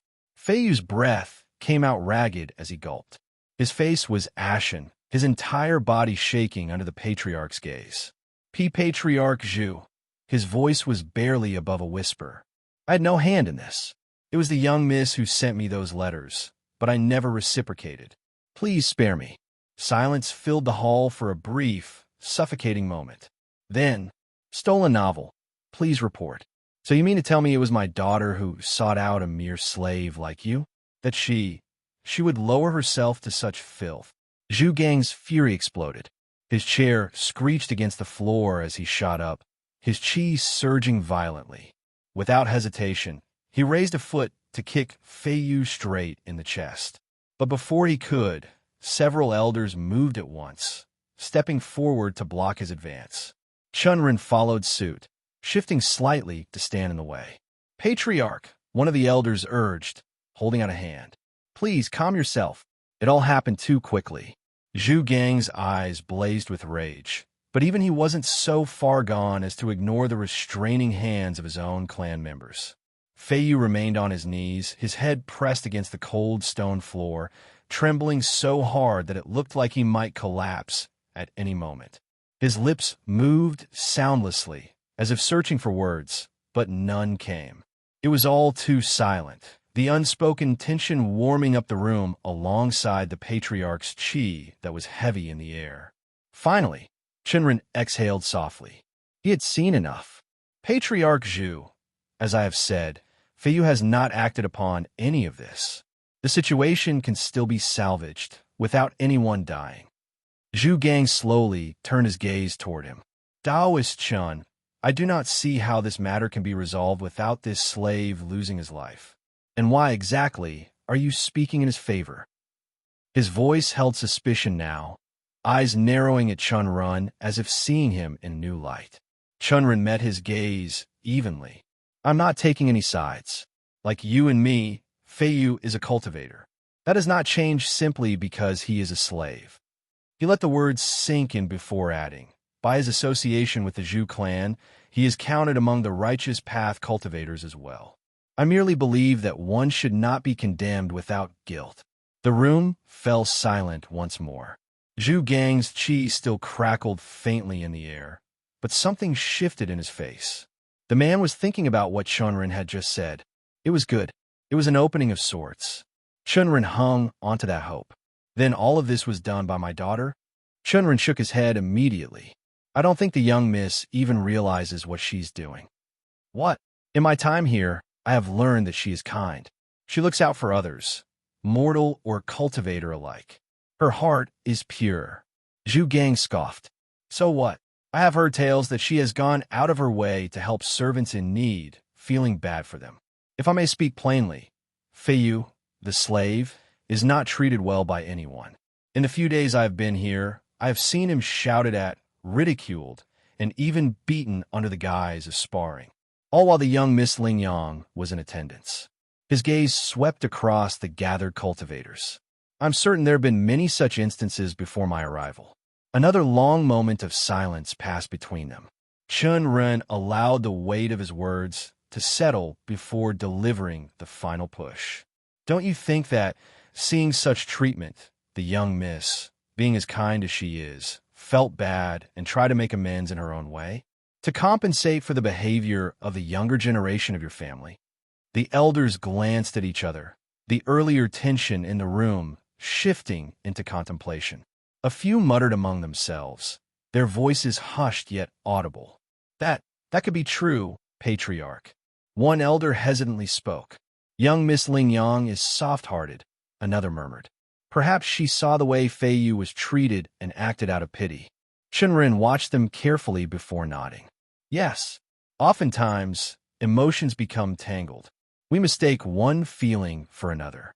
Sympathy can be confused with affection, especially at her age." The murmuring grew louder. Some elders exchanged knowing looks, others sighed in realization. Zhu Gang remained still. His jaw was clenched, his fists tightly clenched till his knuckles turned white. The fury in his eyes hadn't vanished, but Chen Ren could say that the man was hesitant. Therefore, he waited. He looked at Fei Yu, whose head still remained bowed. Good. He was playing his part well. Meanwhile, the patriarch took time to consider his words. If Chen Ren had judged him correctly, then Zhu Gang's love for his daughter would make him find excuses for her behavior rather than outright punish her. And if that happened, then the entire incident would be reframed as a simple misunderstanding, one where his daughter had only mistaken sympathy for affection. That meant she would escape punishment. Fortunately, from what Chen Ren had heard, Ling Yan was a talented cultivator. Even if the Zhu clan attempted to marry her off to save face, she had a few years to resist. Cultivation always took priority, and most cultivators delayed marriage until their progress slowed. If he could, he would have simply asked her to join his sect, taking Fei Yu with her, but the relationship between his sect and Zhu clan wasn't so great yet, and they already had connections with other sects, so that plan had died in infancy. Zhu Gang's nose twitched. Even if Ling Yan is not at fault, it does not change the fact that a scandal was about to erupt. Punishment must be dealt. And what if she does not let go of her sympathy? Her infatuation? There is a bright future ahead of her, and yet she would risk destroying the reputation of our clan over a mere slave. His eyes turned cold as he glared down at Fei Yu. This slave still needs to die. Fei Yu shuddered. His hands formed into fists by the ground. A few elders nodded in agreement, their expressions solemn. Just as the tension reached a peak, Chen Ren spoke again. I believe killing him would be detrimental in the long term, Patriarch. What did you just say? The Patriarch's gaze snapped toward him, along with the elders. Chen Ren remained calm. He had to. If he let himself feel at least a small ounce of fear, everyone would know. I do not mind Fei Yu being killed here. He is a slave of the Zhu clan. You all have the right to do with him as you wish. But consider this. Will killing him truly make the young miss forget her infatuation? That made a few elders frown. One of them finally spoke. And why would it not? Chen Ren exhaled slightly, as if exasperated. Think about it. Fei Yu never leaves the clan grounds. He is a blacksmith dedicated to his craft. As a cultivator, his body is sturdy. He won't simply drop dead. He swept his gaze over them before delivering the key point. If he suddenly dies, will she not find it suspicious? I mean, Fei Yu is already mistreated. If Ling Yan discovers that the clan killed him, what do you think will happen? He let the question hang in the air before answering it himself. Her infatuation will turn to anger, resentment. He looked directly at Zhu Gang, and that anger will not be directed at Fei Yu. It will be at the clan. Zhu Gang propped down in his chair and let his fingers dig into the armrest. Chen Ren could see the hesitation beginning to form in his expression. If she begins to resent you, Chen Ren continued, she will be harder to control. And if she rebels against the clan, then all of this would have been for nothing. Chen Ren turned back to the patriarch. I'm sorry if I'm way over my boundaries, but in my sect, I have seen many younger disciples lose their way like this. I don't want the young miss to go through the same. That is why I'm telling you all this. Zhu Gang narrowed his eyes. Then we won't let anyone know of his death. Chen Ren shook his head. Secrets always find their way out. She can always make a guess and confront someone. And when that happens, it'll be difficult to maintain the lie. One of the elders scoffed. Then is there any better way? Tell me if so. If not, this man is surely losing his life tonight by the patriarch's hands. Chen Ren frowned, as if deep in thought. He let a few moments pass before exhaling. I have a way. The room's atmosphere shifted. I turned to him, waiting. Zhu Gang's gaze sharpened. What is it? Chen Ren glanced at Fei Yu, still kneeling with his head down, before speaking. Banish him. Murmurs erupted in the hall. Chen Ren continued, ignoring all the raising voices. He couldn't even tell if they were opposing his idea or raising concerns, but he ignored it. If you send him away, the young miss will be unable to hold onto her infatuation. You can tell her that he was caught stealing and was cast out of the clan. An elder frowned. Why would we sully our own reputation by saying a slave stole from us? Chen Ren's lips curled into a slight smirk. Why would it sully your reputation? He already has the blood of a criminal in him, doesn't he? A slave with a tainted lineage. No one would doubt the story. The patriarch's fingers tapped against his chair. The logic was sound. Chen Ren pressed on. Even if the young miss grieves for a while, she will eventually recover. And if you're still worried about him ever returning, make him swear a Qi oath to stay away from the clan forever. The room fell into silence once more. Chen Ren took a step back. Of course, the final decision rests with you, Patriarch. I'm just an outsider offering my opinion. Zhu Gang's expression remained unreadable. His fingers stilled. Slowly, he leaned back, exhaling. We respect your opinion, Daos Chun. A decision will be made after careful thought. With that, he went silent, lost in contemplation. Chen Ren didn't let his expression shift, but his heartbeat quickened. Would the Patriarch take his advice, or would Fei Yu lose his life right here? It was a matter of word from the Patriarch. The uncertainty gnawed at him. He kept his breathing steady, waiting. It felt like forever, but he knew at any second the Patriarch would. Zhu Gang finally opened his mouth. Soot fell on Chen Ren's face. He reached up to wipe it away, pausing as he leaned against their still carriage. Above, the sky was vast and cloudless, a pale blue that felt too serene for what had just transpired. They were finally out of the Zhu clan's domain. The road ahead twisted through the mountain pass, leading away from Ashen City and toward Cloud Mist City. From there, they would make their way back to Meadow Village. As he stood there, the carriage window creaked open. Angie's head poked out. She paused for a moment, as if checking Chen Ren's mood. But since he didn't say anything right away, she opened her mouth. It's unfortunate what happened with Fei Yu, she murmured. I wouldn't wish something like that on anyone. Chen Ren exhaled, a wry, sad smile tugging at his lips. He chose it for himself. He knew the consequences. There's nothing we can do about it. I believe he had it long coming. His voice was steady, but his fingers curled against the rough wood of the carriage. In life, there are choices we make. Right or wrong, they're often final. Angie was silent for a long moment before speaking again, her voice softer. I understand choices, but we can still regret them, right? Chen Ren nodded. Yeah, there are plenty like that. His gaze drifted toward the distant peaks. I have my own regrets. Angie tilted her head. Like what? Chen Ren scratched his head, a bitter chuckle escaping his lips. For one, the tournament at Cloud Mist City. I should have been more careful. I was lucky, saved by circumstances. But if not for the golden dragon, his fingers twitched. I'd be dead right now. Suddenly, everything fell silent. The mountain wind swept past them, rustling the trees. Angie studied him for a moment before nodding. About that golden dragon, I had questions. Are you comfortable talking about it? Chen Ren opened his mouth to respond, but then he felt it. Footsteps. His head snapped to the side. A figure approached from the path leading out of Ashen City. Fei Yu. His eyes were red, as if he hadn't slept, but his face was resolute. A worn pack was slung over his shoulders, the fabric stretched thin and patched in places. He moved with the stiff, uncertain gait of someone stepping into a world that had never before been his to walk.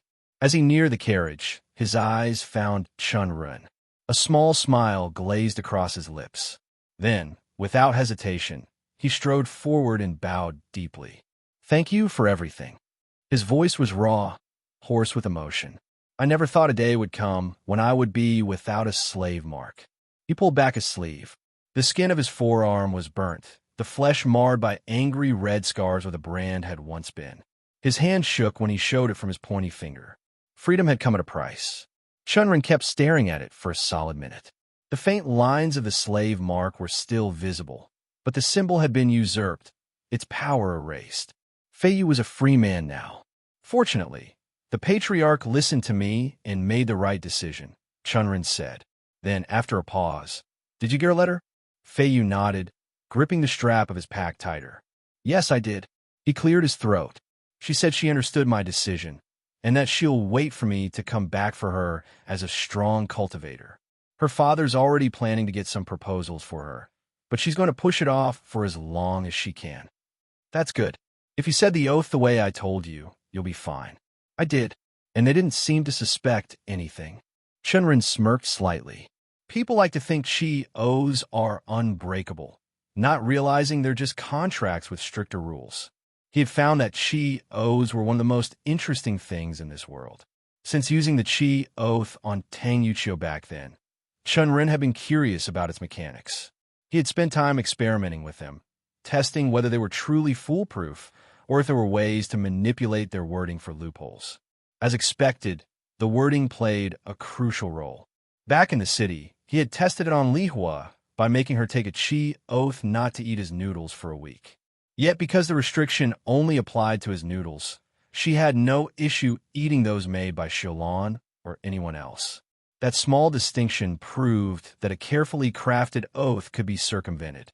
He had used the same trick with Fei Yu, structuring the oath so that he would stay away from the Zhu clan's Lingyan. But the oath would only apply while she remained part of the Zhu clan. According to their plan, the girl would join the Divine Coin sect in a year or two, once his relationship with the Zhu clan improved. When that happened, she would abandon the Zhu family name, effectively nullifying the restriction. It wasn't an uncommon practice for sects to sever their disciples from mortal ties, and while convincing the Zhu clan would take time, Chen Ren was confident in his ability to handle it. Thinking of the trick, Chen Ren was glad that oaths weren't taken lightly in this world. Their absolute nature made them a rare tool, used only in special circumstances. That was precisely why the art of exploiting them wasn't widely spread. If oaths had been used for everyday contracts, someone in the Zhu clan might have caught on to his loophole. But in this case, they would never suspect that their own daughter might one day be willing to give up her family name. And of course, all of this had been planned with her. Lingyan knew what was going to happen. Now, all he could do was trust that she would play her role right. Brushing aside his thoughts, Chen Ren turned his attention back to Fei Yu. So, are you ready to join the sect? I have a lot of work for you, and I'm pretty sure you're going to love it. Fei Yu nodded, but there was a flicker of hesitation in his eyes. Chen Ren caught it immediately. What's wrong? It's nothing. Fei Yu shook his head before exhaling. It's just, you've done me a great favor. And before you decide whether to keep me in the sect or not, I want you to know everything about me. Chen Ren paused, thinking about his words for a second. What do you want to tell me? Fei Yu hesitated, then squared his shoulders. About my history. Why is my bloodline that of a slave? That. Chen Ren studied him, wondering if whatever Fei Yu was about to reveal would truly change his decision. He already knew that Fei Yu's grandfather had been accused of murder, but what had really happened? Had he been framed? He had no idea about the specifics, and even if he had tried to ask Zhu Yuan, the fatty didn't have the information for him. Now that Fei Yu was ready to reveal it, he wasn't going to say no. Getting to know his past might just give him more knowledge on how to handle him. Go ahead, he said. Fei Yu glanced at the others in the carriage, hesitating for a bit, but in the end, he didn't seem to care about them as he spoke. I'm sure you already know my grandfather was accused of murder. Chen Ren nodded. I do, that's true, but it wasn't as simple as it sounds. What do you mean? Chen Ren asked almost immediately. A look of conflict crossed Fei Yu's face. He clenched his fists but didn't back away from his words. My grandfather didn't just kill one person. He killed 3 members of the Zhu clan. Chen Ren stiffened slightly. 3 teenagers. Mortals. Fei Yu said further. My grandfather used to have a shop in Ashen City, one of the bigger forges there. But those three kids would use the Zhu clan's authority to get wares for free, insulting him as a lowly smith. For a while, my grandfather couldn't do anything. No matter how many times he tried to directly talk to the Zhu clan patriarch, he did nothing, and even the local guards weren't willing to do anything against members of the clan. You might be reading a pirated copy. Look for the official release to support the author. Fei Yu clenched his fists, the story coming out in pieces. So one day, after those 3 took swords and bows from him to go hunt rabbits, my grandfather, he snapped. I don't know what exactly happened that day. I've heard different versions of it, but the story I heard said something broke in him. He got too angry, too rageful. Maybe it was because the forge had stopped working as well, or maybe he was going through something mentally. But in the end, he killed them. Mercilessly. A chill ran through the air, and Chen Ren felt the weight of Fei Yu's words settle around them. Immediately, he was seized by guards. They put him on trial, but even then, he injured some of the guards. From that moment on, my bloodline was branded as demonic, tainted. He paused. Chen Ren noticed that Fei Yu avoided his gaze, probably ashamed of his grandfather's actions, but he still continued. I still don't know why he did it. I understand they were thieves, but they were teens. They were just drunk on the power of their clan. My grandfather never spoke about it. After that day, he never even said a word, just worked as a slave for the rest of his life. My father, he was the same, beaten down by the sins of his father, and he passed away early because of it. Fei Yu's voice faltered before steadying again. But thanks to you, I'm free. I'm no longer a slave. I can finally live the life I wish to live. But it doesn't change the fact of what my grandfather did. His eyes dropped for a moment, but then he lifted them to meet Chen Ren's. I never knew him, but I feel like I carry the blood of a man with no self-control, a short-tempered, mortal demon. I'm not proud of his actions or to carry his blood. Chen Ren listened intently, his expression unreadable as Fei Yu's family's history ended. And he had to say that it was something that did give him stuff to think about. If he was honest with himself, the Zhu clan hadn't struck him as righteous, at least not in the way they carried themselves. There had always been something about them that seemed more driven by power and name than any true sense of justice. A part of him had suspected that Fei Yu's grandfather had been framed for the murder, that there were forces behind the scenes using the incident to their advantage. But the reality was different. Though, in the end, Fei Yu's family had suffered not just from the crimes of their ancestor, but from a system that used them as pawns. And yet, despite the gruesome past, it didn't change anything in Chen Ren's decision. Did this story make him hesitate to take Fei Yu into his sect? No, not at all. If anything, it strengthened his desire. Fei Yu had come to him, ready to lay bare his truth, despite the shame and the weight of it all, and knowing there could be consequences to his confession. That kind of honesty was rare, and Chen Ren valued it deeply. Judging a person based on ancestry, religion, or who they serve had never sat right with him, and it never would. He wasn't the kind to carry the sins of another. So, he reached out, patting Fei Yu's shoulder. I don't think you should have gone through all those years of slavery because of your grandfather. Even your father shouldn't have. You just suffered for the crime of someone else, and I'm not going to hold that against you. You're an honest man and a capable blacksmith. I don't expect anything more from you. There was a pause, the air feeling lighter now as Fei Yu's shoulders relaxed, the tension in his posture slowly easing. Welcome to the sect, Chen Ren said. Fei Yu's eyes widened, numerous flickering in them as he took a deep breath, bowing deeply in gratitude. Thank you, Daoist Chen. Chen Ren's lips twitched, and he quickly corrected him. Sect leader Chen. Fei Yu blinked, caught off guard. Our sect is new, Chen Ren continued, his voice calm, yet with a quiet authority that seemed to come naturally now, and I'm its sect leader. I don't reveal it to others, though. I just act as a representative of it. But trust me, you'll get plenty of time to learn about Divine Coin's sect on the road. Fei Yu processed the words, a mix of astonishment and acceptance crossing his face. After a moment of silence, he asked, And where are we going, sect leader Chen? Chen Ren smiled faintly, his eyes turning distant for a moment.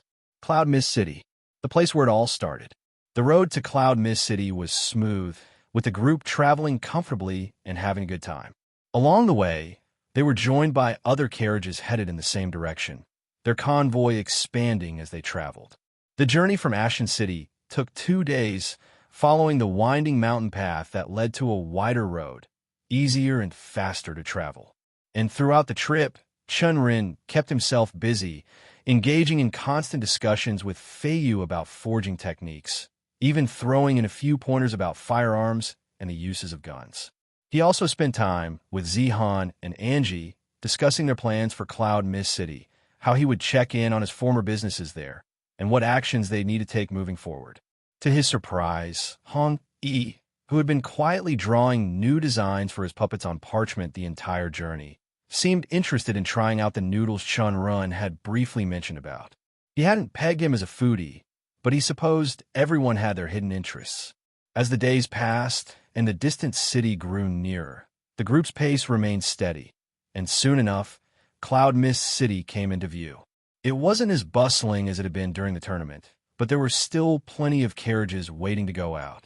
Like any other cultivator, Chen Ren was given easy preference once Zihan showed the sect crest, allowing them to pass through without much delay. "We're almost there," Chen Ren said. He wasn't eager to go into the city himself. He needed to let his disciples handle the smaller tasks, and he had a strong suspicion the city hadn't fully recovered from the Dragonheart fever yet. So, while the others discussed the task he had given them, Chen Ren observed the familiar streets, noticing the ebb and flow of people. He even caught sight of a few women carrying perfumes from the Heavenly Fragrances store. That was a good sign. Those perfumes were still selling well, just like before. However, as they reached Market Street, something caught his eye that made him freeze. Just at the entrance of the street, 2 noodle stalls were set up, and though there were a few people loitering around them, they were unfamiliar to him. The stalls didn't carry the sect crest, which meant they were knockoffs, copycats who decided to jump on the noodle craze he'd started. Chen Ren narrowed his eyes, watching them carefully, until Hong Yi, who had been quiet until now, finally broke the silence. "Are these the noodle stalls you own?" he asked.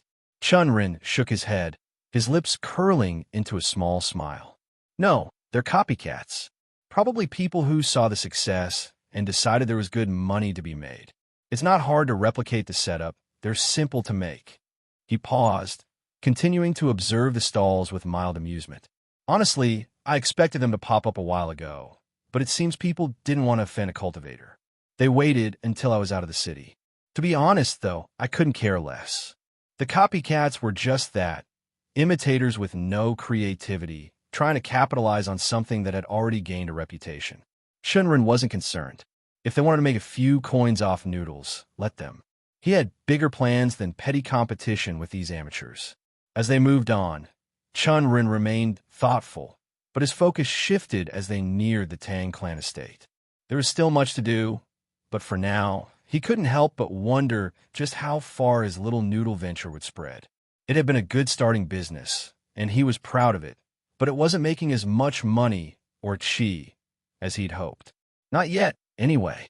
There were still bigger plans ahead, particularly for once his mortal sect members could stand on their own and help expand it. But for now, his mind had other things. Lost in thought, he barely noticed when they crossed the street toward the Tang clan estate. The carriage came to a stop, and he quickly exited, stepping onto the familiar grounds. The guards at the gate saw him and immediately bowed respectfully. Without missing a beat, he asked, "Is young Miss Tang Yuchio home?" They nodded, and as he made his way through the estate, his entourage followed, eyes scanning the surroundings with quiet curiosity. The courtyard was peaceful as always, but the soft shuffle of footsteps echoed as suddenly Tang Yuchio appeared at the door. She was accompanied by her maid and another servant, clearly informed of his arrival. As soon as she saw him, a smile tugged at her lips, but it quickly faded, replaced by a more serious expression. "Chen Ren," she greeted, her voice carrying a hint of something urgent. "It's good to see you again. You've come at the right time. We're facing a big problem." After Tang Yuchio ordered her maid to get lodging for his disciples, Chen Ren moved with her through the hallway alone. He could see that her steps were hurried, and she kept looking back at him to ensure that he was following her. "What's wrong?" Chen Ren asked, but Yuchio only shook her head. "I'll explain once we're inside the room," she replied tensely. He nodded, silently following her. Once they entered her room and the door closed behind them, Chen Ren took a seat across from her, his eyes scanning the room, then moved back to her. It hadn't been long since they'd parted ways, but the change in Yuchio was palpable. The familiar, soft elegance was still there, but the atmosphere around her had shifted. She wasn't the same person he had left behind. The once carefree yet determined woman had clearly grown into someone who carried more responsibilities on her shoulders. She had been running the perfume business alone, managing the details Chen Ren had left her. It was clear it had taken a toll, both physically and mentally. Tang Yuchio spoke first, breaking the silence that hung between them. "It seems like things are going well for you," she said, her eyes shining. "There are quite a few new faces. Cultivators." Chen Ren gave a small smile. "Two among them, and more back in the sect. I got lucky with them." He paused for a moment. "Though, there are far more mortals. I'm hoping they're setting up the alcohol production right now." "Alcohol?" Yuchio raised an eyebrow. "You got into that now?" "Yes," he answered with a half-smile. "It's a different type than the ones out in the market. Stronger. I sold everything I had, or I would have brought some for you." Yuchio waved her hand dismissively. "It's okay. I don't drink much, and you know my father. It's better if he doesn't drink." After that, a brief silence fell over them. Chen Ren could feel that small talk was over and the topic she wanted to talk about was going to come now. He waited patiently, eyes steady on her face. She sighed, noticing the urge in his eyes, and leaned back in her seat. "Anyway, the problem I talked about. It started once I looked into your expansion plan and tried to build up this mall you mentioned." Chen Ren's brow furrowed slightly as he leaned forward, sensing the concern in her voice. "I didn't think you would find problems in Cloud Mist City," he said, his tone betraying his confusion. Before leaving Cloud Mist City, Chen Ren had given Yuchio the expansion plan for heavenly fragrances since he knew he was going to be busy with his sect. It was to ensure his income would keep increasing while also boosting his cultivation at the same time. Building the sect had always been a priority for Chen Ren, but this didn't mean he was going to leave his current businesses behind. So he had given her the idea of a mall to house multiple shops in one location, although it wasn't as grand as the ones back on Earth. They had planned to start small, with only 3 to 4 businesses in the mall, a manageable beginning before they expanded further. Actually, the problem didn't come from Cloud Mist City, Tang Yuchio said, shaking her head slightly and bringing him back from his thoughts. "It went smoothly here. I was able to increase the floors in heavenly fragrances and created a structure like you told me. It's small right now, and we aren't renting out the space to other businesses yet. I want to see how it works before increasing its size. Thankfully, there's enough space around it." She paused, gathering her thoughts. "But the problem came when I inquired about expanding to other cities, and let me tell you, it isn't going to be easy. We've already received threats." Chen Ren's eyes widened, his surprise visible. "What kind of threats?" He leaned forward, the protective instinct rising within him. "I'm surprised anyone would dare give threats to the Tang clan." Yuchio looked at him as if he was not understanding the situation. "They can't do that in Cloud Mist City, but the world is wide, and there are places even my father wasn't able to expand into. One of those places is Jingxi, and I've chosen it as the main place where we could set up our next mall. As you know, our products are mainly catered to women right now, and that city is perfect for it. It's a major trade route for merchants, with a solid middle-class population that can afford our products without hesitation. There are sects nearby, but nothing major enough to worry about. It seemed like the perfect place." Chen Ren was about to speak when she raised her hand, indicating that there was more to the story. "But the major problem in the city isn't the sects. It's the clans and trade associations," she continued. "They're powerful enough to be a real problem, and they've already gotten wind of our intentions.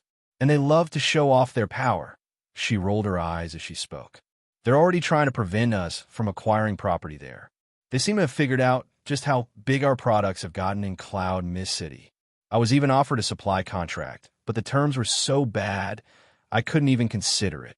Chen Ren slowly absorbed the weight of Yuchio's words, and he couldn't help but feel a sense of inevitability. He had expected something like this. Established clans rarely took kindly to upstarts trying to break into their markets, and the perfume business was no exception. Anyone would act accordingly if they felt threatened, at least in this world. He nodded, letting the silence linger for a moment as he processed the situation. His thoughts spilled to different possibilities, but none would be set in stone until he knew the exact depth of the situation. "So, are we unable to acquire property there?" he asked. Yuchio shook her head. "It's not that. I did get one building, but Looking at the place, considering all the pressure, we won't be able to set up a full perfume factory there. If we do, it would mean transporting raw materials from far away, and that's not feasible since it's harder to find the herbs we need in the city.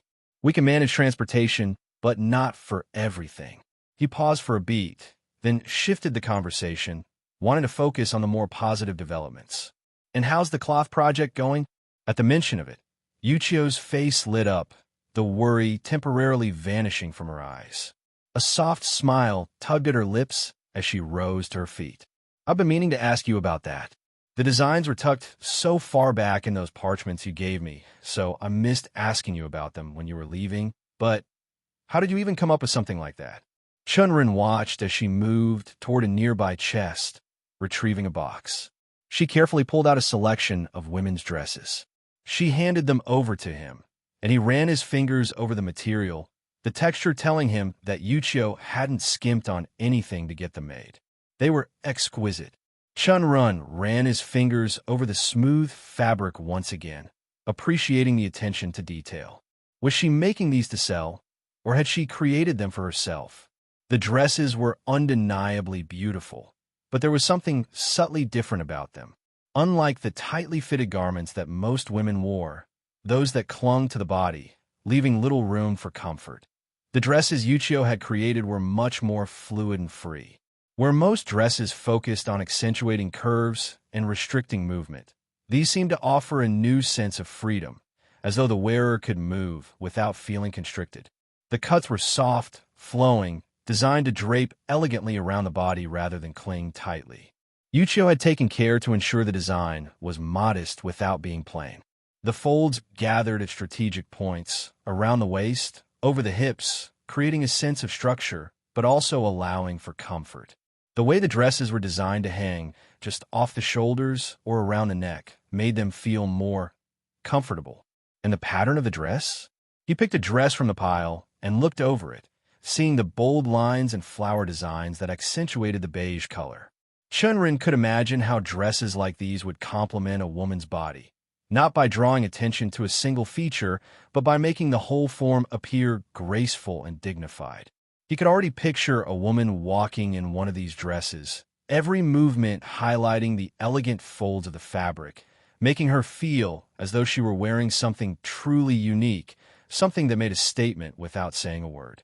He turned to her with a small smile, gently placing the dress back on the table and answering her earlier question. I asked Xiaolan and the others for input, and then I realized how restrictive and unthinking most women's clothing is. I wanted to create something comfortable, something that would be both practical and fashionable. He tilted his head slightly, eyeing her. Did you like it? Unauthorized use of content. If you find this story on Amazon, report the violation. Tang Yuchio's smile broadened. I love them. I wore one of these to a gathering 2 weeks ago, and I could feel everyone's eyes on me. I think it'll be a huge hit. They might even be the next big thing. Chen Ren felt a spark of hope ignite within him. Let's hope so, he thought. He had created the designs, thinking about how clothing has evolved over time, blending Chinese fashion sense with modern-day designs, hoping to craft something that would appeal to the masses. He had spent time during the tournament, waiting for his turn in the fighting arena, brainstorming the designs. He'd never expected that something born from idle thoughts would end up becoming a potential game changer.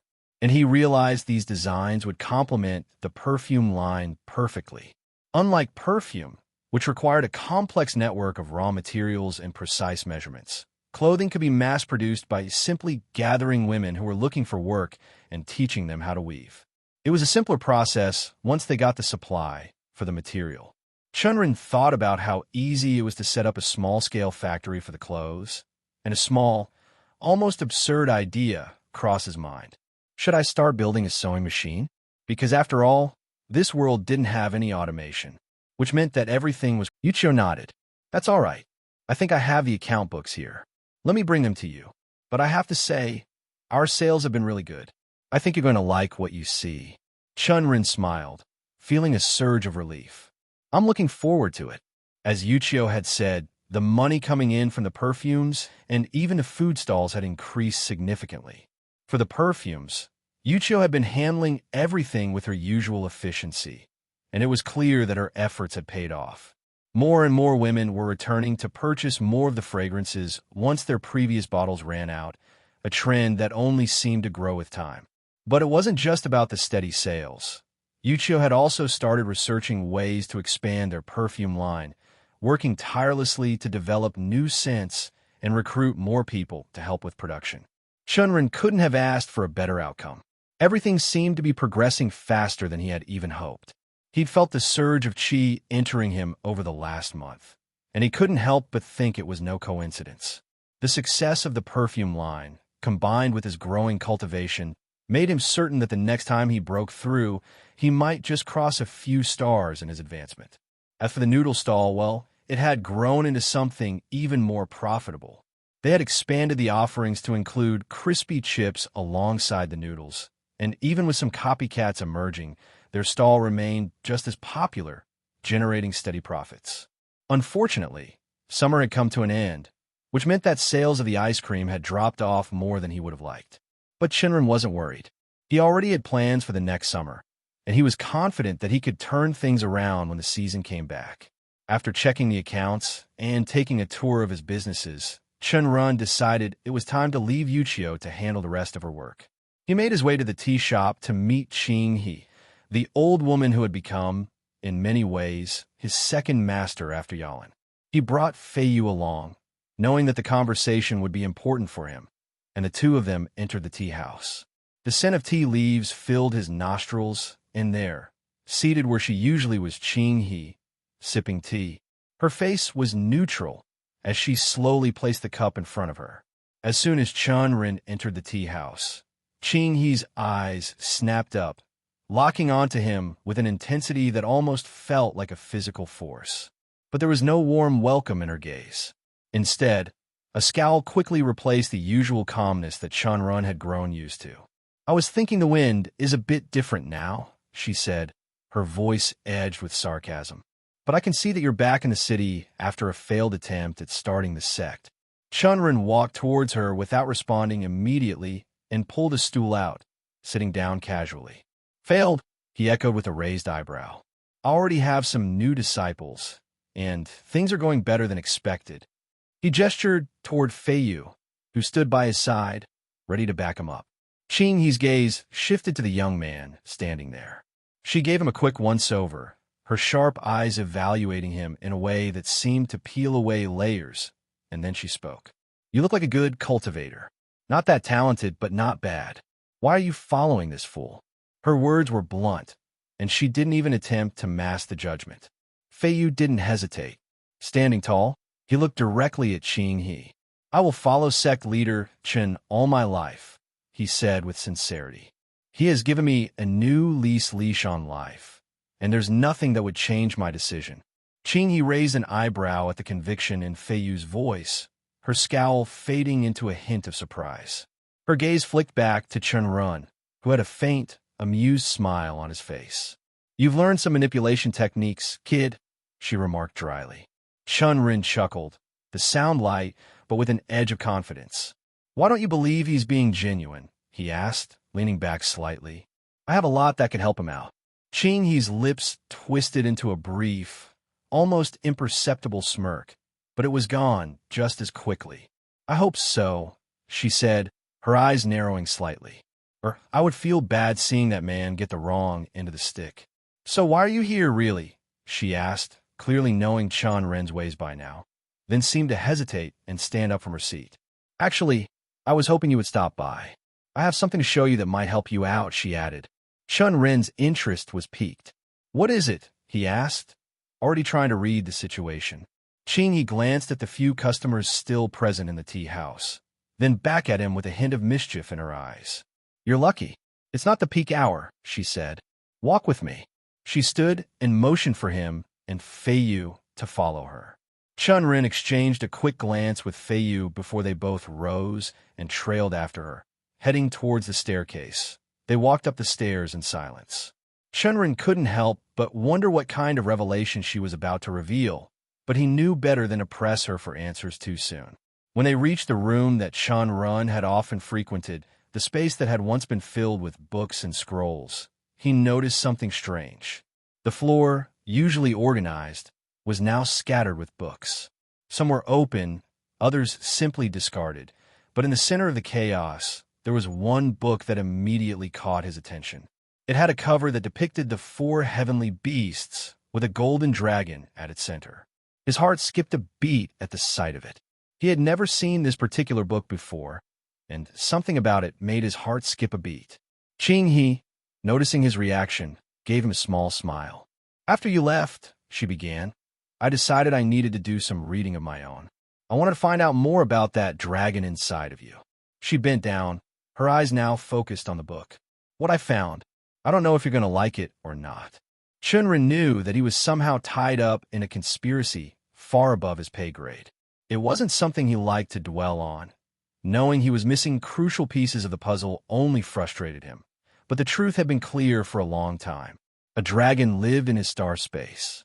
No one in history had ever carried a dragon in their star space and lived a simple merchant's life. That just wasn't how the world worked. Despite that knowledge, he had stubbornly clung to his chosen path. He built his businesses, trained when he could, and tried to carve out a future where, if trouble ever came knocking, he'd be strong enough to handle it. But now, he thought grimly, it seems like the time has come to stop pretending. The book lay sprawled on the floor in front of him, standing out among the other Qing he had gathered. Just looking at it sent a shiver of unease down his spine. The cover was unlike anything he had ever seen. Old, yet pristine, as if untouched by time. The dark leather was embossed with different designs, and at the center, surrounded by the four sacred beasts, the white tiger, the black turtle, the crimson phoenix, and of course in the middle was the golden dragon coiled in a spiral, its head raised as if it were staring straight into his soul. It reminded him of the actual dragon he'd seen in his star space.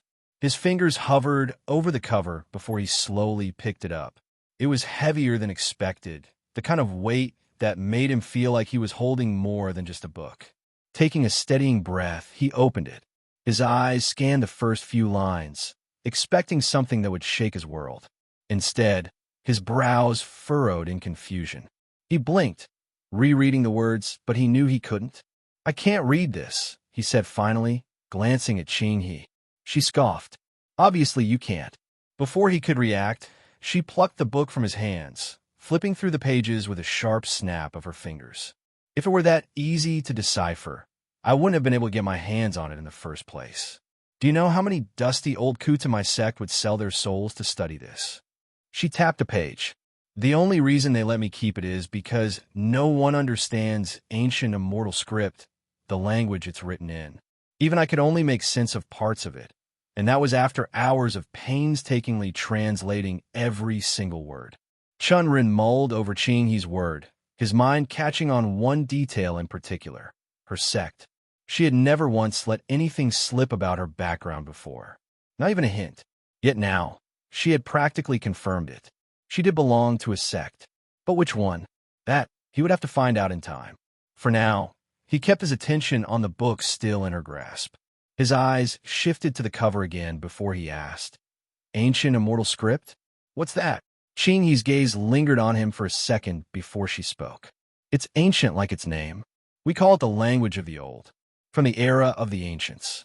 Even among top cultivators, it's not something widely known, unless they're deeply invested in history." She flipped through the pages idly, then added, "I found this book in an old tomb, buried near the lair of a Tier 5 beast." Chen Ren arched a brow. "And you can read it?" Qing He smirked. "Parts of it."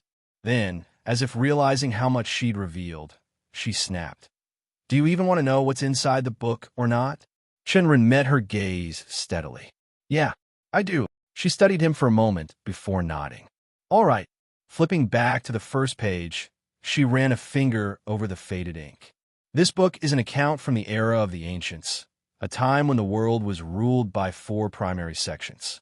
There were no empires, no kingdoms, just those 4, each one tied to one of the heavenly beasts." She began listing them out. The sect of the Crimson Phoenix, the heart of alchemists and blacksmiths.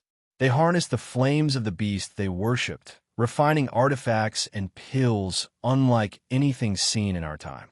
The sect of the White Tiger, a brotherhood of warriors, martial cultivators of the highest order, acting as the protectors of the world. The sect of the Black Tortoise, masters of restoration and healing, wielding techniques that could mend not only the body, but the very land itself. Then she paused. Chen Ren caught the hesitation immediately. What about the golden dragon? Qing, he exhaled, glancing back down at the book. That is harder to say. She tapped a passage thoughtfully. The book describes it as the sect that ruled over all the others. It didn't just govern, it oversaw prosperity itself. At that, Chen Ren tilted his head. Prosperity? Was that a metaphor, or something else entirely? Did it mean the Golden Dragon sect was simply a prosperous governing body for the other three sects? Or was there a deeper meaning behind it? A thought crossed his mind, and he asked, is there any mention of it being focused on wealth? Money. Qing, he immediately shook her head. No. The character for prosperity in ancient immortal script is entirely different from the one used for wealth or trade. There's no connection. She sighed, flipping a page. Let me continue. Both Chen Ren and Fei Yu, who had been quietly listening this whole time, nodded. The four sects were rivals, yet they functioned within the same system, supporting one another. Qing, he explained.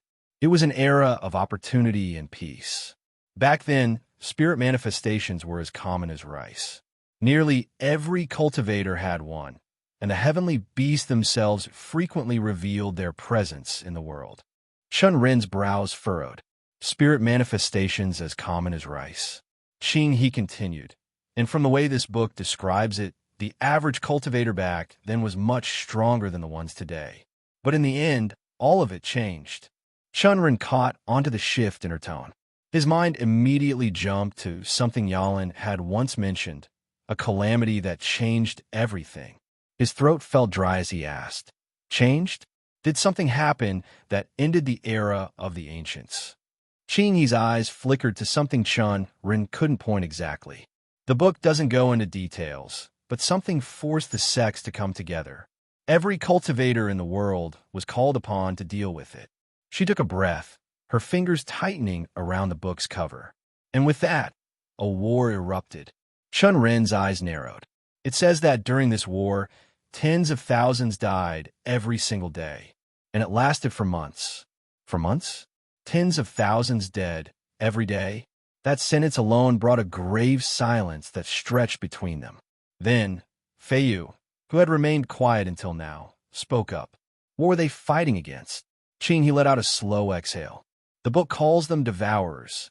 Chen Ren felt an uneasy chill crawl up his spine at the name. Devourers? Qing, he nodded. There's no information on where they came from or what exactly happened. Not even a description of what they looked like. She hesitated, then added, for all we know, they could have been giant bugs. Chen Ren shuddered. Giant humanoid bugs that could stand against every cultivator in the world? No amount of coin would help him with that. Seeing the look on his face, Qing, he chuckled. Relax. I wasn't being serious. Like I said, we don't know what they looked like. She tapped a finger against the book. All we know is that they destroyed everything. Chen Ren's lips pressed into a thin line. Everything. The war left no clear victors. Qing, his expression darkened. There's no mention of who won or how it ended. Just that civilization collapsed, and the heavenly beasts disappeared, leaving their sects buried in the ground. She sighed. I'd assumed the devourers were either defeated or driven away, or we wouldn't be ignorant of them today. But even though humanity survived, the structure of the world was completely crushed. Chen Ren's mind raced. The era of the ancients gone. Their sects, once the ruling force of the world, buried. The heavenly beasts vanished. All of it felt more like a story than what had actually happened, but a part of him knew it was true.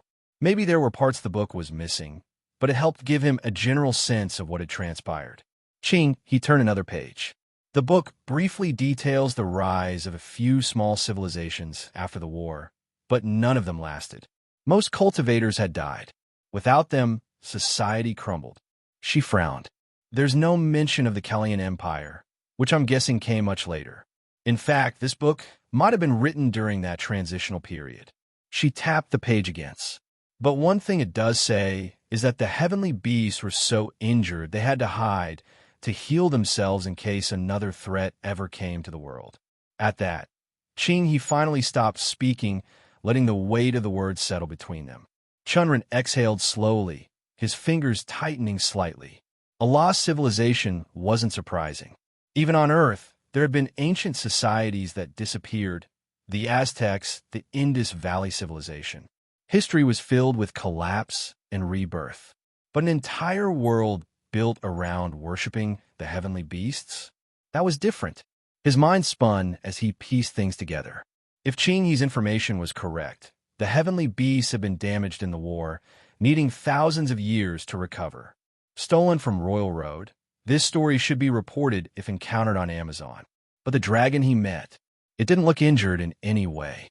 So, had already recovered? And if so, what was its purpose now?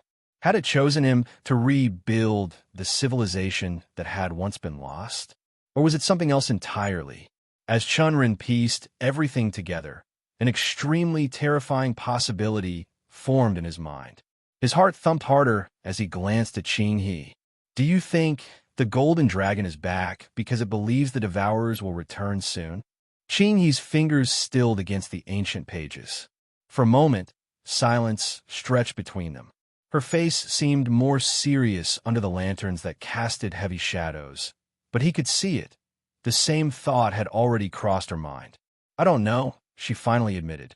It could be, but it could also be that it's just healed. Chen Ren scoffed. I doubt it. His arms crossed, brows furrowed. That goes against cultivation logic. Ching, he raised an eyebrow. I don't know your logic. All we have are possibilities right now. That was true. He exhaled sharply, nodding. He understood her point, but the frown on his face remained. Learning about an ancient civilization connected to the heavenly beasts and their destruction gave him context. But in the end, it wasn't something he could act on. Not yet. Not until he spoke to the dragon again. But that was another problem. He hadn't seen it since that encounter in the tournament. He could only hope it would appear again, perhaps once he broke through further in chi refinement and became stronger. His fingers tapped against the table, mind whirling, but eventually, he turned his gaze back to Chen He and inclined his head. Thank you, he said, for finding more information about the golden dragon for me. Chen He waved a hand dismissively. It's fine. He smirked slightly, then leaned back against the wall. That said, I think the best thing I can do is just get stronger. Prepare for what's coming. At that, Chen He nodded. That's a good way to go. Chen Ren's lips curled into a small grin. Glad we agree. Speaking of that, I wanted to ask for your help with a weapon. Chen He blinked. A weapon? Chen Ren nodded. He glanced toward Fei Yu, who silently pulled out a tightly rolled parchment and placed it before Chen He. She picked it up, unrolling it carefully. She went through everything in a single swoop of her glance. Detailed schematics, exact measurements, notes written in a mixture of his own script, and symbols meant for easier understanding. For the next 5 minutes, Chen He said nothing. Her eyes flickered over every detail, scanning the blueprint with intense focus. And for the first time, Chen Ren saw it, a spark of genuine surprise on her face. Finally, she placed the parchment down and met his gaze. I've never seen a weapon like this. Her fingers tapped lightly against the paper. Making the body might be simple enough, but I'm guessing what you really need my help with is this. She pointed at the description of a powder. The explosive compound that gives it the strength to fire off this shell called a bullet. Chen Ren grinned. You're smart. His hand came up, rubbing his temple with a sigh. The problem is, he admitted, I know the components of the gun and exactly how to make it. But the powder, that's where things get tricky. His brow furrowed. I barely remember the formula. I need someone experienced in alchemy, like you, to create a replacement. Ching, he tapped her chin thoughtfully. Alchemists aren't usually known for making explosive pills. Their focus is more on enhancing the body, healing, or refining chi. Yeah, I figured that much after going through the books you gave me. He exhaled, drumming his fingers on the table. But I was hoping there was an exception to that rule. Is there no alchemist you know who could help us? As he hoped, Chen Yi's eyes suddenly lit up. A ghost of a smile played on her lips. Well, she said, I can think of one alchemist who was very interested in making explosions out of pills. Chen Ren straightened. Who? Instead of answering immediately, Qing He stood and walked over to a shelf, rummaging through a small pile of old, leather-bound books. She pulled one free, dusting it off before setting it on the table in front of him. This one. Chen Ren glanced down at the cover. An Idiot Cultivator's Guide to Blowing Himself Up, Volume 1 by Yendi. A long pause ensued between them. Chen Ren blinked, unable to hide his surprise, shock and confusion at the title of the book. What? Qing He smirked. You should read it first. Chen Ren gingerly picked up the book, turning it over in his hands. Who wrote this? And why does the title sound so? He struggled for the right word. Unhinged. Qing He crossed her arms. A short-lived cultivator who only reached the peak of qi refinement realm before dying while testing what he called the all-consuming explosion pill. She shook her head. Ironically, it consumed him. Chen Ren let out a low whistle. I guess he knew what he was getting into. He lived around 200 years ago. Qing He continued. Got kicked out of his sect for blowing up too many buildings while experimenting with explosions. But he became famous for his series on explosive pills, which are now considered treasures. Chen Ren exhaled through his nose, a dry smirk curling on his lips. Yeah, I can definitely imagine some lunatic cultivator with an anarchist streak running around, throwing bombs like a madman. That's honestly terrifying. Qing He nodded in agreement. He flipped through a few pages of the book, scanning the chaotic notes and diagrams. How many of these books did he write? Qing He shrugged. I don't know. The first volume has a few copies floating around, but the second and third are much harder to find. There are rumors of a fourth, but nothing confirmed. I only managed to get my hands on the first volume, thanks to some contacts I have. Figures, Chen Ren muttered. Explosive pills aren't exactly standard market fare. Right? Qing He agreed. But this guy was known for using pills exclusively for battle and destruction. If we're looking for a substitute for your black powder, I'm pretty sure his work will help us. Chen Ren grinned. That would be great. We can go over his work, and I'll try to piece together what I remember about different types of guns and gunpowder. For the first time since the discussion started, Fei Yu, who had been completely silent, suddenly spoke up. There's more than one type?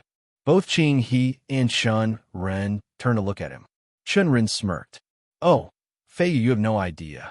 You can make a lot of different types, he said, glancing at him. Simpler guns, deadlier ones like rifles, and even long-range weapons like snipers. Fei Yu nodded in curiosity before a frown covered his face. Chen Ren couldn't tell if the man was happy that there were so many other types, or was unhappy that it could only get complicated from here. But it didn't matter. Then if you do start this, I'm guessing it's going to be a long project. Qing He asked, bringing him back into the conversation. Chen Ren nodded without hesitation. Yeah, I plan to arm everyone in my sect with these things. Even mortals can use them. That's a dangerous undertaking. She crossed her arms. If these weapons are really strong, then even the guardian sects might take interest. And trust me, the current order of the Empire might collapse if mortals get that kind of power. Chen Ren's gaze was steady. I do understand that, he admitted, and I don't plan to sell them. He exhaled. But right now, even with a few cultivators, my sect is grossly weak. I need to do something about it. If sects come for it, then I'll deal with that when it happens. His fingers clenched into a fist. If we actually pull this off and get more mortals into the sect, I'm pretty sure we'd be strong enough to not get crushed, even by a guardian sect. Qing He shook her head. Chen Ren caught the smile that played in her face. You and your ambitions. She sighed. Just make sure you don't slip up. You'd fall headfirst if you do. Chen Ren smirked. I'll try not to. His gaze softened slightly as he looked at her. So, are you willing to help me with it? Qing He didn't answer immediately. She drummed her fingers on her robes, staring at the book in thought. That would mean leaving my shop here. Her lips quirked into a half-smile.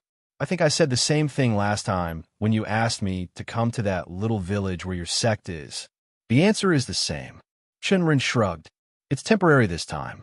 Once we figure out the gunpowder, I don't think you'll be needed much after that. He leaned forward. Besides, I have something I can trade you for your help. Qing He narrowed her eyes. Oh, and what would that be? How would you like recipes for... It took a while, but Qing he was finally on board with moving to the sect temporarily to work on the gunpowder and assist with the casing of the gun itself. By the end of their discussion, she had even provided ideas for the weapon's construction, suggesting the use of runes to reinforce the structure and improve durability. Chen Ren hadn't given much thought to that aspect. His knowledge of runes was basic, limited to the ones he used for talismans.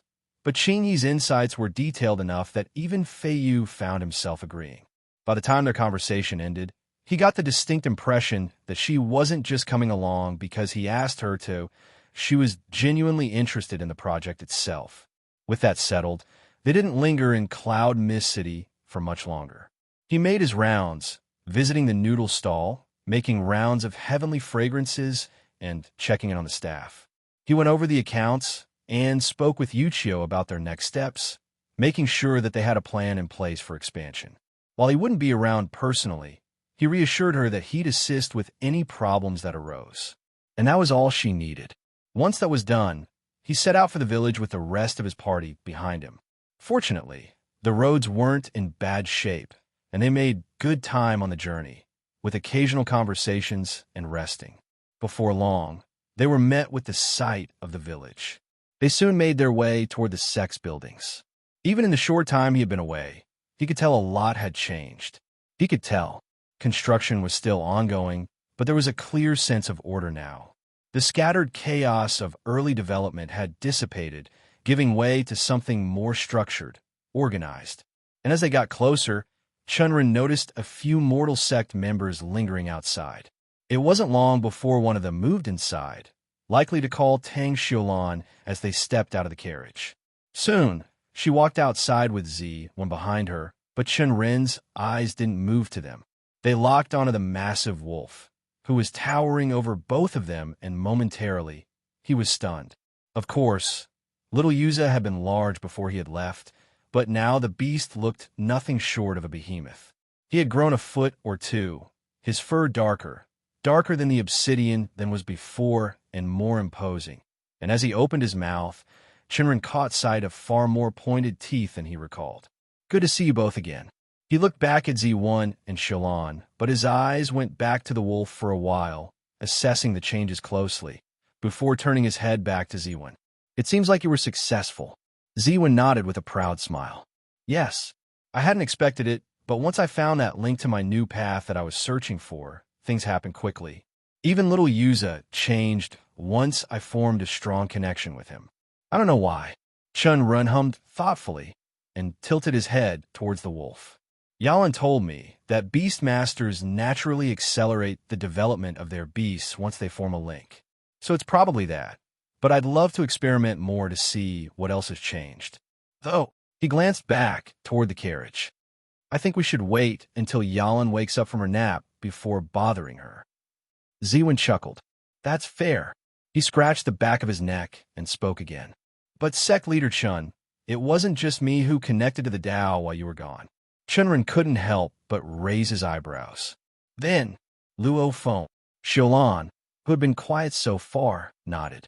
He's not here because he's tending to his fields. Apparently, he connected to the Dao of farming and has been there since then, only coming back for food. Chen Ren was genuinely surprised. He had always thought Zi-Wen's path would be of a beast master, so that wasn't shocking. But Luo Feng?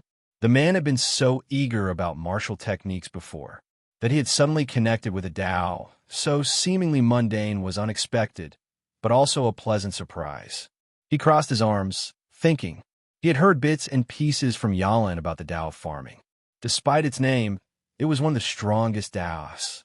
Not only would Luo Feng have a deeper connection with the earth and his crops, but he'll also be able to bypass the lack of qi in the surroundings to grow spirit plants by infusing them with his own qi. He knew that eventually his farm would become like a domain where he would be the master of everything that grows and comes there. And as Chen Ren continued to think over it for a moment, realization struck. If Luo Feng's connection to the Dao of farming developed further, he might be able to help solve the sect's resource issues. That alone was a huge relief. That's good news, he finally said. I didn't expect to come back to such progress. Xiaolan gave a genuine smile. Her eyes lingered on his for a moment and looked behind. Seems like you've made decent progress yourself, sect leader Chen. Chen Ren nodded. Following her glance the two men who awkwardly stood with their hands clutched to the front. Qin Yi stood behind them, just looking over his sect buildings with an appraising eye. He is going to be in the sect now. Try to make sure he doesn't venture out too much. His sect has been dealt with, but you never know who might still be looking for him. He shifted his gaze to the other figure.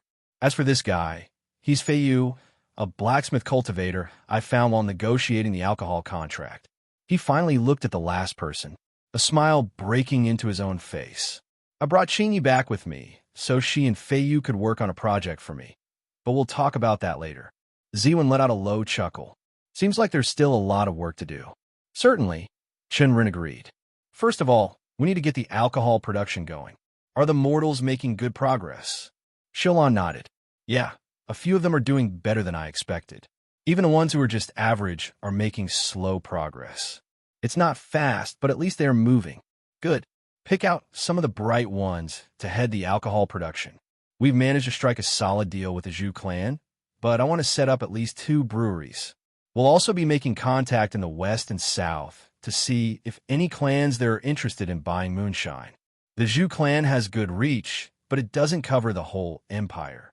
He paused, then added, I also need to check out Luo Feng and see his Dao for myself. Oh, already? Is there anything I could help? No, nothing like that. Chen Ren exhaled, feeling the faintly glowing strands of qi swirling within him. I made a lot of progress during the journey, but most of it was in my business.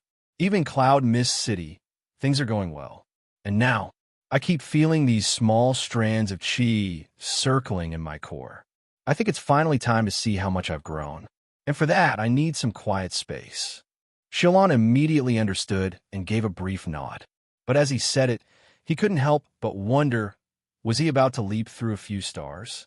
The qi refinement realm usually took far longer to progress through than the body forging realm, but his businesses had been steadily minting him good money, and his qi had been accumulating. If he was right, this could be his biggest gain yet. Without wasting another moment, Chen Ren made his way to his room and immediately plunged into his star space. Feeling the air in his star space was always a one-of-a-kind phenomenon. Even though he knew it wasn't truly the case, Chen Ren always felt the most secure there. The qi filled the space around him, steadying his breath, making him feel weightless yet grounded at the same time. As he floated within his star space, his gaze instinctively searched for the being that had eluded him for so long. But as always, no matter where he looked, there were no signs of it. Not even a trance of its magnetic eyes. This tale has been unlawfully lifted from Royal Road. Report any instances of this story if found elsewhere. With a sigh, he shifted his focus to the sky above. The stars twinkled, filling the sky. Slowly, as usual, their light dimmed. Yet this time, something was different. Instead of leaving behind just 2 stars, a third one remained, a bit farther away from the first 2 but present. It shimmered with the same energy as the others, and he could already sense the qi contained within it. He exhaled, steadying himself before beginning the process of absorption. He started with the noodle shop. Compared to the others, it didn't hold much qi, but he noticed something else. It had grown. Not in terms of qi, but in size. The star itself was slightly larger now. He guessed it was because of the recent additions to the business, the chips and ice cream. Even the qi surrounding it felt more potent. Slowly, he started absorbing the energy, letting it flow into him. He wondered how the star would look once he fully expanded the stall business. The thought made his lips curl slightly, but he refocused on the task. He continued his absorption. By the time he was done, he felt like he had eaten a hearty breakfast, satisfied, but still capable of taking in more. Without hesitation, he turned his gaze to the second star, the one representing his perfume business. Unlike the noodle stall, the perfume business hadn't grown much in size, but its steady success meant it was still wrapped in a significant amount of qi. He felt it in his core. Targeting middle-class women with affordable perfumes had proven to be a solid strategy. And as Chen Ren absorbed the energy, he could tell that this star would expand soon enough. When it did, the amount of chi he was receiving now would be only a fraction of what he'd gain in the future. He sighed in contentment as he felt filled once again. With both of his primary stars drained of chi, he turned his gaze toward the third one. A frown appeared on his forehead as he stared at it for a while without doing a thing. He needed to take it all in. This star was different. It almost bubbled with energy, pulsing as if barely containing the chi within. The alcohol business had brought in a large sum already, and with the profit-sharing model in place, he would continue receiving a steady flow of income every month. That meant this star would only grow brighter and more potent in the coming months. Chen Ren stared at it, his mind drifting back to everything it had taken to get here. He had been constantly downplayed by the big players, forced to fight tooth and nail to carve out his own space. The only way he had succeeded was by creating demand, by making people want his product so badly that they couldn't ignore him. Contrary to what it had looked like from the outside, it hadn't been easy. The fact that Ashen City was filled with alcoholics had played a huge role in his success, but even that advantage hadn't been enough on its own. Getting his product into the right hands had taken a serious set of effort, and even after that, trying to get Feiyu and his sect had nearly ruined his partnership with the Zhu clan. It could have been worse. He could have ruined everything he tried to build in a heat of a second. But fortunately, he didn't, and all of it had been a lesson. In business, there were always dangerous waters to tread.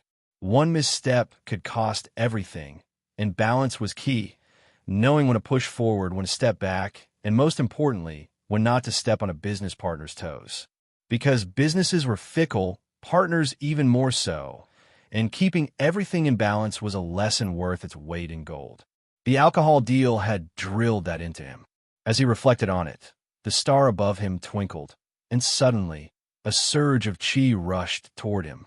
Unlike the first two stars, this one felt overwhelming, dense and heavy, pressing down on him like an invisible weight.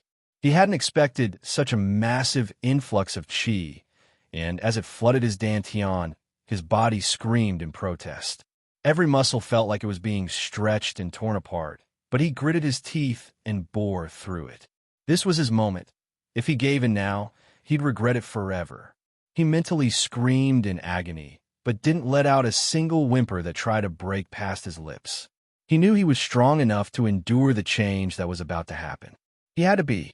The chi raged within him, swirling through his meridians, breaking past bottlenecks he hadn't even realized existed.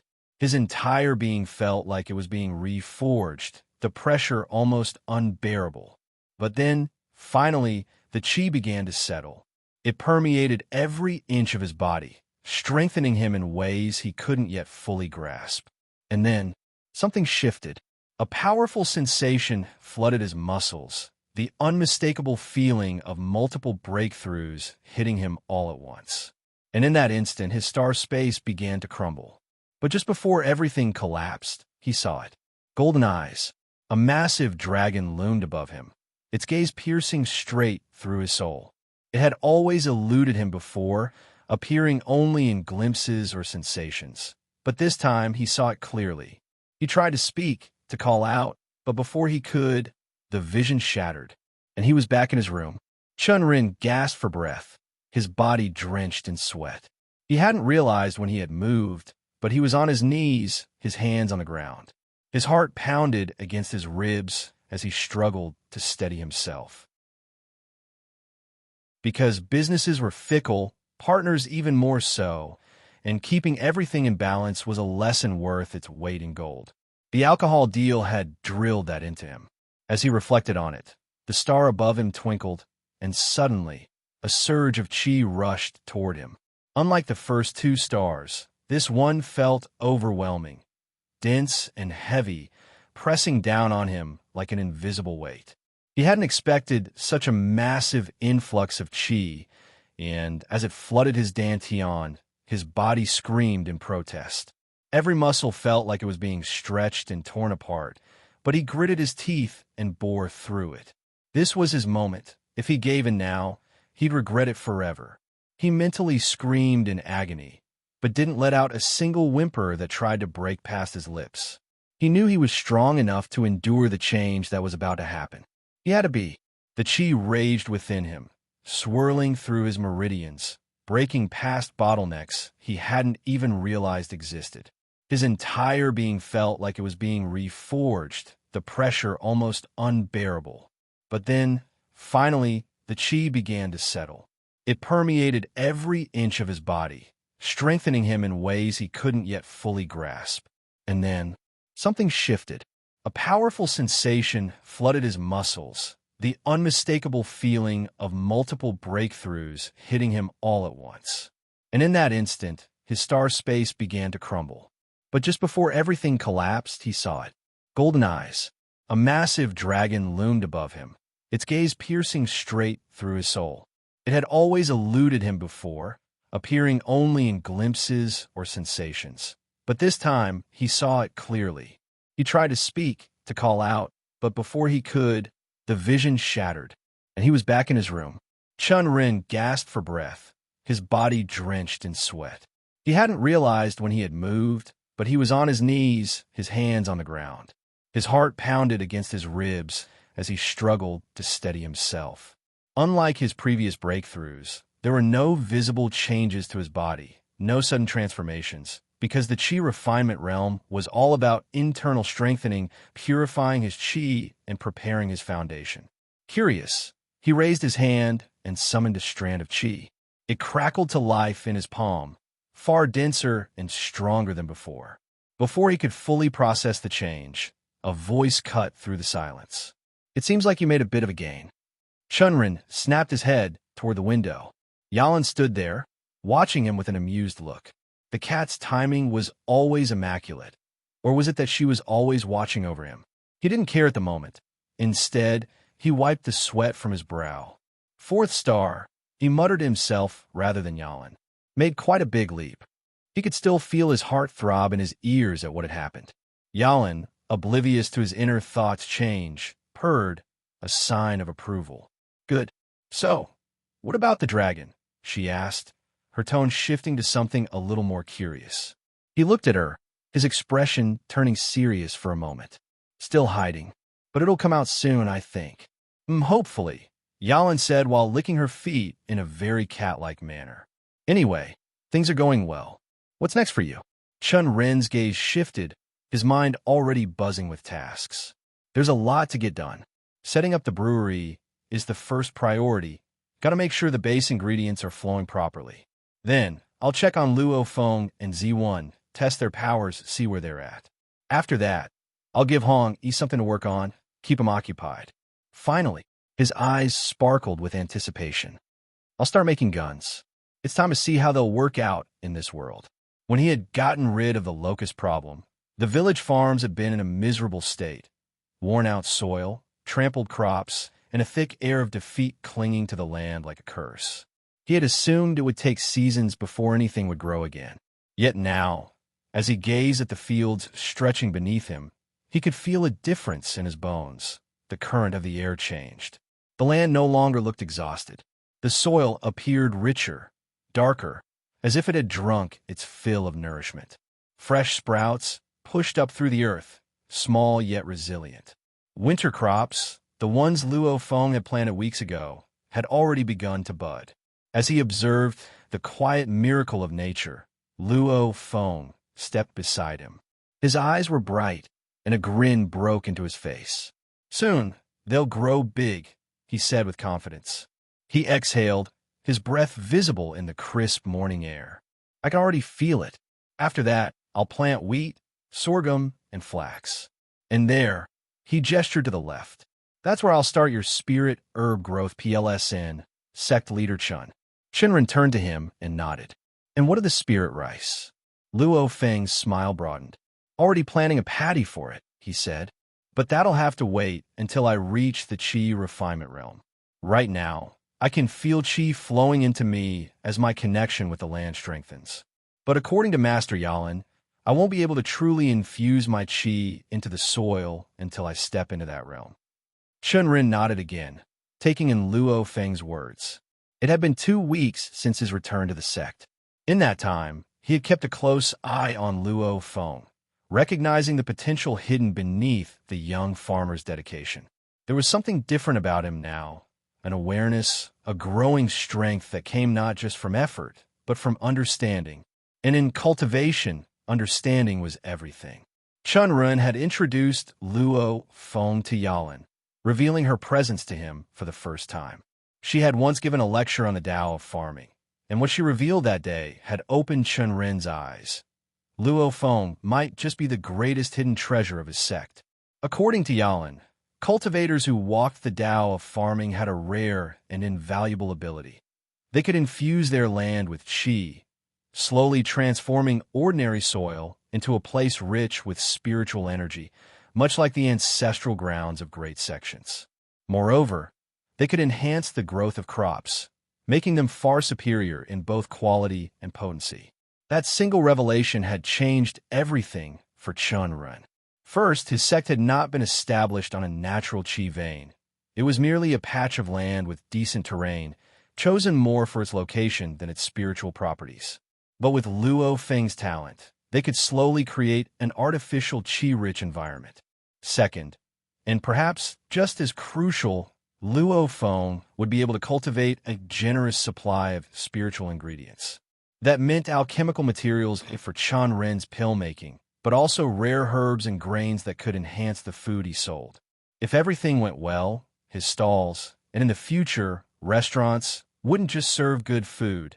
It would serve food infused with true spiritual energy, capable of strengthening even mortal bodies. Of course, all of this would take time. The process was similar to photosynthesis. Spiritual plants absorbed ambient qi, but some special varieties also released more qi than they consumed. Yalan had explained that by carefully cultivating such plants, Luo Feng could gradually shift the land into a place that nurtured qi instead of merely depleting it. It would be at least a year or two before they saw any real results, but even that time frame was enough to make Still, there were problems. He turned toward Luo Feng with a slight frown. "Sorry," he said, exhaling. "Getting the Earth Aspect Cultivation Manual for you is taking longer than I expected. Without it, you can't progress in your realms." Luo Feng shook his head, the corner of his lips lifting in an easygoing smile. "It's fine, sect leader. I'm already learning plenty just by working with the land. But once I get it, I'll make sure this place becomes something even the Guardian sects will envy. Right now, I'm just happy being able to farm like this." Chen Ren chuckled, but deep down, he knew Luo Feng wasn't just talking big. Given enough time, this man might just make that dream a reality, coupled with everything he himself had been doing for the sect. He rubbed his chin. "I understand, but the sooner you get the manual, the faster you'll be able to grow. Right now, we don't even have an Earth Aspect technique for you. And while finding a spiritual farming technique might be difficult, at the very least, I want to get you some Earth Aspect martial techniques. It's always good to know a few." He had already spoken to Qing He about it, but even she didn't have much for Luo Feng. There were books on Earth Aspect cultivators, detailing their abilities and theories, but no actual cultivation manuals. And that was the real problem. Technique manuals weren't things that could simply be found in bookstores. They were treasures hoarded by clans and sects, rarely making their way to the open market.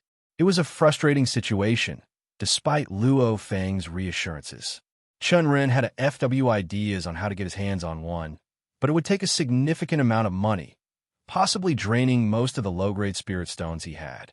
As he thought over his options, he suddenly felt movement to his left. His senses sharpened, instincts kicking in, only to relax a moment later when he recognized the massive figure approaching. A large wolf padded toward them, its fur dark as the evening shadows, and its teal eyes locked ahead. On its back, sprawled in a completely unbothered manner, was Z1. Rather than sitting properly, the man had made himself comfortable, stretching his large limbs out lazily across Little Yu's body as though he had just woken from a nap. As the wolf came to a stop, Z1 cracked one eye open and glanced at Chen Ren before smoothly rolling off. He landed lightly on his feet and gave a small bow in greeting. Chen Ren nodded at it. "Were you in the forest all day again?" Z1 grinned, brushing dirt off his sleeves. Of course. And just now, I reached the third star of the body forging realm. Chen Ren raised a brow. Oh, Ziwen stretched, rolling his shoulders. Training with little Yuza these past few weeks made me realize I was walking the wrong path all along. If I hadn't corrected my methods, I'd have been stuck at the first star for who knows how long. Like Luo Feng, Ziwen had changed a lot. And it wasn't just his cultivation. His entire mood had shifted. He remembered how the man had been when they first met. Hollow-eyed, drowning in self-doubt and looking like he had given up on the world. But now, he looked far more energetic. He stood straighter. His eyes had regained their sharpness. And for the first time since joining the sect, he had even spoken about regaining his ambition. Watching him, Chen Ren couldn't help but reflect on how important it was to have a path in life. When someone found a road they could walk, one where their efforts bore fruit, life seemed just a little bit better, a little bit brighter. He nodded at Z1 and turned his gaze to the wolf standing beside him. Little Yuza looks even bigger now. The massive beast who seemed to be growing every week now sat with his tongue lolling out, looking more like an oversized dog than a scary spirit beast. Z1 chuckled. He is a bit. With my connection, I believe he's going to keep growing with me. Right now, he's at tier 1, but in the future, I'm pretty sure he'll be able to reach the higher tiers once I do. Chen Ren nodded in approval. And how's the task I gave you going? At that, Ziwen straightened slightly inside. Harder than I expected. He tugged the ends of his hair in the back. Like you told me, I'm trying to form bonds with more beasts, but it's been tough. Little Yuza might have been special, or maybe it was just easier because he was a pup. I tried bonding with a nest of Yia hawks, and even found a Ione ironhide boar, but no luck. The boar got aggressive, so I had to put it down, but at least little Yuza had a good meal. And whiskey. Ziwen let out a short laugh. Oh, he acts friendly enough, but he's got no interest in forming a bond with me. A case of content theft. This narrative is not rightfully on Amazon. If you spot it, report the violation. Chen Ren shrugged. Well, Yalan did say Linares are solitary creatures. Maybe that's why. Then, shaking his head, he added, that little beast is more interested in alcohol than anything else anyway. Ziwen huffed. You're not wrong. I swear the only time he looks truly happy is when he gets his paws on a jar of moonshine. I'll still try. Defending the sect with tame beasts is an interesting idea, and I'd love to help out. That'd be great. Then, narrowing his eyes slightly, he asked, You came here just to report your gains? Ziwen suddenly froze, his expression shifting. No, I had more to talk about. I almost forgot. He sucked in a breath before hurriedly continuing. Feiyu's looking for you.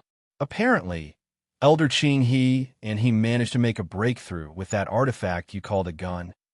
They were trying to find you to give you a demonstration. Chen Ren's face changed completely. You should have told me that first. Without waiting for another word, he surged lightning through his legs, and in the next instant, he was gone. The ground beneath him crackled as he blurred past the farmlands, buildings, and villagers, moving at record speed toward the heart of the village. His destination. The third building he had claimed, one that he had converted into a forge and alchemical workshop. As soon as he stepped inside, a pungent, acrid scent hit him, a mix of burnt metal, sulfur, and something distinctly chemical. He barely noticed it as he strode deeper inside, reaching the hallway that had essentially become a makeshift testing room. Qing, he and Feiyu were both there, deep in discussion, their voices animated. The room, however, was an absolute mess. Failed prototypes of guns, cartridges, and bullet casings were scattered everywhere, some neatly stacked, others tossed aside haphazardly. On the far side of the room, protective containers housed failed samples of the gunpowder, or rather, explosive powder, as Qing he was now calling it. Thanks to all the experimentation, there had been more than a dozen explosions in just the past week. Thankfully, they had been testing things out in the open, behind the building, otherwise the entire workshop might have gone up in flames by now. Chen Ren took in the chaotic scene, his pulse quickening in anticipation. All right, he said, stepping forward. Show me what you've got. As he strode toward them, Both Qing, he and Fei Yu turned to look at him. Qing, he was the first to speak, clicking her tongue. "You're late, kid. My old bones don't like waiting." Chen Ren scoffed. "I came as soon as I was informed. And you're not an old LSDY. You can run faster than me." Qing, he snorted, but said nothing, only crossing her arms as Fei Yu shifted the gun in his hands.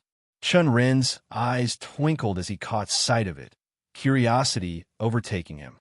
"I heard you wanted to give me a demonstration," he said. Fei Yu nodded. "I've been making good progress, and I believe this gun will work well now."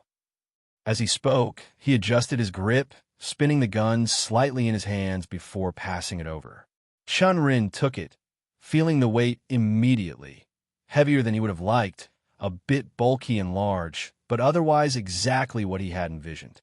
The design reminded him of a Colt M1911, though slightly larger, with an elongated barrel and a more reinforced grip. The cartridge was of similar size, making it clear that Fei Yu had successfully replicated the chambering system. But what caught Chen Ren's attention most were the runes inscribed all over the weapon. Qing, he had etched them into both the outer shell and the inner workings, enhancing durability, self-cleaning, and stabilization. The bullets on the nearby table were just as detailed, each one bearing inscriptions for piercing power, explosive impact, or other enhancements. Chen Ren almost shuddered as he realized the sheer potential of firearms in a world where magic could amplify their destructive power. After thoroughly inspecting the gun, he turned back to Fei Yu and Qing He. "You sure this won't blow up in my hand like last time?" Fei Yu, looking slightly offended, straightened. "No, we've made sure the inscriptions will protect the one firing the bullet." Qing He smirked. "We'll know for sure when we take it outside for a demonstration. And even if it explodes, it's not like you'd die. I'd still get injured." Qing He waved a hand dismissively. "I'll protect you, just like last time." Chen Ren glanced at her, remembering the last time a gun had exploded in his hands. It was 4 days back, and his memory was vivid. The moment he pulled the trigger, something had gone wrong, and the entire thing ruptured in a blast of flames and shrapnel. Qing He's ridiculous speed, possibly a movement technique, pulled him back just in time, and if not, he'd have lost more than some burnt fabric. Even the thought sent a shudder through his body. Shaking off the thought, he exhaled and said, "Let's go outside then. I can't wait." Moving carefully through the mess of blueprints, shattered metal parts, and leftover powder stains, the trio moved toward the back door. As they stepped out, they entered a small training area, a cleared-out space with training dummies positioned at different distances. Chen Ren had bigger plans for this spot. Eventually, it would become a designated gun training area, but for now, it was just a place for testing prototypes and making sure nobody lost their limbs in the process. Qing He crossed her arms, smirking. "So, what are you waiting for?" Chen Ren stretched his neck and moved his wrists in circles. "I'm starting." Walking forward, he stopped at a red line drawn into the dirt, marking the shooting position. He took a deep breath, gripping the gun firmly as he raised it toward the central dummy and froze. It wasn't hesitation due to inexperience. He had fired guns before, on Earth, during hunting trips, and even during earlier experiments. No, this was different. This wasn't just a normal firearm. It was something altered, enhanced, and made deadlier. Qing He had been refining the explosive powder relentlessly, pushing its limits with the knowledge he had provided her from Earth, as well as what she had gleaned from ancient alchemical texts. He had no doubt that the weapon would work. The real question was, would it work too well? With one last deep breath, he steadied his stance, aligning his shot. He trusted Qing He. He trusted Fei Yu. Click! The trigger squeezed, and in an instant, the gun roared to life. A violent explosion of force surged through his arm as the bullet tore through the air. The force almost pushed him back, but he gritted his teeth and stood firm.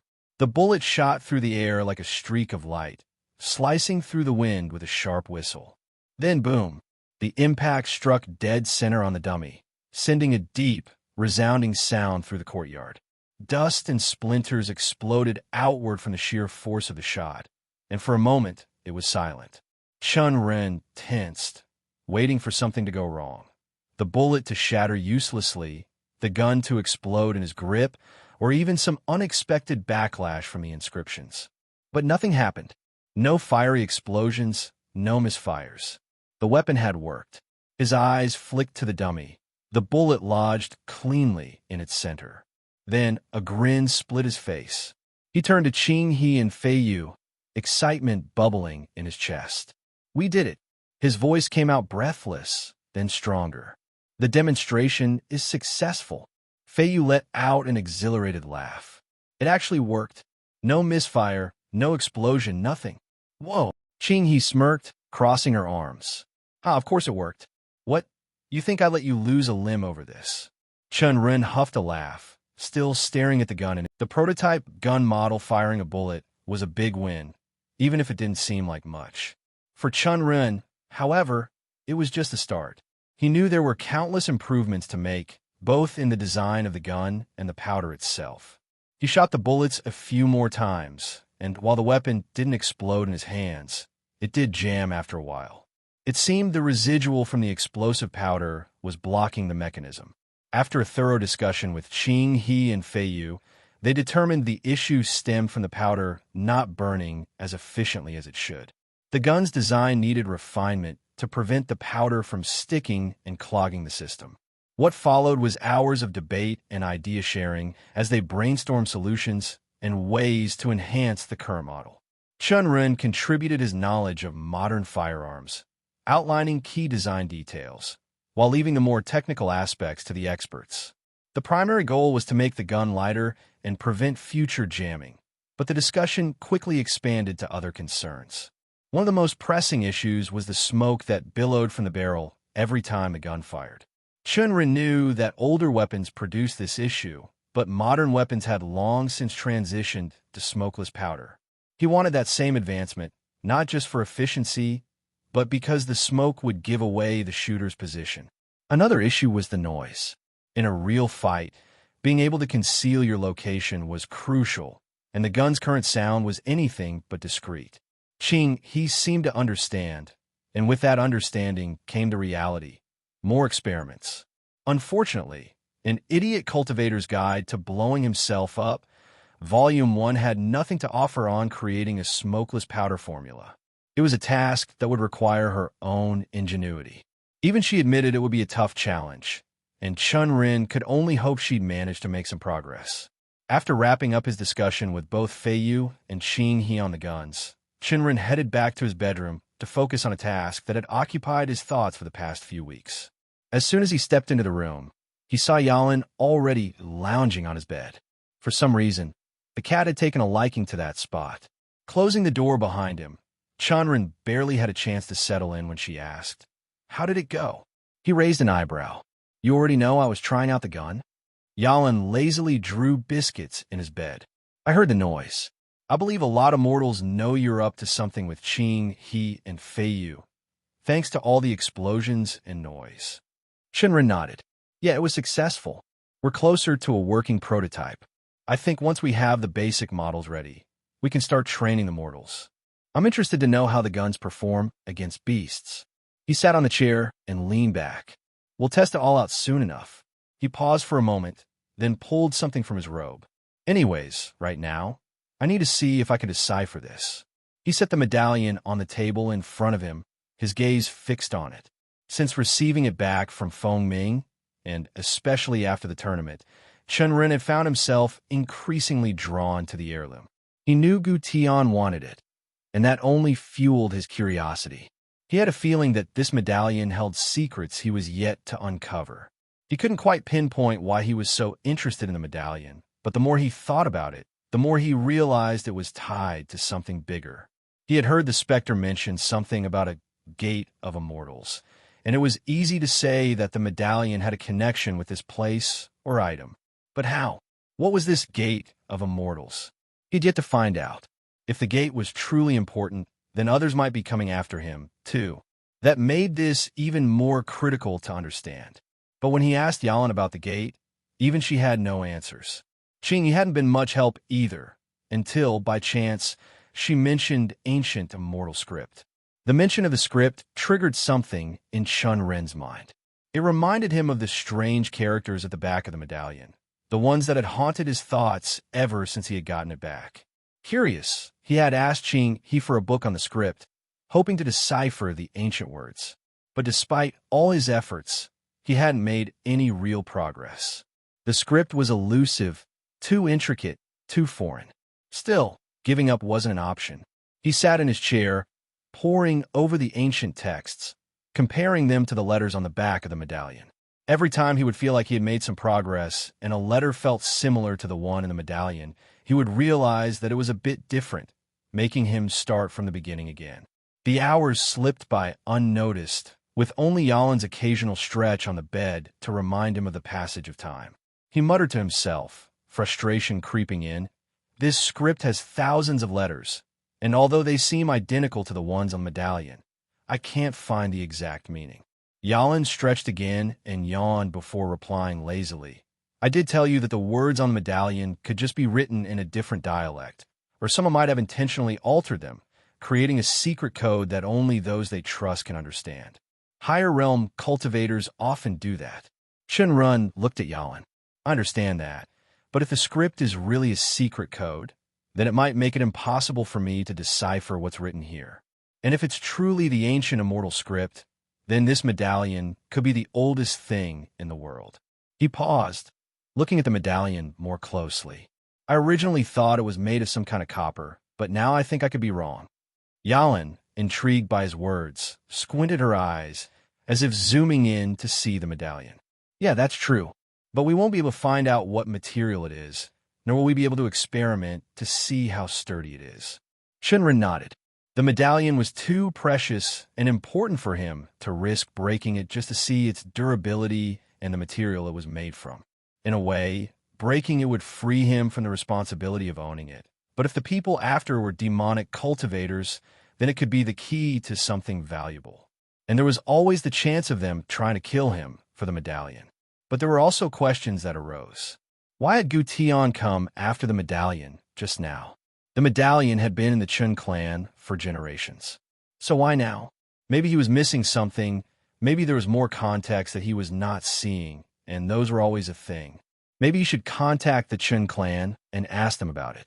But again, he didn't have any connections with them. Even in his memories, Chen Ren hadn't been close to anyone in the clan. The thought of reaching out to the Chen clan felt like a daunting task, and Chen Ren couldn't shake the sense of unease that clung to the idea.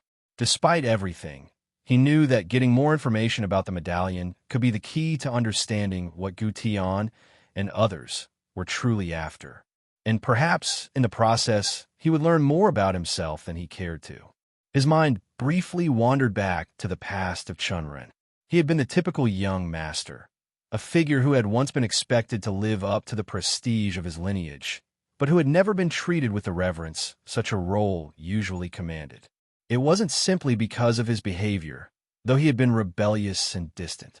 There were deeper issues at play within the Chen clan, things that festered beneath the surface, things even his memories struggled to clarify.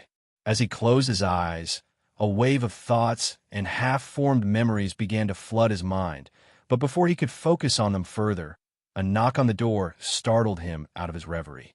He stood and walked over to the door, opening it to reveal one of the mortal members of the sect, a young man named Huang Hai. Sect leader Chen, he greeted with a deep bow. There's someone from the Tang clan here to see you. They said it's urgent. The mention of the Tang clan instantly piqued Chen Ren's interest. Urgent, Chen Ren repeated, his brow furrowing. Let's go, he said. Li Xian walked down the mountain path. It was rugged. The sword strapped to his side made him remember the journey he was on. His eyes were filled with a fierce determination as he scanned the distance. So very often, he found himself looking back at the path he had already traveled. The soot that fell on his face from the distant smoke only seemed to deepen his pensive mood. Was there truly a point to this journey? Was it the right path? For a moment, he considered the comfort of staying in the sect. He could have continued his training there, surrounded by familiar faces and challenges. But then he shook his head, dispelling the thought. Staying in the sect had grown unbearable. After his humiliating defeat at the Cloud Mist City tournament, the relentless challenges from both outer and inner sect disciples had only escalated. Every day, He found himself sparring for hours, sometimes with multiple opponents at once. They saw him as an easy target, thinking his defeat to the rogue demonic cultivator had weakened him. But he had crushed each one of them, one by one, his frustration simmering beneath the surface as he wiped the floor with their arrogance. But it wasn't the constant sparring that had pushed him to this breaking point. It was his master. After the loss to the demonic cultivator, his master had been tireless. The man's pride had been wounded, and in an effort to punish Li Xian for his perceived failure, he had relegated him to menial tasks. Sweeping the sect steps, cleaning his master's old clothes, tasks meant for the outer sect disciples. These were things Li Xian had never imagined he would be subjected to. The tasks had been demeaning, and as the days dragged on, they only served to humiliate him further. The real blow had come when his master had begun giving him personal sparring lessons, not to help him grow stronger, but as a punishment.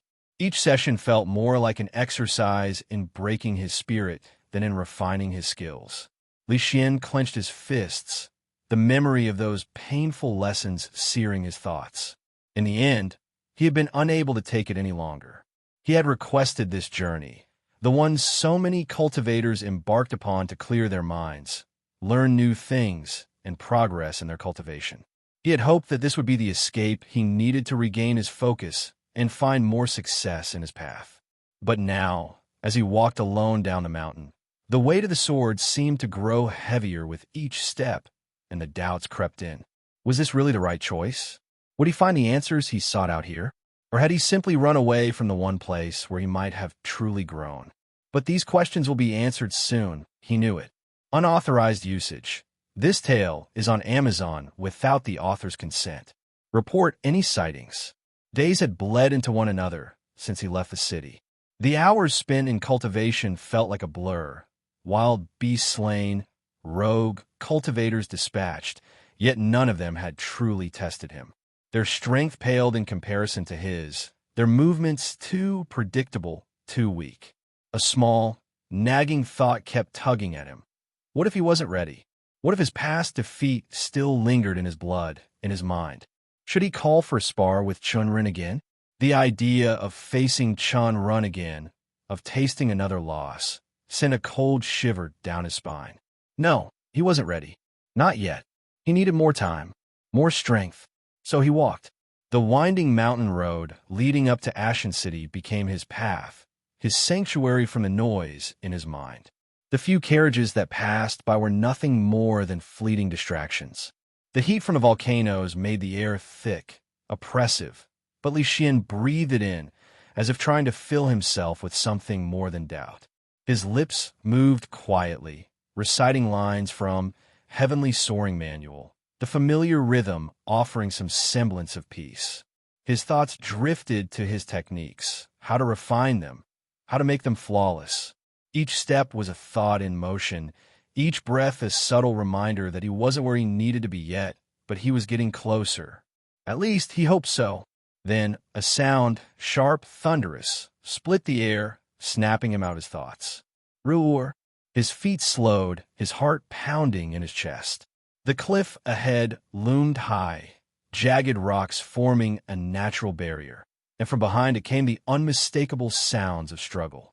The clash of weapons, the roar of the beast, and human shouts blended together into a cacophony of desperation. He moved quickly, his boots crunching over gravel and debris, sliding between boulders and weaving through the sparse trees that dotted the rocky terrain. The scent of burning herbs and sweat mixed in the air as he crouched behind a large rock to take in the scene before him. A massive creature that looked over 7 feet hovered below the cliff. He was covered in rough, scaled armor, and the texture, similar to a serpent, but far thicker and more menacing. The long tail seemed to be its weapon as it whipped through the air, knocking one of the cultivators aside, sending him to the ground with a loud force. Its mouth opened in a horrific snarl, revealing rows and rows of bloodied teeth. It hissed at the group of cultivators trapped against the cliff face. The men were skilled, he could tell by the way they moved, using techniques that seemed honed by years of practice. But even their combined efforts weren't enough. The beast's movements were swift, and its attacks relentless. It wanted blood. Each strike of its claws sent shock waves through the air, rattling the cultivator's stances, their swords barely able to penetrate its tough scales. From their clothes, Li Xian could tell they were not normal cultivators. Their robes were fine, decorated with patterns that marked them as affluent individuals from prestigious clans. They should have been able to handle such a beast. Yet here they were, struggling for survival. It almost made him laugh, but he refused to, understanding the sheer magnitude of the situation they were in. These men weren't prepared for a fight this dangerous, nor for the overwhelming power of the creature before them. The mountain path was their only escape, but climbing the cliff in their condition seemed impossible. Li Xian's mind raced. The beast was clearly Tier 2, far beyond their abilities, and if they couldn't subdue it, they'd be doomed. The thought of turning back and leaving them to their fate flickered in his mind, but something inside him stirred. He couldn't just walk away, not when they needed help, not when there was something he could do. It was in these moments that the true nature of a cultivator was revealed, wasn't it? The righteous path was not just about personal growth or victory in battles. It was about using one's power to protect others, to stand against the darkness when others couldn't. The thought of what his master would say to him if he walked away from this only hardened his resolve. Without a second thought, he unleashed his sword and gripped it. His breath steady, he took a step forward and jumped down, revealing himself from behind the rock. The cultivators seemed momentarily startled by his sudden appearance. The beast's reptilian eyes locked onto him, a low growl rumbling from deep within its chest as it shifted its stance, clearly sensing a new threat. Li Xian stood tall, his grip tightening on the hilt of his sword. He took a deep breath, his mind clearing as he called upon his cultivation, feeling this surge of energy within him. He was already in motion as he leapt into the air, his body a blur of motion. He charged toward it with a ferocity that shook the very ground beneath his feet. The beast's elongated body rippled with muscles as it crouched low, preparing to strike with its sharp claws, its massive tail whipping through the air like a deadly whip. He didn't have time to think, not when its eyes locked onto his. A low growl came from its throat, echoing against the cliffside. The claws, they were much scarier to up front, long as swords, capable of rendering through steel with a single swipe. Without hesitation, his sword cut through the air, the blade shimmering with a surge of lightning as he moved to meet the beast's charge. It met the beast's stomach. A burst of electric light erupted, sending jolts of lightning coursing through its body. The beast recoiled with a shriek, its sharp claws tearing through the air in an attempt to strike Li Xian down. He rolled on the ground, missing one of its sharp claws by an inch. Shit! The cultivators behind him gasped in awe, witnessing the display of power, but Li Xian wasn't interested in their reactions. His focus was entirely on the battle. "Stay back," he ordered coldly. He didn't have time to explain, and he didn't want them interfering. Ruor! His escape angered it as it swiped at him with claws again and again. Li Xian was already in motion. He moved around its attacks and felt the power of his recent training coursing through his veins. Now at the third star of Qi refinement realm, his confidence had been sharpened with the knowledge that he was more than a match for this creature. Yet, he tried to avoid attacks until he found a good, weak spot to retaliate. From the corner of his eyes, he saw its tail lash out suddenly, aiming to crush him, but he was quicker. He jumped over the swinging tail, his sword flashing with lightning as he sent a rush of electricity coursing through the air, trapping the beast in place for just a moment. It let out a growl of frustration, its body twitching, momentarily stunned by the electric trap.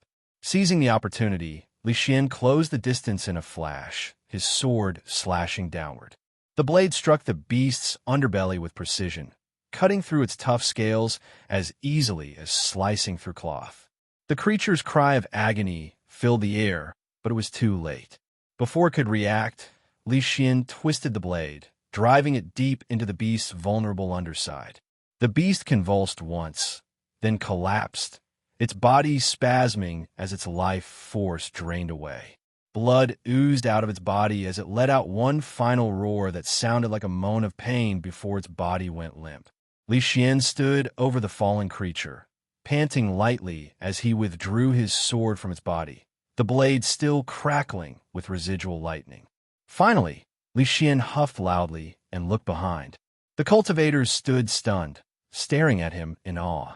They had watched a creature they had thought unbeatable be taken down in a matter of moments. Li Xian's gaze swept over them. One of the cultivators, a tall man with sharp features and a well-maintained robe, stepped forward cautiously, bowing deeply. "Honored cultivator, thank you for saving mine and my friends' lives," he said respectfully. "I, Zhu Renjie, am deeply grateful for your assistance and would like to know your name." Li Xian gave a small nod, sheathing his sword as the crackling of lightning in the air died down. "Li Xian," he replied simply, the name flowing easily from his lips. He then raised an eyebrow, curiosity piquing. "But tell me, how did you come across such a beast? None of you seem to be in the Qi refinement realm."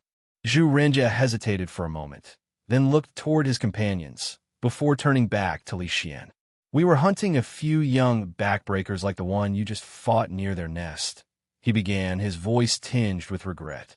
"We didn't realize the full-grown one was nearby, and it attacked us, chasing us all the way here. We were fortunate you came when you did. Had you not intervened, I fear we would not have made it." Li Xian nodded, his face impassive. "You were lucky," he said flatly. "Next time, try to think things through before challenging a nest. It might save your lives." Zhu Renjie bowed again, looking both humbled and impressed. "We will remember that, Daoist Li Xian," he promised. Then, as if considering something, he added, "For your help, I would be honored to host you at my Zhu clan in Ashen City. You can partake in a feast there, and we even have a batch of moonshine from the Divine Coin sect. Every cultivator in the city loves it. I'm sure you'll enjoy it." Li Xian's expression shifted at the mention of the Divine Coin sect, his eyes narrowing slightly.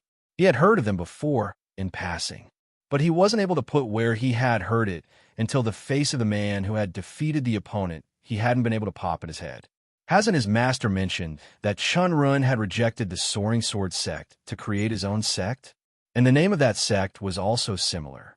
Slowly, the connection became clear. Without hesitation, he fixed Zhu Renjie with a sharp gaze. "Wait," Li Xian said, his voice steady but with an edge of interest. "Is this moonshine from the Divine Coin sect connected to a cultivator named Chen Ren?" Zhu Renjie's eyes widened slightly in surprise.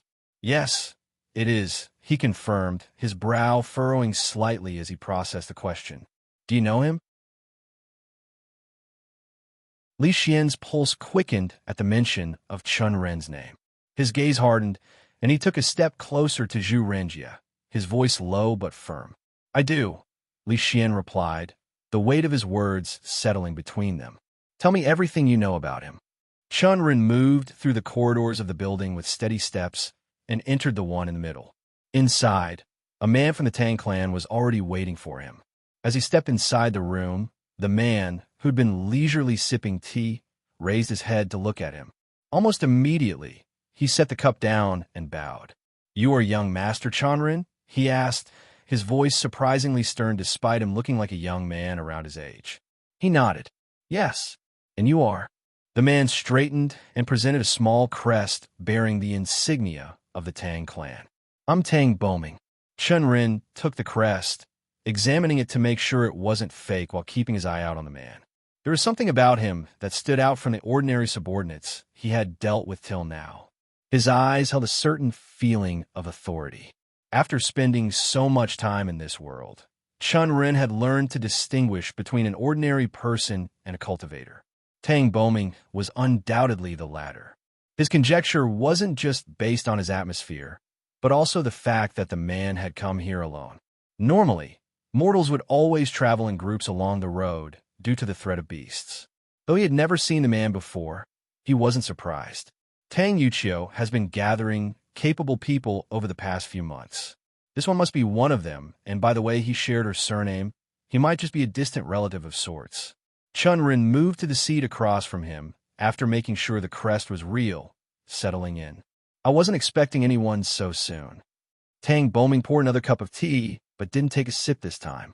Miss Yuchio sent me at the first sign of trouble since things played out exactly as you predicted. Chen Ren raised an eyebrow. So the carriages were attacked? Tang Boming handed him a parchment. Everything you need is in there. Chen Ren took the paper. Before leaving Cloud Mist City, he had spoken to Tang Yuchio about the possible obstacles they would face in Jingxi City.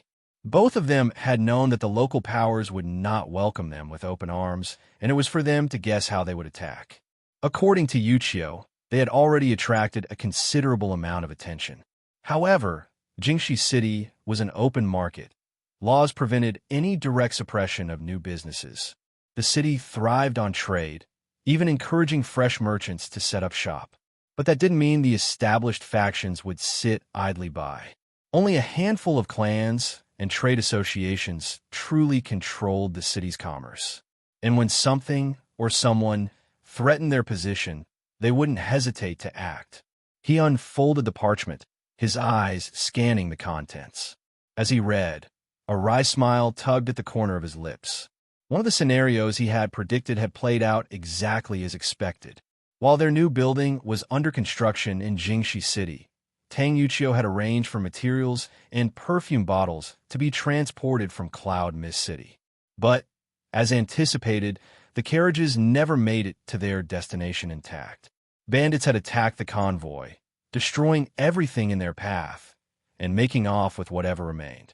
The drivers had barely escaped with their lives, but the carriages were left in ruins. Chen Ren exhaled sharply and shook his head. They're really using cliché tactics. He looked up from the parchment, meeting Tang Boming's gaze. So, I'm assuming the only real loss we took was the perfume containers and the carriages? Tang Boming nodded. Just as you instructed, the carriages we used were old and worn, and were only carrying water in those bottles. The bandits smashed them to pieces. Aside from that, they destroyed some fabric, cheap enough that it won't make a dent in our budget, and took a few common herbs. Chen Ren sighed. We were lucky we ran this trial first to see how they'd react. Tang Boming inclined his head. Indeed, but this just confirms our concerns. The so-called bandits are clearly working for one of the local clans, and they're bound to come after us again. The real issue is we still have a significant shipment to transport for our grand opening in a month. Tang Boming set his cup down. I will personally escort the carriages along with a few other body forging realm cultivators. Chen Ren narrowed his eyes slightly, having not expected the man to reveal his identity so easily. There's a whole group of them Tang Yuchio hired? The man nodded. Yes, we were originally a mercenary team. The young miss gave us a good offer, and we agreed to serve for the next 3 years. I lead them, and I have some relationship with the Tang clan, so it was an easy decision. A few body-forging realm cultivators would certainly be helpful, but are you sure that's enough? From what we know, they might send cultivators after us. Plenty of rogue cultivators would be happy to take the job and disappear afterward. Our real goal is protecting the materials, and that'll be difficult since they won't just steal them. They'll try to destroy them. Tang Boming frowned. That is a concern. We could try to fortify the carriages, but I doubt that will do much against cultivators. It won't, Chen Ren said simply.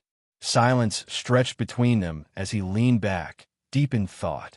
Though this was just about safely transporting materials on the surface, he knew it ran deeper than that. There were layers of complications that could spiral out of control. He needed a foolproof plan. First, he needed to understand exactly who they were up against. Chen Ren turned his gaze. Let's start with the basics. Who, exactly, are the clans and trade associations opposing us in Jingxi City? I heard a bit from Yuchio, but do you have any more information on them? The latter nodded. I do. We're trying to gather intel, and we have found that rather than a collection of separate clans and associations, it's more like a union. Chen Ren's brow furrowed. Every major clan and trade association with influence is involved, he explained. They compete with each other in business, but when it comes to outside threats, they work together. That's why new businesses rarely succeed there unless they align with the right people. Chen Ren exhaled sharply. And out of all of them, Who are our biggest problems? The Shuang clan, the Jinshi trade guild, and Lotus Mist fragrances, Tang Boming answered without hesitation. All of them either have perfume businesses or clothing shops aimed at women. They're definitely the most purchased in the city. At the same time, they're the most shaken by our foray into the city. Miss Yuchio believes that out of all of them, Shuang clan are the most likely to send bandits since they have a mercenary business on the side. It's easy to put two and two together. It's not that hard for some mercenaries to act as bandits. Chen Ren nodded, taking in the information about their competition. Previously, he'd faced a nuisance named by Hu Trade Association, and then there was the bun shop owner's petty schemes that had been nothing more than a flickering candle in the wind. But this was different. 3 opponents, a united front, and the merchant union lurking in the shadows, ready to tip the scales against him with a mere nod. A slow breath escaped his lips. Difficult? Yes. Unexpected? Hardly. Any growing business was bound to stir the hornet's nest. Rather than diving headfirst into chaos, he broke the problem down, one step at a time. His thoughts turned to transportation. Too many unknowns. The roads would be their battlefield. Ambushes, sabotage, hidden fees, and sudden inspections. His rivals would exploit every trick in the book. But so could he. The corner of his lips lifted up as he looked at Boming. A plan was already forming in his mind. This story originates from a different website. Ensure the author gets the support they deserve by reading it there. I believe, he said, I have a way to deal with this. A group of people sat in a wide room, the chairs arranged at equal distances, creating an atmosphere of order and restraint. Servants moved between them, their footsteps light and practiced as they poured steaming tea into fine porcelain cups. The rich scent of brewed leaves filled the air, yet most of the attendees barely acknowledged it. Their attention was drawn instead to the 2 figures seated at the far edge of the room, locked in yet another bickering match. Yeshuan, you really showed your fangs this time. The woman snapped, her eyes throwing daggers at him, so sharp and intense that any outsider would have flinched. Poaching my spirit rice supply from White Bear sect? And now, you're even sitting there with that smug little smile on your face.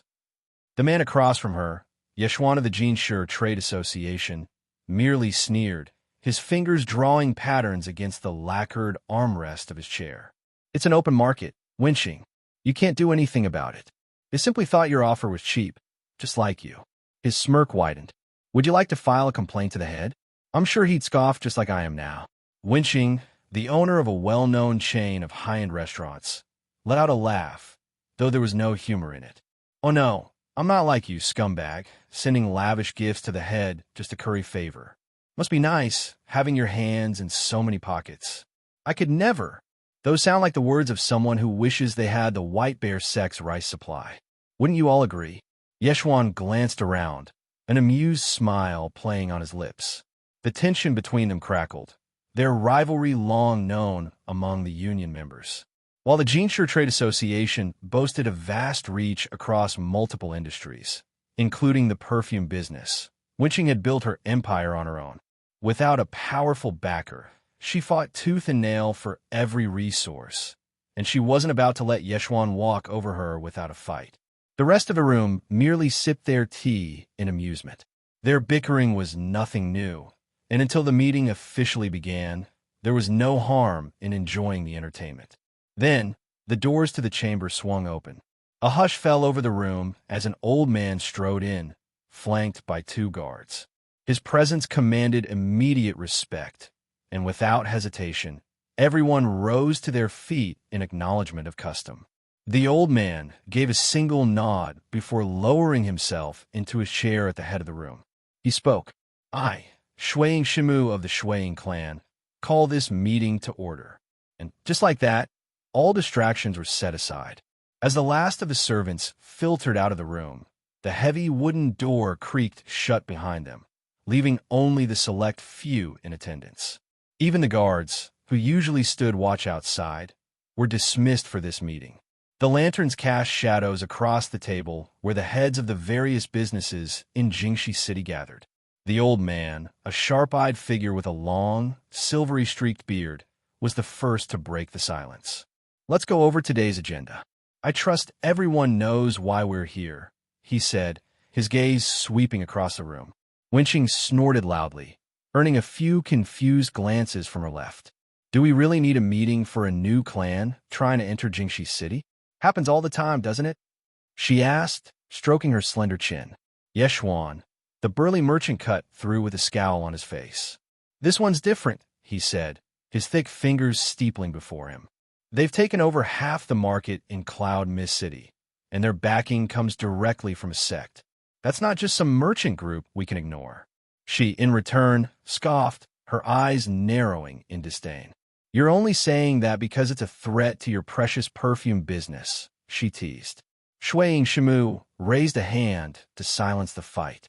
His gaze shifted to each person at the table before she spoke in a calm but firm voice. I believe it's a threat to a lot of businesses. That silenced everyone, including Wenqing. Like Wenqing said, shops, merchant groups, and clans entering our city isn't anything new. But we created the union for a reason. To maintain the balance and protect our interests. We can't afford another clan moving in. From what we know, the Tang clan and the Divine Coin sect have big plans, and their actions up to now suggest they're not here for just a piece of the pie. They won't be happy with the breadcrumbs we feed to other merchants who came here for business. They want it all. If we don't act, they'll turn this place upside down. A heavy silence fell over the room as everyone considered Shuiying Shenmu's words. Most knew that the old man's fervor had much to do with his own business interests, but no one dared to speak against him. The union had a structure, and words from the head carried weight. They had all seen what happened when someone disregarded that. Slowly, heads began to nod in agreement. The market was delicate. Too many new variables could send it spiraling out of control. They couldn't afford to let another faction in, especially one with the backing of the Tang clan. No one spoke up to challenge the old man, but the tension in the air was rough. The thoughtful silence was broken by the sharp voice of one of the men, a merchant who mostly dabbled in seafood. So what are we going to do? He asked and looked in between the head, Yu Xuan, and Wenqing. Are they still trying to get into the city after their carriages were destroyed? Shuiying Shenmu's brows furrowed. That was a trap, he said, the words tinged with frustration. They wanted to see how we would react. A murmur of confusion spread through the room, and one of the younger merchants leaned forward. How did you figure that? Yishuan, his arms crossed and his eyes scanning the table, grunted before speaking. The perfumes and herbs we found. He paused, allowing the others to catch his meaning. They were either fake or too common. Not the kind of materials you'd expect from a clan with such high aspirations. And even the driver, when we went to investigate, he ran at the first sight of the men we hired. He didn't even try to look at the carriage or material once. A few heads nodded in understanding. It was all a test, a way for them to gauge what we would do, and they played right into our hands. Wenqing let out a low chuckle, a smile tugging at her lips. Ah, so they're smart and paranoid. The worst kind of people to deal with. It doesn't matter. What matters is that now they know we're aware of our little game. This just means they're going to be more cautious. They'll probably send a retinue of guards, maybe even cultivators. We'll need to prepare, Shuiying Shimu said. Wenqing scoffed, shaking her head. Do we really need to? Although the Tang clan can be formidable, they won't put all their manpower into getting a foothold here, and this Divine Coin sect doesn't seem like much to me. It's not even a real sect, just a fledgling group with no real weight behind it. I have looked into it, and it's just an emerging sect. It doesn't matter. The head of the table cut her off. They'll still have cultivators at their disposal, and there are rumors, mysterious ones, about their leader. People in Cloud Mist City call him Dragonheart. The room fell silent for a moment as everyone digested the name. One of the men scoffed, breaking the silence with a dismissive sneer. Dragonheart?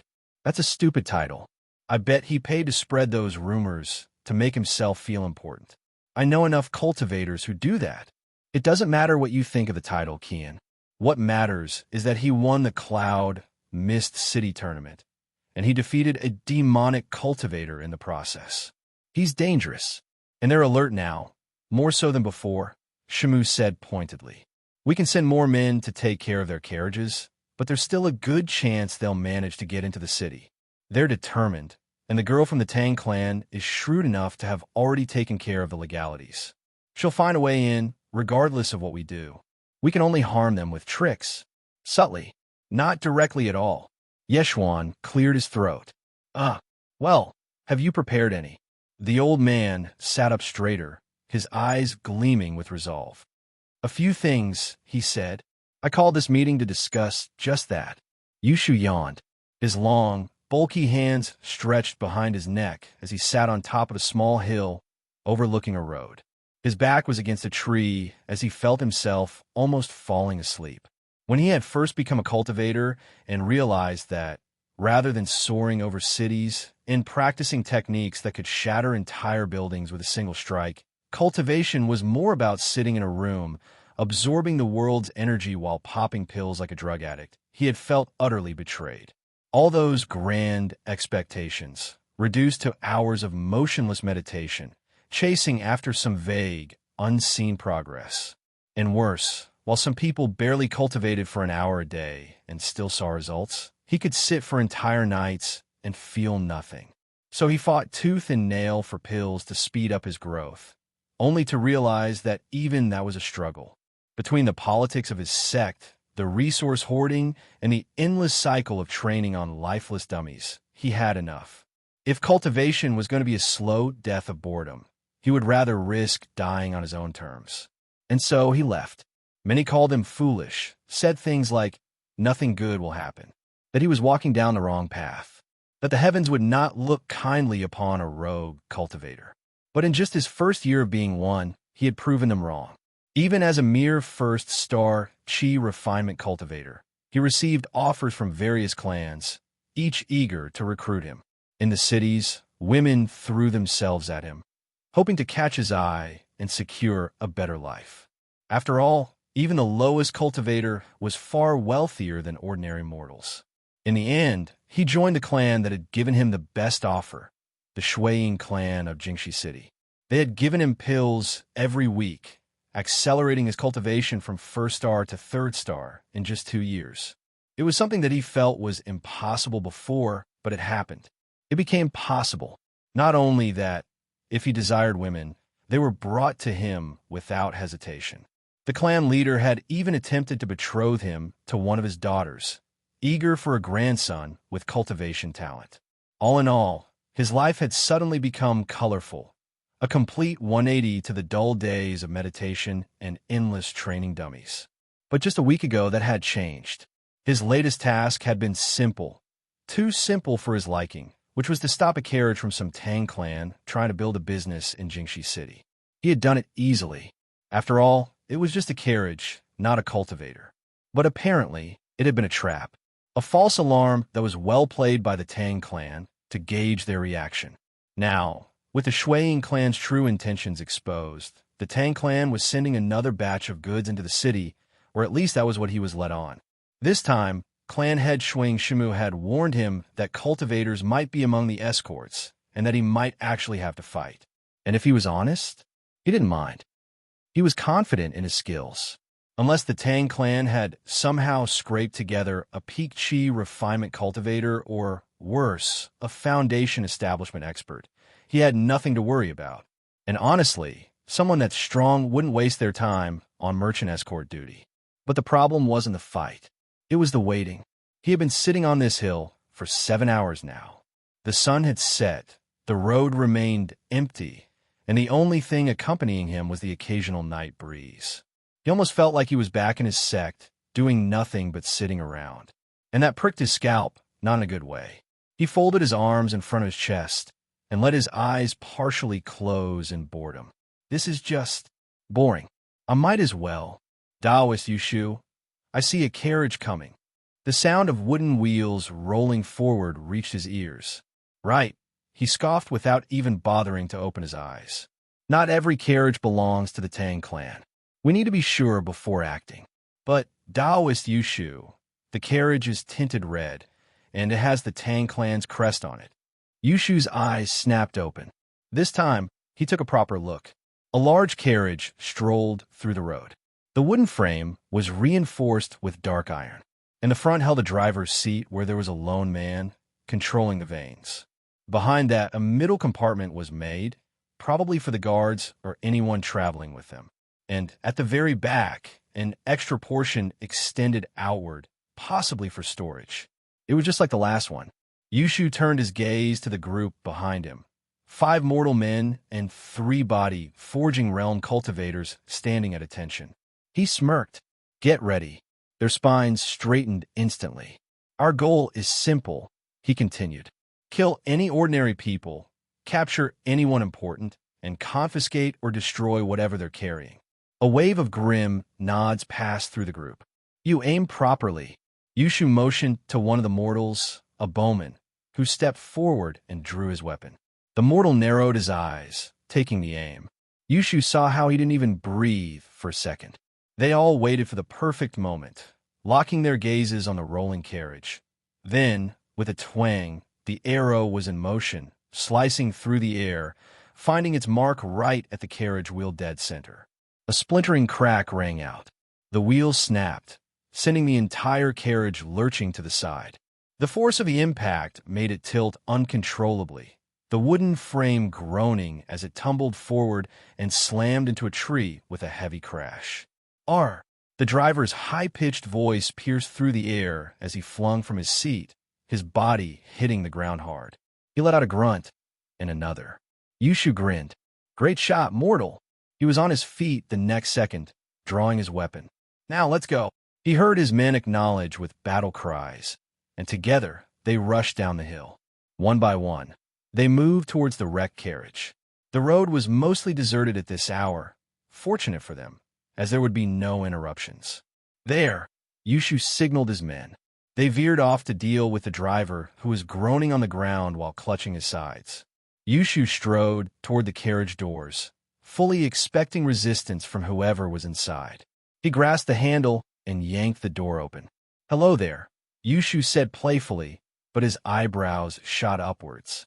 Empty. Is it the wrong carriage? But just as doubt began creeping into his mind, his eyes moved to the Tang clan crest carved into the wooden door. No, this was definitely the one. Something was off. Something was definitely off. He sensed it in his bones.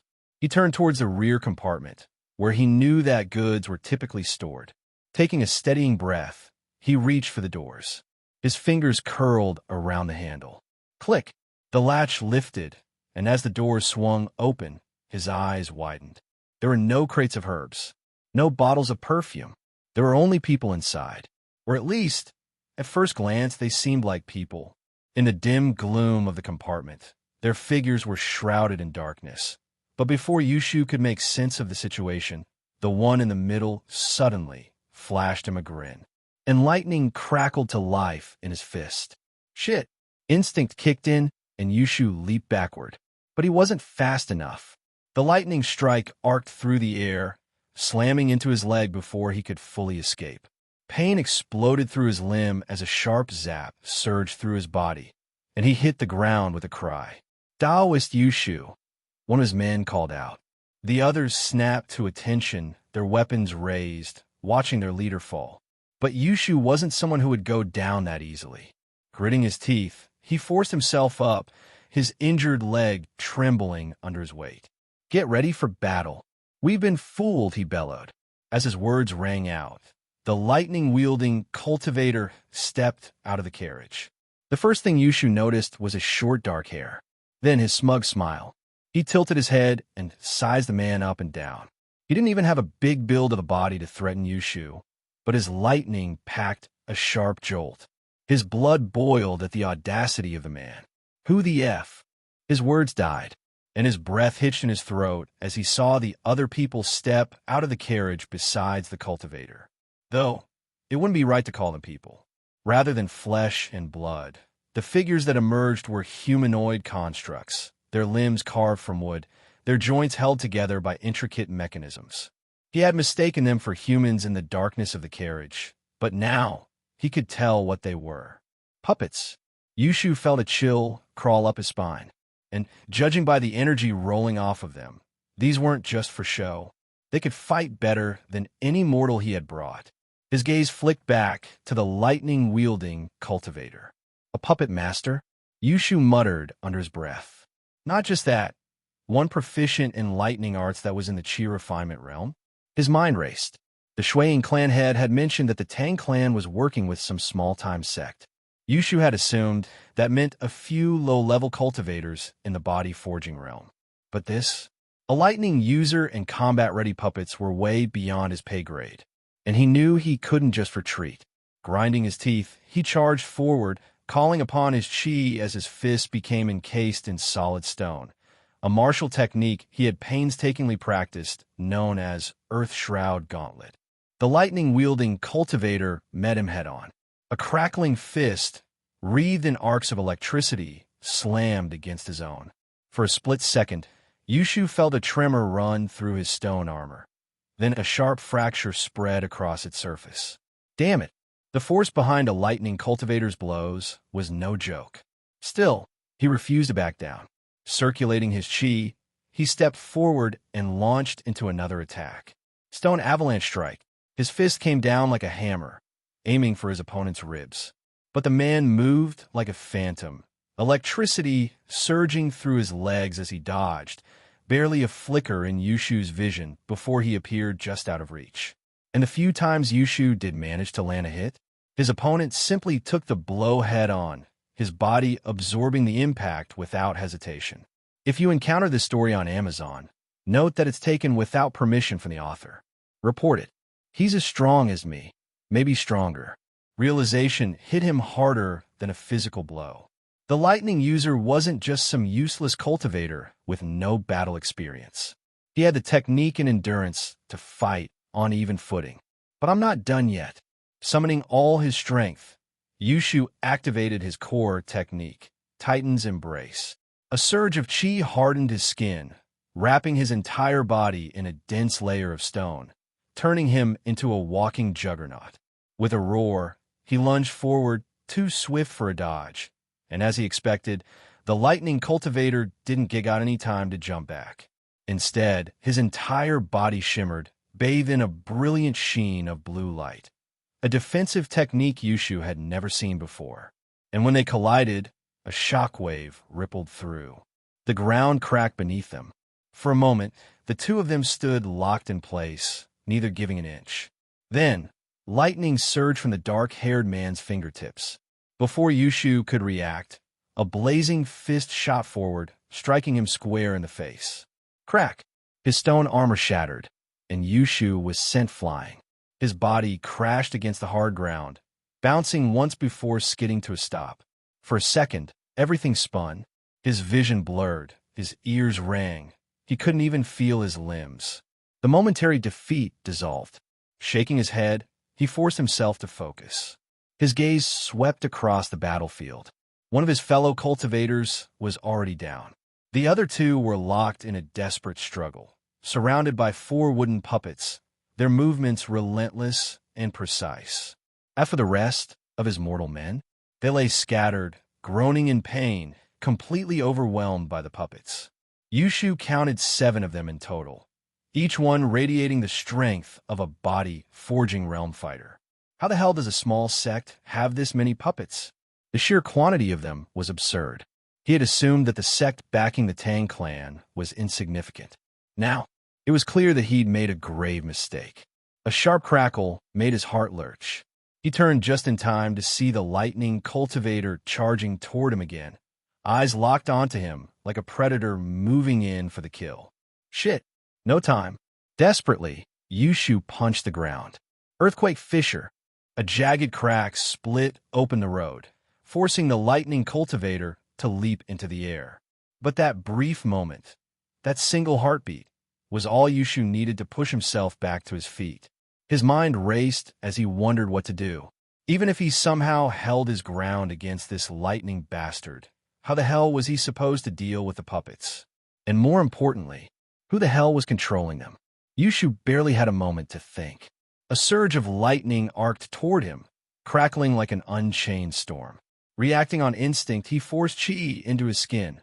Earthen bulwark, stone encased his body, forming a protective shell, but it wasn't enough. The lightning tore through, searing his flesh beneath the cracks. His knees buckled, his muscles spasmed. Move! He bit down on his tongue, the sharp pain grounding him just enough to keep his stance from collapsing completely. His opponent was already closing in. Damn it. No choice. Yushu poured qi into the ring on his finger. A silver spear materialized in his grasp, shocking the lightning cultivator, whose eyes widened in shock. Too fucking late. Yushu thrust forward. The tip of the spear pierced through his opponent's arm, slipping past the thin sheen of his defensive technique. The lightning cultivator gritted his teeth and staggered back. But within moments, the starlight barrier flickered back to life, repairing itself. TCH. Not enough. Yushu refused to give him time to recover. He lunged forward, spear cutting through the air in rapid succession, aiming to break through the defense completely. But the lightning cultivator was too fast. With lightning coiling around his legs, he blurred out of reach again and again. Yushu growled in frustration. He had heard of lightning cultivators being nimble, but this was ridiculous. Enough with the tricks. It's time to end this. The word sent a chill down Yushu's spine. For the first time, the lightning cultivator stopped moving, looking at Yushu as if he was just a dead man standing. His stance held firm. Yushu didn't hesitate. He drove his spear straight toward his chest. It landed. For a fraction of a second, Yushu thought he had one. Then he saw it, the defensive energy converging. It wrapped around his spear, locking in place. His eyes widened. Shit. No. He tried to pull back, but it was already too late. Lightning surged from his opponent's body. A storm condensed into a single devastating blast. Electricity ripped through him, burning, tearing, forcing his body into violent spasms. Yushu tried to form a final rock armor, but the moment it took shape, it shattered. His vision blurred. His body collapsed. The last thing he saw was the lightning cultivator's impassive gaze and his stupid smirk. He wished he could wipe that clean off his face. But his eyelids grew heavy. Darkness overtook him. Chen Ren exhaled, wiping the sweat from his brow with the back of his hand. His body still thrummed with the lingering aftershocks of battle, muscles taut from the strain. He glanced down at his side. A clean puncture wound, courtesy of the spear that had seemingly appeared out of nowhere. The injury wasn't deep, and the bleeding had already stopped. Still, he hadn't seen that attack coming. It was a mistake, one that had cost him blood. His expression darkened for a brief moment. Then he let out a quiet breath, dismissing the thought. His body would recover. Instead, his gaze drifted downward, settling on the unconscious figure sprawled across the ground. The man's breathing was ragged, his body still twitching slightly from the aftermath of lightning coursing through his meridians. But Chen Ren's attention wasn't on his injuries. It was on the ring, a simple, unadorned band of dull silver wrapped around the cultivator's index finger. There were no gems, no engravings, nothing that would make it stand out to the untrained eye. But Chen Ren knew better. Even without touching it, he could feel the faint pulse of qi emanating from within, and the spear appearing out of nowhere already confirmed what the ring was. A spatial artifact, a coveted treasure. He knelt down, slipping the ring from the man's finger, rolling it between his own. Up close, the material was smooth, cool against his fingertips. There were faint etchings along the inner rim, almost invisible, but undoubtedly part of the formation that allowed it to store objects beyond normal space. He pressed a thread of his qi into the ring, testing its reaction. Would it recognize him, or was it bound by the previous owner's will? Chen Ren furrowed his brows as his qi failed to make anything happen. The ring was apparently qi-bound. He clicked his tongue, eyes narrowing slightly. That complicated things.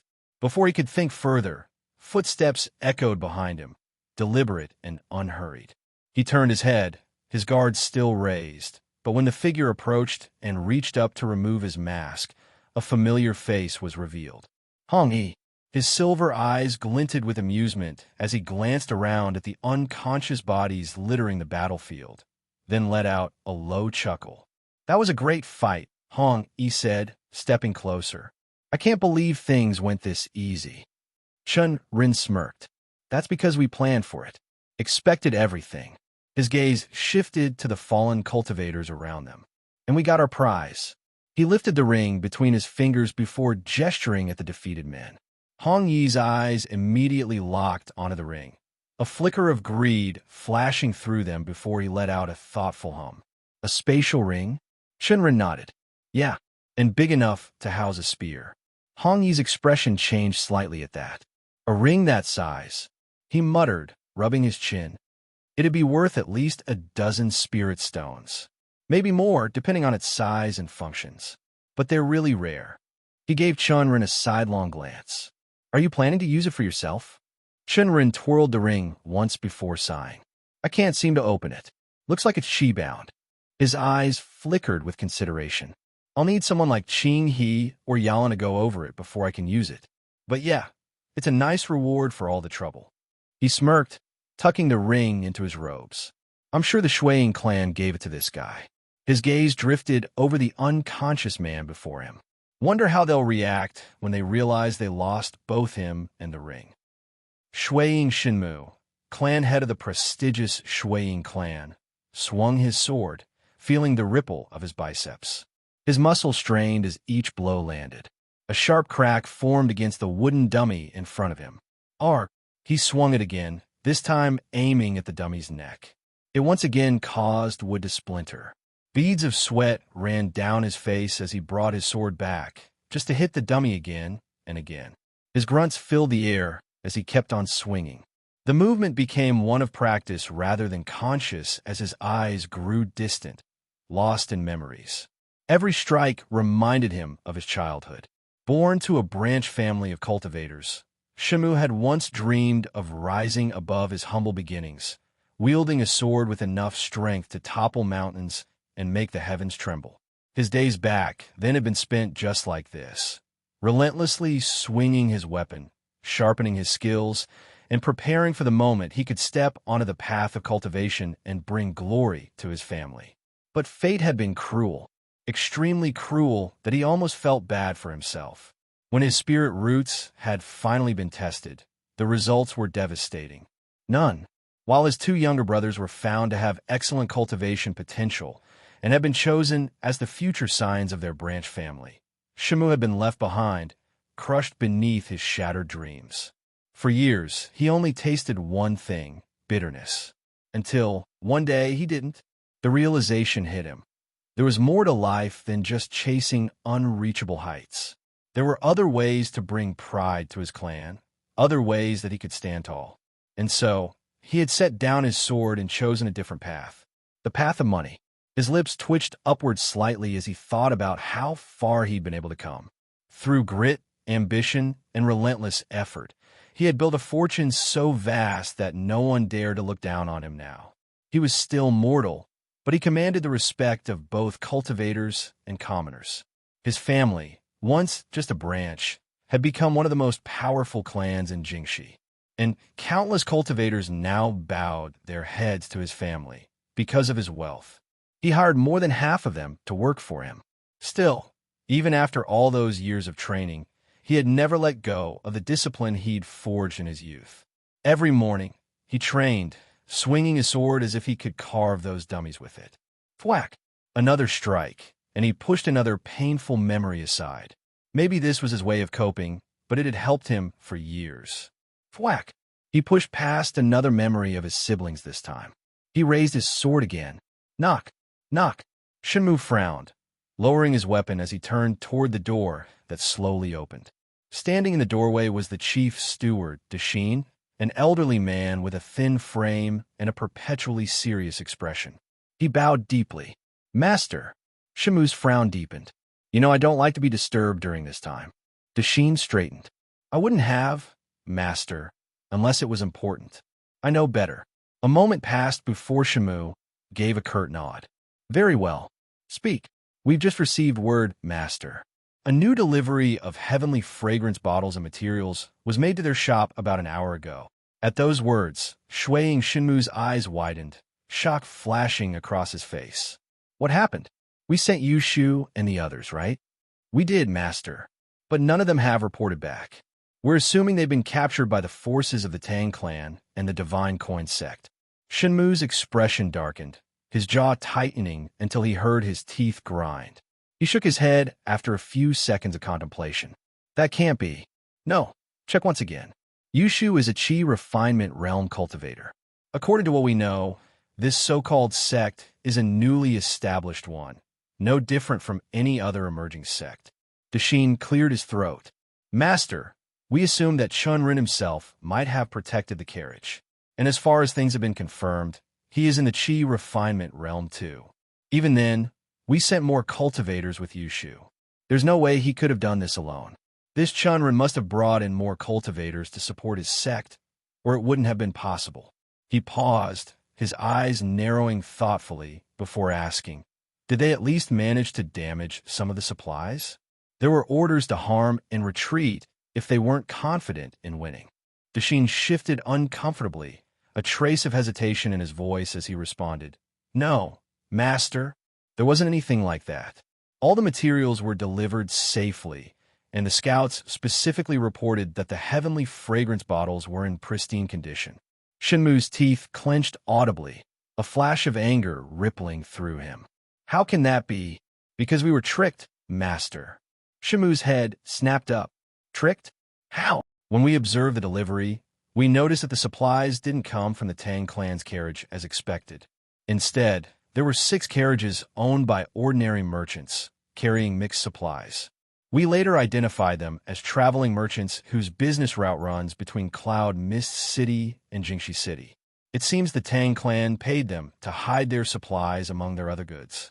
Shenmu's eyes glinted with cold fury as he considered the implications. He certainly hadn't expected such a move. Do you want us to take action against those merchants? He fell silent, lowering the sword slowly as he sank into deep thought. Did he want to go against those merchants who had crossed as their clan? Did they even know what they were doing, or were they simply after some easy coins? His mind spinned with different scenarios.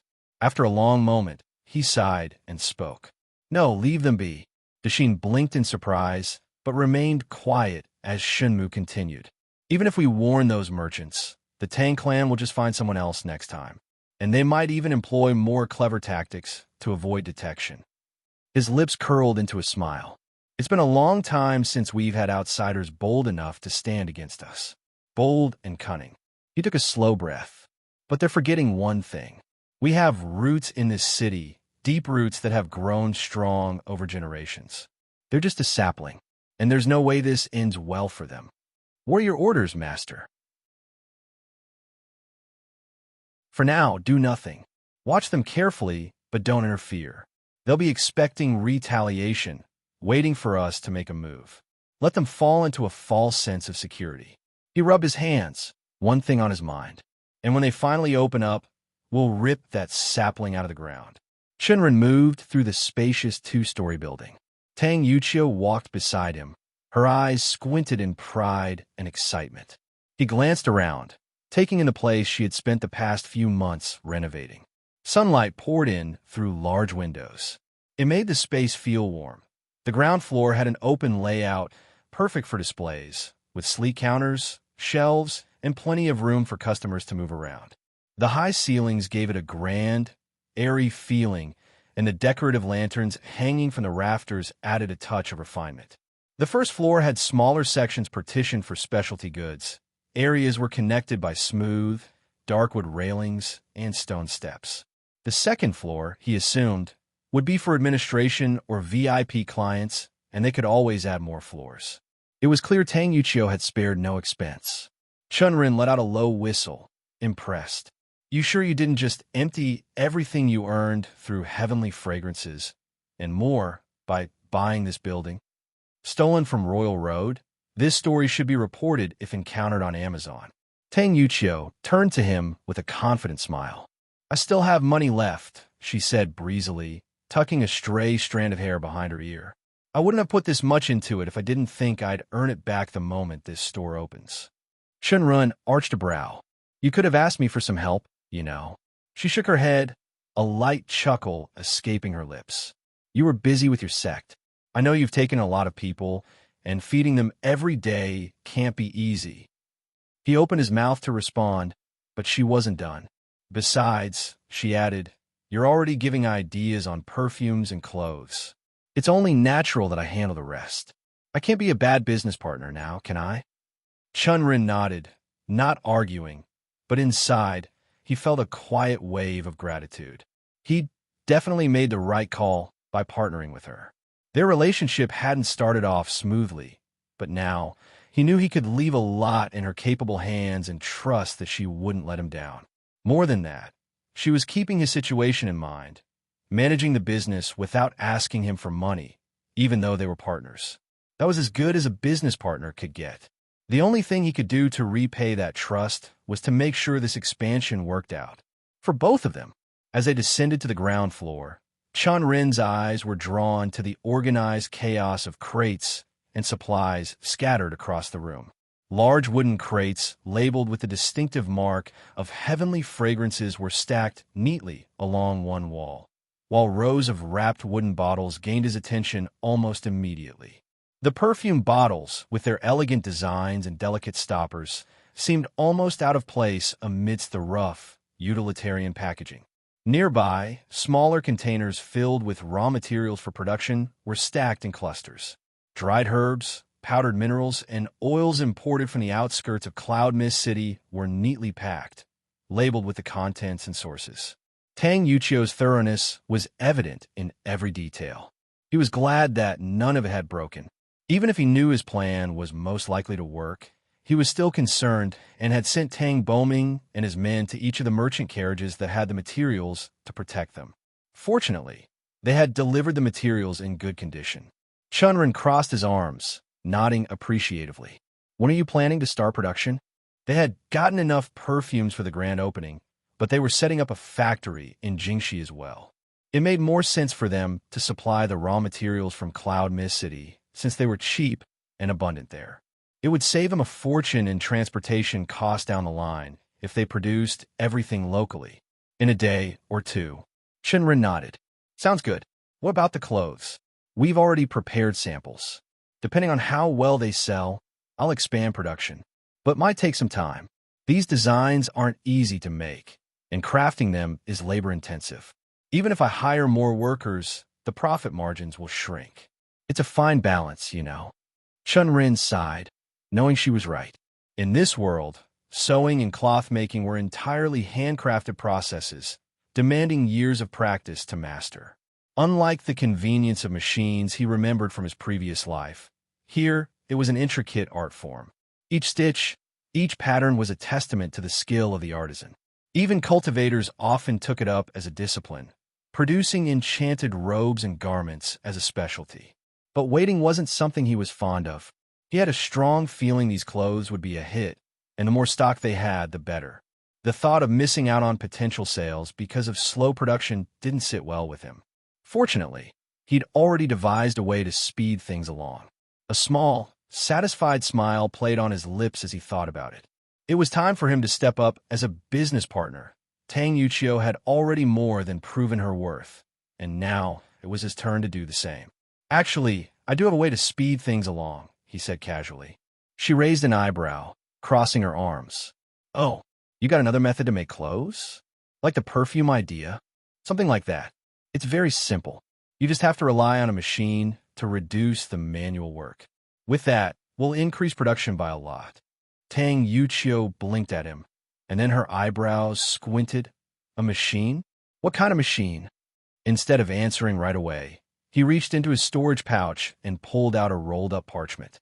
He unfurled it on a nearby crate, revealing a detailed, hand-drawn diagram. It was filled with precise sketches, tiny notes, and arrows pointing to various components. "I came up with this design once I returned to my sect after our talk," he explained, tapping the parchment. "It won't be the easiest thing to build since it needs some fine-tuning, but if we can pull it off, I think we'll have a machine that could change the way clothes are made."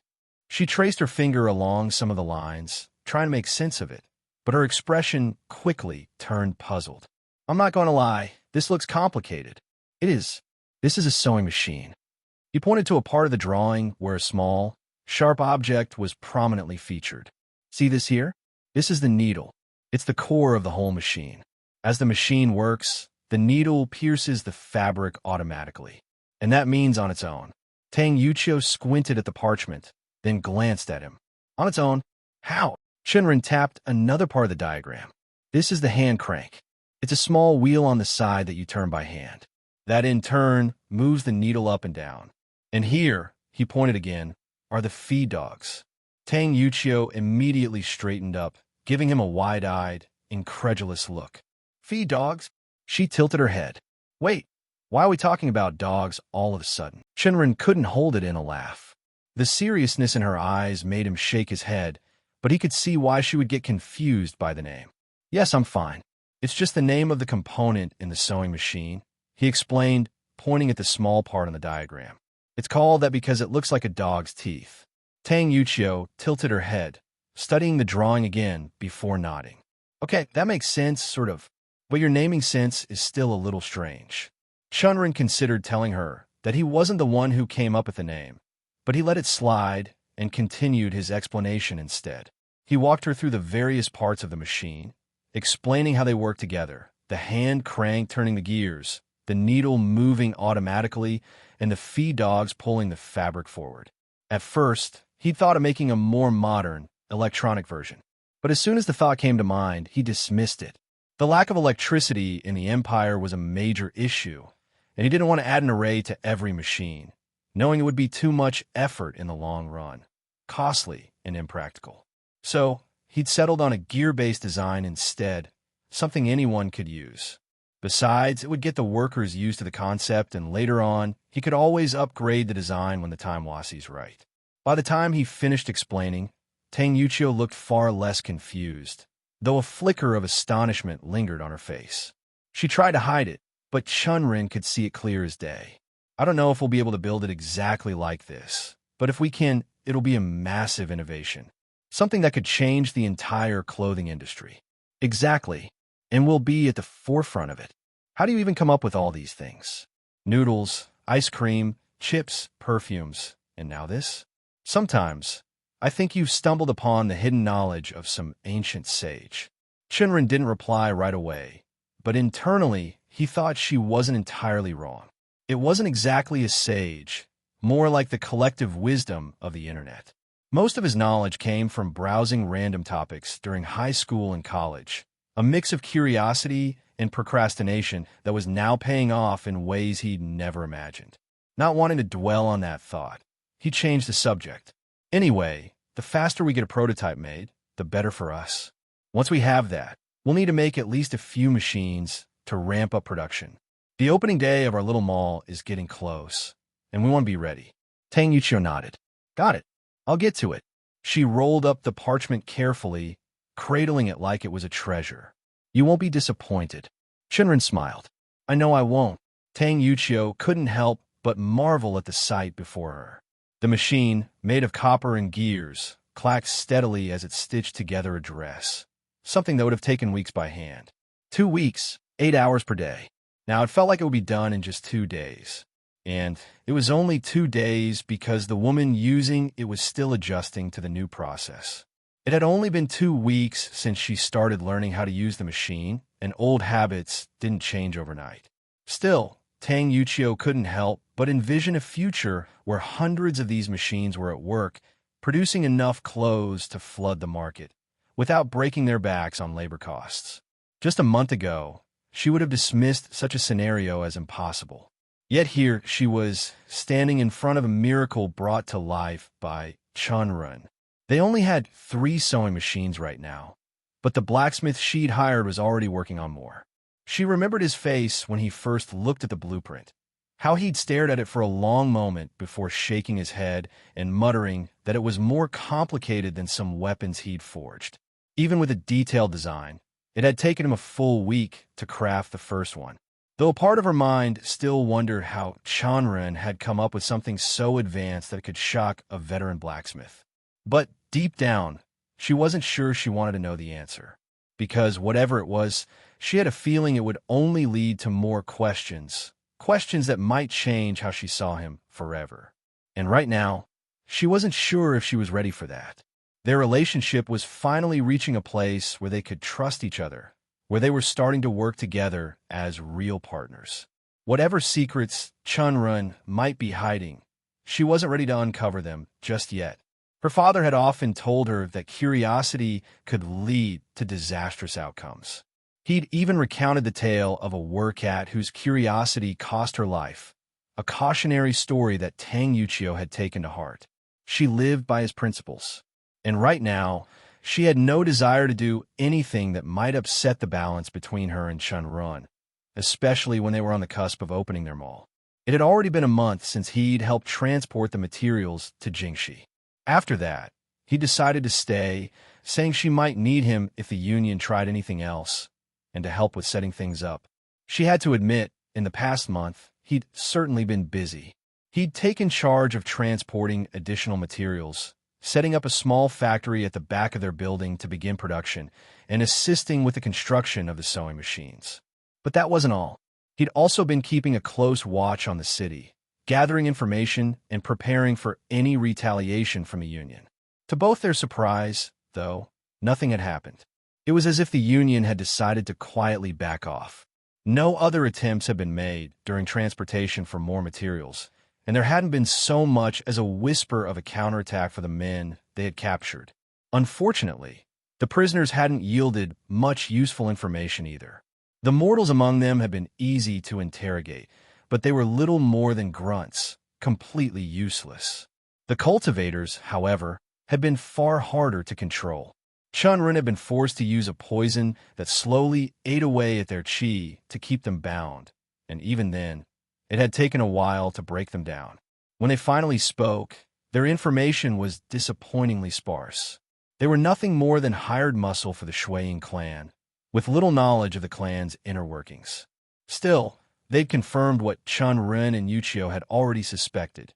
Shuiying Shimu, the clan leader, wouldn't stop until he'd crushed their business completely. He had a reputation for pitiless efficiency, and the prisoners had described past instances where Shunmu had systematically wiped out rival enterprises down to their very roots. If nothing else, it gave them a clearer picture of the enemy they were up against, and just how dangerous he really was. The silence from a union was beginning to gnaw at Yuchio, leaving her uneasy. Even now, as she made her way through the corridor on the second floor of their mall, she couldn't shake the feeling. It was a continuous heaviness. They had converted this part of the building into production and living quarters for herself, Chen Ren, and their subordinates.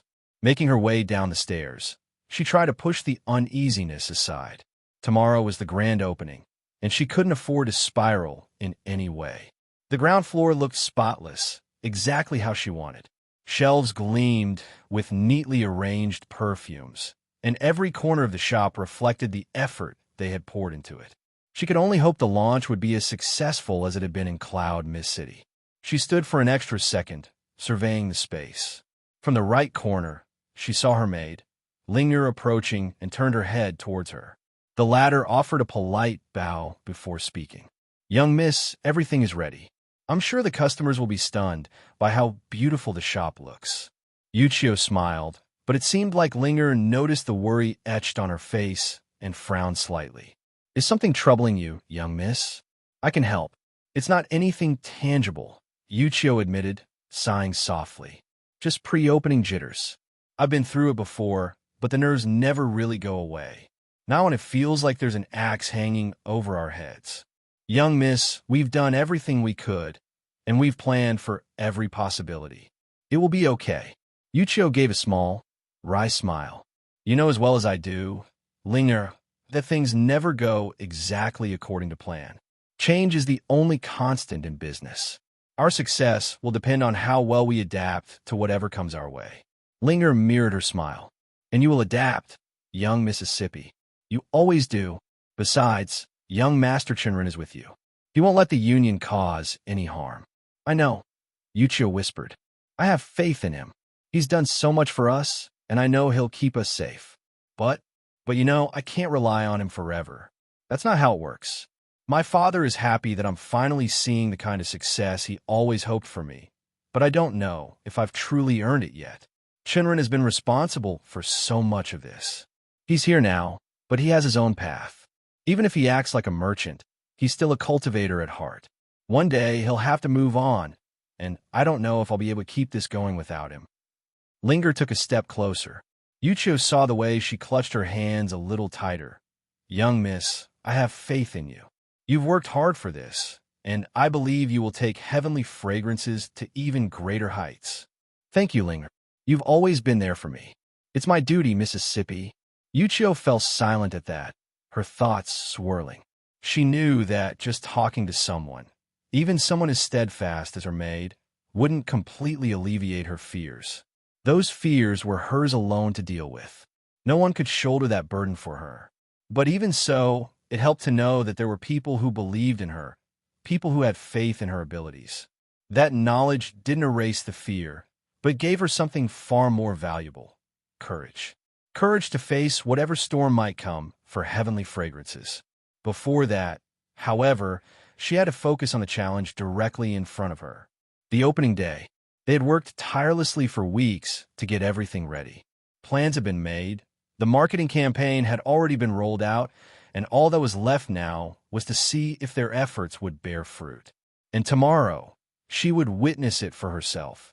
Whether the opening would be a success or not would depend on how well they had prepared, and how well they could adapt if things went awry. She inhaled through the nose, felt her lungs fill, and straightened her shoulders. She gave a small nod to Linger, locking her determination in. Tomorrow would be the start of something great. It had to be. Yin Ling strolled aimlessly through the lively streets of Jingxi, feeling lost in the middle of the hustle and chatter of the crowd around her. A few times, she lightly bumped into a passersby, murmuring distracted apologies without truly registering them. Her mind was elsewhere, spinning through the river of unfortunate events that had come to her life over the past few weeks. And all those thoughts pressed her chest tighter, cutting off any conscious supply of air. Just a year ago, the Yin clan had been one of the more prominent minor merchant clans in Jingxi. Their transportation business had been thriving, with steady contracts and loyal customers. Her father had been confident that their success would earn him a coveted seat in the union, the headmost trade body in the city. But the heavens, it seemed, had a twisted sense of humor. A few devastating raids by well-organized bandits were all it took to cripple their reputation. Word spread fast in the merchant circles, and soon, the Yin clan's contracts began slipping through their fingers like sand.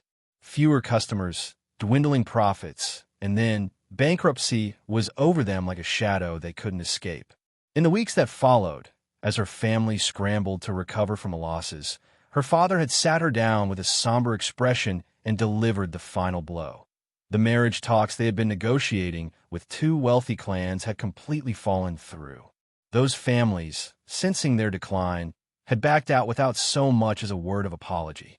"You'll have to find a match on your own," he'd told her, looking wearier than she'd ever seen him. Yin Ling had nodded at the time, putting on a brave face, but deep down, she knew the truth. At 24, she was already considered too old to marry in Jingxi's upper circles. Her younger cousins had been married off years ago, securing alliances and stable futures, while she had waited, hoping for a match that would bring her wealth and status. And now, that dream was crumbling before her eyes. She could already imagine the whispers, the knowing glances from other merchant daughters, the pitying smiles from her aunts. If she didn't secure a match soon, she would end up like those bitter old matrons who spent their days gossiping and lamenting what could have been. Unauthorized usage. This narrative is on Amazon without the author's consent. Report any sighting. Her father had promised that he would support her in marrying whoever she chose, but what good was that when she didn't have a line of suitors clamoring for her hand? Sighing, she rubbed her temple, trying to cease the incoming headache. That might have been true 2 years ago when the Yin clan's business was at its peak, and her name carried a weight in Jingxi's merchant circles. Back then, she had been seen as a desirable match, a young woman from a prosperous family with a bright future ahead of her. But now, Yinling was hardly thought of as someone with good prospects. A 24-year-old woman from a fallen clan, no longer the talk of advantageous marriage arrangements. Too old for the best matches, lacking in wealth, and without any clear path forward, her head felt like it might explode just from thinking about it all. And it wasn't as though she could just marry anyone. Even with their decline, The Yin family wouldn't allow her to marry beneath their station. They needed someone of equal or greater status for the marriage to make sense. But where was she supposed to find such a match when most potential suitors avoided families on the verge of ruin? Her only real chance had come 2 days ago, when she'd managed to secure an invitation to a banquet, a prestigious gathering where even members of the union would be in attendance. It might be her only opportunity to make an impression, to catch the eye of a young master with enough wealth and influence to overlook her family's current misfortune. But even that opportunity came with problems. Her clothes were old, 2 seasons out of fashion, and her jewelry was barely worth wearing. She could already imagine the disapproving glances and whispered comments from the other young women at the banquet, who would be dressed in the latest silks and draped in gold and jade. She'd asked her father for help, hoping he might buy her at least a new dress, but he had only shaken his head and sighed. "We're struggling to keep the business afloat. We can't afford luxuries right now." And so, she had spent the past 2 days wandering through the city, visiting shop after shop, hoping to find something suitable within her meager budget. She tried negotiating for lower prices, pleading with shopkeepers she had once known, but none of it had worked. The dresses she could afford were too plain, and the ones she wanted were far beyond her reach. In the end, she had refused to go home, feeling like it would be admitting defeat if she did. Now, as she strolled through the streets, her mind was heaving with frustration and hopelessness. She suddenly noticed a large crowd gathered near the central square, where roads branched off toward different districts of the city. "What's going on?" she wondered, slowing her steps as she craned her neck to get a better look. The crowd was clustered around something, but she wasn't able to make out what it was. Curiosity stirred within her. It wasn't often that something would attract this much attention, especially in the central square. Yin Ling let her feet carry her toward the crowd. Using her small, petite frame to her advantage, she slipped between the people, squeezing through narrow gaps until she found herself near the front. It wasn't too difficult. Most of the men and women were too preoccupied with whatever was happening ahead to notice her weaving through them. When she finally reached the front, the scene before her left her momentarily confused. A beautiful woman with striking features stood in the middle, dressed in a flowing gown of deep crimson silk embroidered with highlighting gold patterns. Her posture was graceful but commanding, and her lips were curved in a bright, confident smile. In front of her was a long wooden table, lined with neat rows of small perfume bottles. Behind her stood several men who looked like guards, broad-shouldered, watchful eyes, and swords strapped to their waists. "I'm glad our little demonstration has caught your attention," the woman said. "But don't worry, I won't take up too much of your time." Before she could continue, a playful voice called out from the crowd, "I was hoping to see you for a while longer." That earned a ripple of laughter from the onlookers, and the woman smirked, tilting her head slightly. "Thank you, but sadly, I'm not on display today." She gestured gracefully toward the table. "Heavenly Fragrance's perfumes are." Yinling's eyes shifted to the bottles on display. They were made of polished wood, not even glass, and although she couldn't see the liquid inside, the subtle, lingering scent that was wafting through the air hinted at something high quality. Having used so many perfumes, she knew that well. The woman continued, her smile never wavering. "I'm sure some of you here have already heard of Heavenly Fragrances. We're the most famous perfume brand in Cloud Mist City, with customers ranging from high society ladies to common folk and even cultivators. And now, we're finally here in Jingxi, ready to let you discover what true high-quality perfume smells like, all for the price of just 5 to 8 silver won." Yinling's eyes widened in shock. 5 to 8 silver won? She stared at the bottles, half expecting them to transform into something cheap-looking, but the smell remained as refined and pleasant as before. She never knew that perfumes were sold at such low prices, and she couldn't help but wonder if it was some kind of scam. Most perfumes in Jingxi sold for at least several dozen silver won, sometimes even more depending on the shop. How could something that cheap be any good? As the thought crossed her mind, she heard a few whispered conversations around her. "My cousin lives in Cloud Mist City," a young woman nearby said excitedly to her friend. "She told me the perfumes from Heavenly Fragrances are amazing, and they're really that cheap." "Yes, I visited Cloud Mist during their annual tournament last year and tried some of their perfumes. They're great. I'm so glad they've opened a store here. That made Yin Ling hesitate, her earlier suspicions faltering. Could this really be the opportunity it seemed to be? As if sensing the crowd's uncertainty, the woman behind the table smiled again. If you're curious, we're offering free samples. You could try them right here. Yin Ling's eyes widened, excitement flaring despite herself. Before she could second-guess her reaction, the words burst out of her mouth. Can I try? The woman's eyes sparkled, mirroring Yin Lin's expression. Of course, young miss. You're free to. Yin Ling stepped forward, her heart beating faster as she approached the table. One of the men behind the woman handed her a small wooden bottle, and she poured a few drops of perfume onto Yin Ling's palm. As soon as she raised her hand to her nose, the scent enveloped her, a soft, luxurious blend of jasmine, sandalwood, and something light and floral she couldn't quite place. The fragrance was subtle yet intoxicating, elegant but not overpowering. Her eyes fluttered shut for a moment as she took it in. This is really good. It's wonderful, she murmured, opening her eyes to find the woman smiling at her. Thank you, young miss. If you hurry, you can be one of the first customers at our Jingxi City branch. It's just down the street, past the central square. Yin Ling nodded absently, still distracted by the lingering scent on her skin. But before she could think of what to say next, the woman leaned in slightly. And there's more, she said with a wink. If you bring 2 friends with you, you'll get a 30% discount on your purchase. Not only that, but you'll also have the chance to try out our newest collection of women's clothing.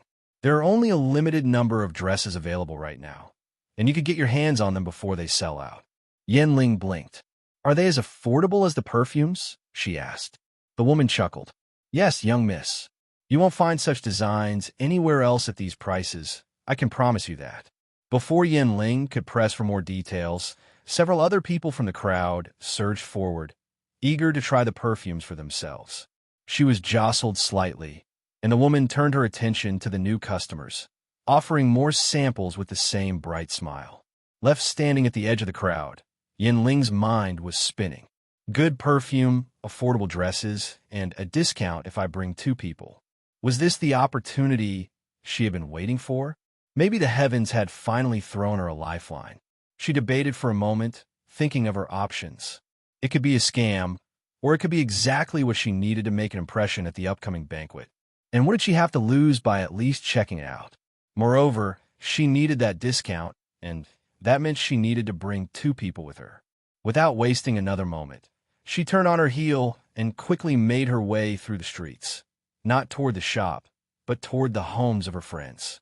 After all, she wasn't going to let an opportunity like this slip through her fingers. Chen Ren knew there were certain things that could draw humans like moths to a flame, and among them, crowd stood at the top of the list. In both his previous life and this one, he had learned that nothing stirred curiosity more than the sight of people gathered together, craning their necks to see what the fuss was about. It didn't matter if someone was headed somewhere important. If they passed by a crowd, they would slow down, even stop just to take a peek. It was a truth that had served him well before, and today, it was paying off again. He had proven it during his very first noodle stall venture, where a few groups of customers enjoying his food had drawn more like flies to honey. This time, he was planting an entire network of groups. Tang Yuchio had brought plenty of people with her to help launch their business here in Jingxi, and Chen Ren wasn't about to let those resources go to waste. He assigned them roles carefully, using the prettiest girls among them to set up enticing booths in key areas of the city, while the rest were sent to act as curious bystanders, gathering around the booths to create the illusion of a buzz. All it took was a few whispered words about the new shop selling perfumes and clothes, a little playful chatter about limited stock, and, most importantly, a special opening day discount if customers brought their friends along. The results spoke for themselves. By midday, the trickle of curious onlookers had become a flood. Chen Ren stood at the top of the staircase inside the newly opened shop, his gaze sweeping across both the ground floor, where bottles of handmade perfumes were neatly organized, and the first floor, where racks of elegant clothes were being admired and tried on by eager shoppers. It had been slow in the morning, but by afternoon, the shop was packed. Young women, middle-aged women, and even a few curious men wandered between displays, sampling scents and running their fingers over finely tailored fabrics. Too many different conversations filled the air to decipher who was saying who was telling what. But he noticed several delighted exclamations as some ladies found a perfume they loved or a dress that fit just right. During those times, Chen Ren allowed himself a small, satisfied smile. If he was being honest, this was far beyond what he had expected. They had already surpassed the first-day sales back in Cloud Mist City, and they still had hours left before closing time. As a result of all of that, he felt his qi steadily building up inside him, constantly surging and filling him. His eyes took it all, moving across the crowded floors, observing everything. He didn't want to miss a single thing about the opening. Even if things seemed to be going smoothly on the surface, he wasn't the type to let his guard down. Now that he knew that they had powerful enemies, it was clear as day that opening day was as good a time as it gets to strike and make someone suffer, snuff it out before their maul could even spread its wings. Even the thought sent a light shudder through him that he wanted nothing more than for the opening to go drama-free. His thoughts were interrupted when he felt a presence. He looked to his side, seeing Yalin approach quietly, and took a seat beside him on the staircase. Her ears were swiveled toward where all the noise was coming from, and when Chen Ren looked at her, he saw how her amber eyes were scanning the crowd, just like he was. But her pupils were dilated, whiskers pushed forward and awaited some sort of trouble. He was used to this trance now. She was on alert. She was the only person, aside from Hong Yi, who had followed him to Jingxi. Hong Yi, however, had already returned to the sect after Chen Ren had inspected his puppets in action and assigned him the task of creating more. It was a mission Hong Yi had eagerly accepted, leaving Chen Ren with Yalin. Chen Ren asked through their mental connection, "Did you find anything?" Yalin's lips barely moved as she responded telepathically. "Nothing suspicious. No cultivators, at least. It's pretty peaceful, just mortals, as far as I can tell. Though, there were a few mortals who lingered around the booths and quietly observed before slipping away, but I couldn't tell if they were from a union or just random passersby." Chen Ren nodded slightly. "It's fine. I fully expect the union to be aware of how big our opening day is. We've made enough noise that they'd have to be blind not to notice. Besides, after their last attempt to sabotage us, we were never going to stay low-key for long." Yalin grunted in his mind and meowed next to him. After a moment, Chen Ren's gaze flicked toward her, and he asked with a hint of dry amusement, "And what about our captured princesses? By now, they're probably wishing for death, if only to escape the humiliation." She glanced at him. "They can't even get through their chains, and you've drained all their qi. It's been humbling for them." Good. They had captured them for a reason, and he wasn't about to let them slip away anytime soon. I've seen a few Shuang clan members snooping around the city, though. They're clearly searching for them, but the redirection arrays are still working, at least for now. Chen Ren hummed. "Let's keep it that way. The longer we keep them off our trail, the better. But stay ready. If anyone tries to make a move, I want to know about it immediately." "Understood." Chen Ren nodded, his thoughts shifting back to the first thing he had done after arriving in Jingxi, putting Yalin to work as their scout. The cat wasn't the type to pour all her strength into helping him unless she thought he was on the verge of failing, but she was supportive enough to lend a hand, especially when it came to stealth. With her feline agility and nimble movements, slipping through alleyways and keeping out of sight came naturally to her. It hadn't taken long for Yalin to track down useful leads and scope out potential dangers. Unfortunately, their progress had been limited. They weren't able to get into the inner areas of any Union member states. Those places had been locked down tight. The outer areas were easy enough to check, but the inner estates? All of them were warded with arrays. And even with her skills, snooping around would set off alarms. If someone tried to force their way in, they would break, alerting whoever's handling them. Basically, it was like walking into a wasp's nest. That was something they couldn't afford yet. So, what are you planning to do with those princesses anyway?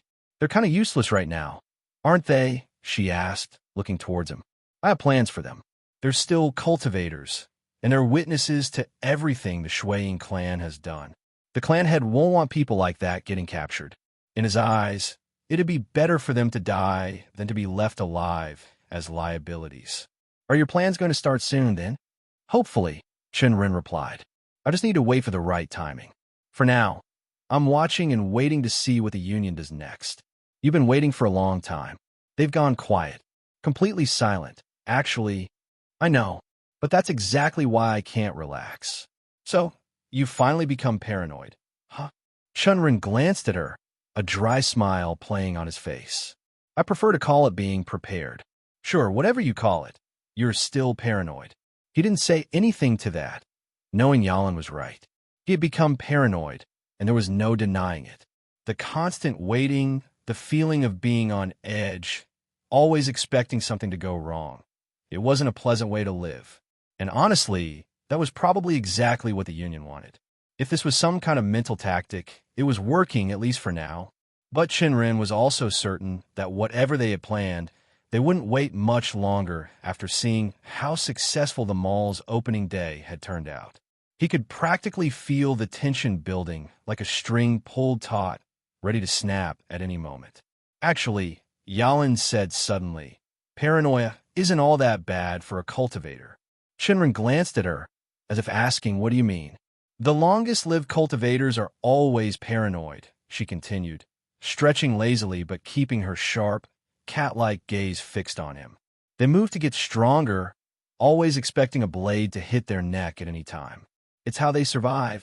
Chen Ren let out a low breath. That sounds like a pretty hard way to live. Before he could finish, a loud voice cut through the hum of chatter below. Chen Ren's head snapped toward the sound, his body already tense as he stepped down the stairs a bit to get a better look. His eyes quickly locked onto the source of the commotion, a man dressed in extremely fine robes, standing near one of the counters on the first floor. He looked like the typical young master of some influential family, and he wasn't alone. A small group of lackeys stood behind him, nodding and murmuring in agreement as he argued with Linger. The man's voice was loud enough to draw the attention of nearby customers, and Chen Ren felt his jaw tighten. Is this it? Is the Union finally making a move? Without wasting a second, he moved quickly down the stairs, moving through the crowd to intercept the situation before it escalated into something bigger. As he drew closer, he caught part of the conversation. You don't know who I am, do you? The young master was saying. He rolled his eyes as if she'd made the worst mistake, not knowing who he was. Yunji Lian, I belong to the Yunji clan. My father won't be happy to hear that you're treating us unfairly. Linger, to her credit, didn't back down. She stood her ground while still maintaining a respectable trance, her hands clutched in front of her. Young master, we're not being unfair, she said evenly. We only give the discount if you brought more people with you, as per the rules. Lian scoffed, gesturing dramatically at the small group of followers behind him. Don't you see? I did bring people with me. Are you blind? No, young master. I see them, the maid replied, nodding politely. But they need to actually buy something, too. They aren't purchasing anything right now, and because of that, they don't qualify for the discount. Nor do you. Chen Ren's eyes narrowed as he observed the exchange, his mind already racing. This disagreement wasn't just random, it had all the signs to cause huge trouble. Though he didn't know if the Union had a part to play in this, he wasn't about to stand and find out. For all he knew, it could be some arrogant young master looking to flex his status and buy things cheap. But no, he couldn't let either of the reasons disrupt the opening. The drama was attracting too many eyes, and the longer it dragged on, the harder it would be to smooth things over. He stepped forward with a polite, disarming smile. Hello, I'm Chen Ren, the owner here. Can I ask what's going on? He looked at the man's brown eyes directly, maintaining a friendly demeanor. Lian put his hands in the air. Finally, someone important, he said, puffing up his chest. You promised a discount, but you're not giving it. That's cheating. His voice rose slightly, as though daring Chen Ren to argue. Chen Ren didn't respond right away. Instead, he glanced at Linger, who gave him a small shake of her head. He suppressed a sigh. He still couldn't tell, yet if this was some minor ploy by the Union to stir up trouble, or just the antics of a self-absorbed brat from a lesser clan. If you encounter this narrative on Amazon, note that it's taken without the author's consent. Report it. Either way, he knew he had to deal with it quickly. Thankfully, by now, he learned a thing or two about handling this particular brand of arrogance. Turning back to Lien, Chen Ren kept his tone light, as though he were explaining something simple to a child. Young Master Yunji Lien, it's not cheating. The discount applies only when the people you bring also make a purchase. It's not enough just to bring them along. They have to actually buy something, too. The latter opened his mouth to retort, but Chen Ren smoothly cut him off before he could say anything. I get it's just a misunderstanding, Chen Ren said. But I'm also pretty sure that someone as wealthy and influential as young Master Yunji Lien can easily afford to pay for his friends, too. He smiled slightly, letting the words sink in. And, if I may say so, that kind of generosity would definitely earn you even more admiration from the ladies here. At that, the young master blinked and glanced around, finally noticing the crowd that had gathered. Several young women, dressed in fine robes, were watching the scene with barely concealed amusement. Some were whispering to each other, while others openly stared, their eyes sparkling with curiosity. Chen Ren could practically see the shift in the young master's demeanor as he realized just how much attention he was getting. His outburst had turned him into the center of attention, and not necessarily in a flattering way. But Chen Ren's words had given him an easy out, a chance to turn the situation around and save face. The young master's face immediately flushed, realizing that, in his anger, he'd come across as stingy in front of several young women. His eyes darted around nervously, and Chen Ren noticed the moment recognition dawned. He must have spotted a few familiar faces, likely young ladies from clans as prominent as his own. Chen Ren knew exactly how much value these young masters placed on their reputations. Just reminding the guy of how much he was losing by continuing this outburst was enough to make him straighten up. The young master shot Chen Ren a sharp glare, his face still red with embarrassment, and forced a stiff smile. His hand wiped his hair thrice in a row. "Understand," he said through gritted teeth. "It was a simple misunderstanding. I'll return later with money for my men." Without waiting for a reply, he spun on his heel and bolted out of the store, his lackeys scrambling to follow. Chen Ren stood there for a moment, quietly watching the young master retreating back. He half expected the brat to cause more trouble later, but for now, at least, the situation seemed under control. Yalin's voice broke his focus. "I doubt he's related to the Union," she said with a dry chuckle. "That was just a stupid, spoiled guy. No schemes this time." Hearing that, Chen Ren exhaled slowly, some of the tension leaving his shoulders. "I know. Do you?" He looked back at where Yalin was and saw her giving him a pointed look. "I know you're paranoid, but you need to relax before you lose your mind." "Yes, okay. I get it." Even as he said it, he tried to steady his breathing. After a month of constant vigilance, waiting for the Union's next move, it felt like something could happen at any moment. That constant tension had kept him sharp, but it was also slowly wearing him down. If he stayed on edge like this, he'd just end up deteriorating before the real fight began. Yalin, smug as always, gave him a knowing look before flicking her tail lazily and leaping to a nearby windowsill. Shaking his head, Chen Ren turned to Ling. "Take care of them all for now. I'll be back soon." She nodded without hesitation, already turning to resume her duties. Chen Ren stepped outside, breathing in the crisp air as he strolled through the streets. With all the work that had piled up, he'd barely had time to explore the city properly. Now, seemed like a good time to fix that, and maybe even do a bit of research for his next line of products, and hope that no problem would come up while he would be out. Though at this point, he was welcoming anything so he could put an end to the Union altogether.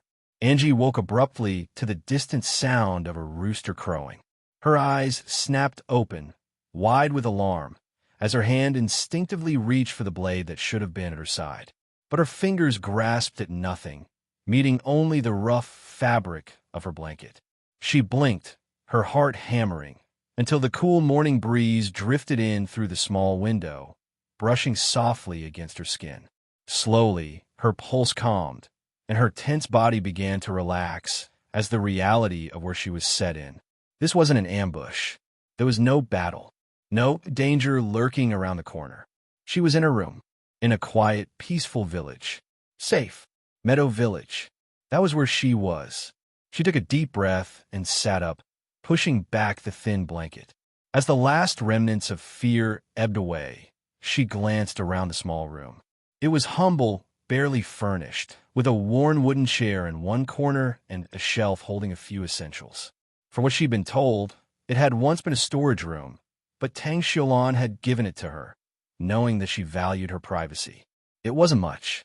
She'd lived in larger rooms before, far larger, but it was better than sleeping on the streets, better than waking up to the cold stones of alleyways and the constant fear of being found. Here, she could breathe. Soon, her drowsiness began to fade.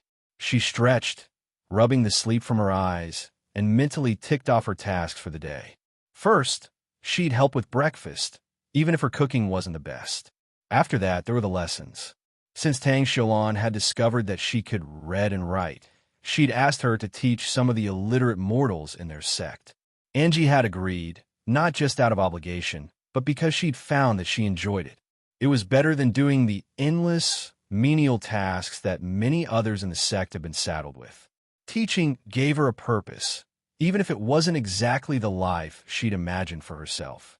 She sat there for a few more moments, watching the morning light stretch across the floorboards.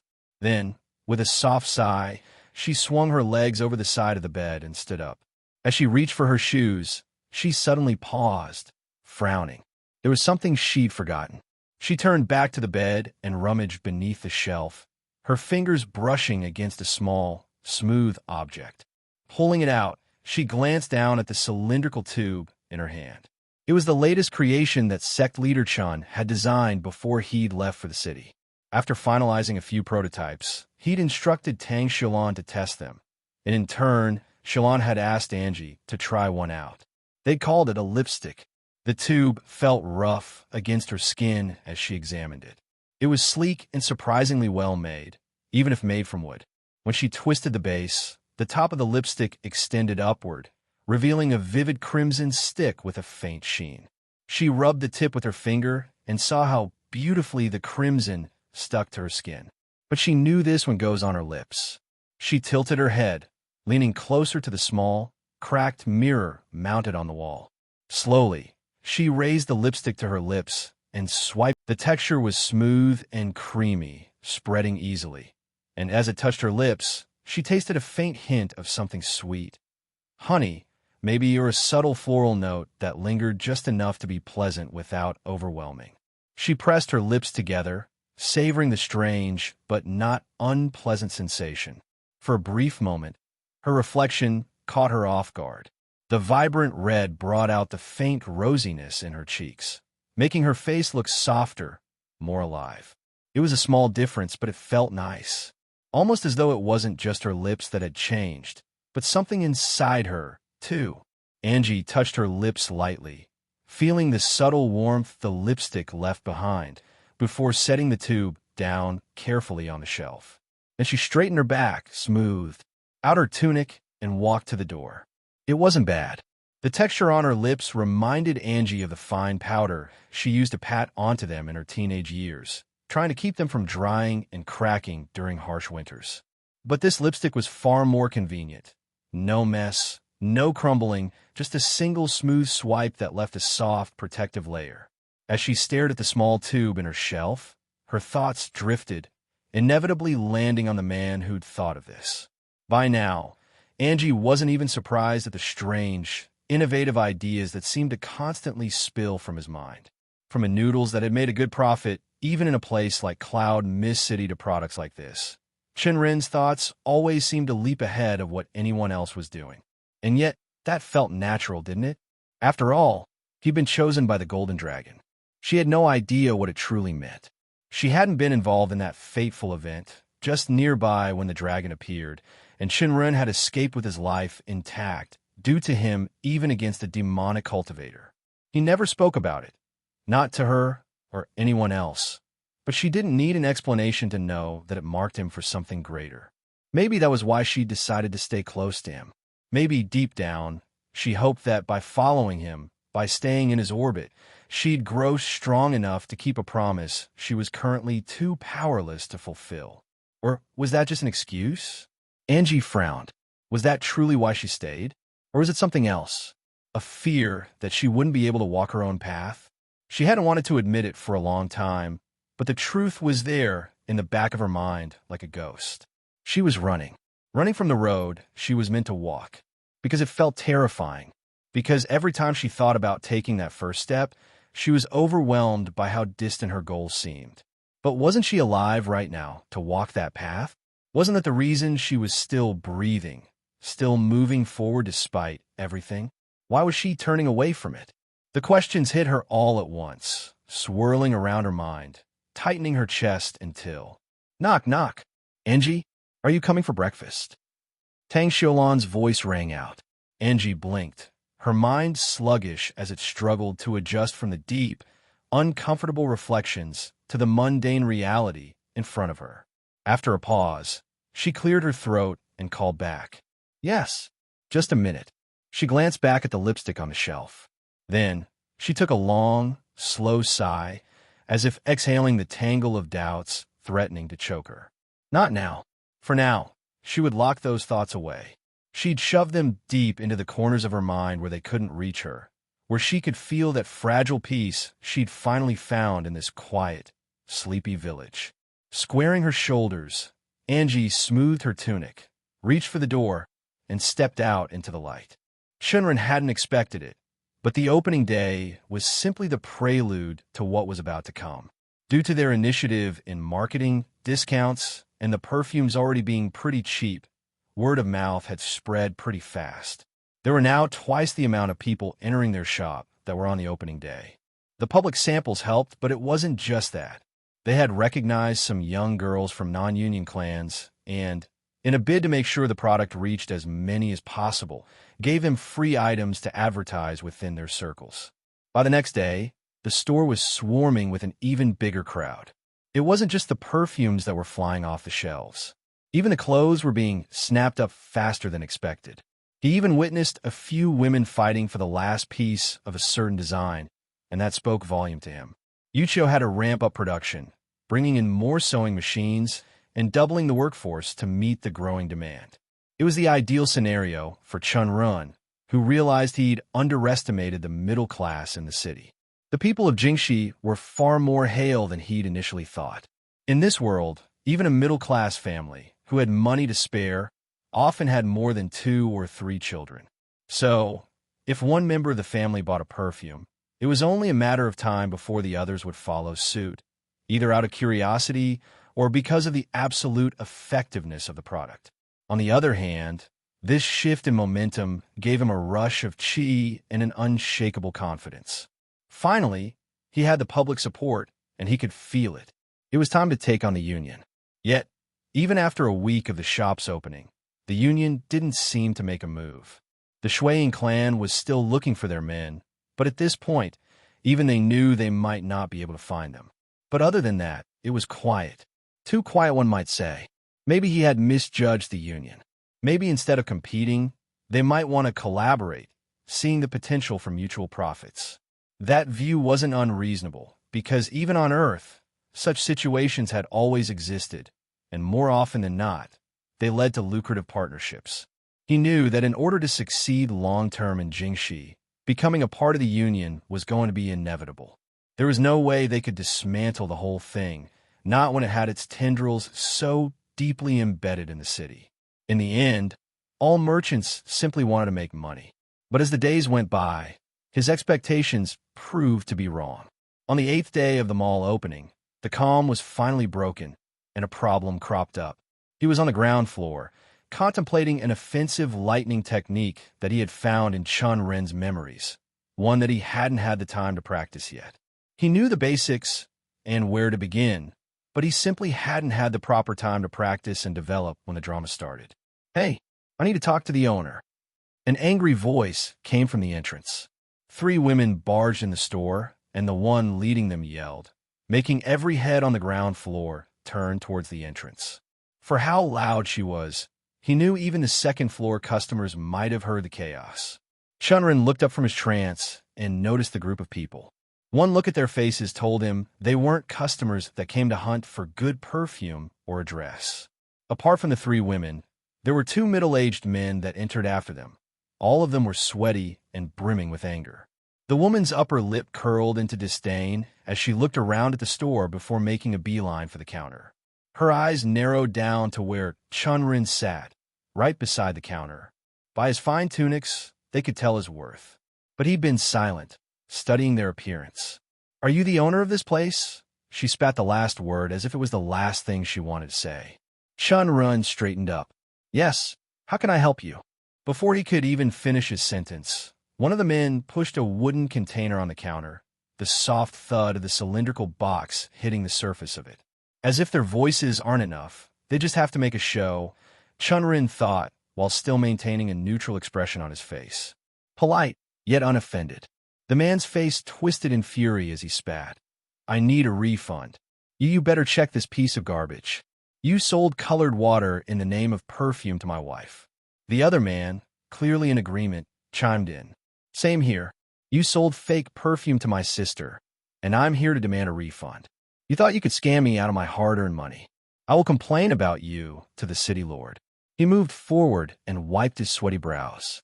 The younger woman, who Chen Ren guessed was the sister, among the five nodded with a sniffle.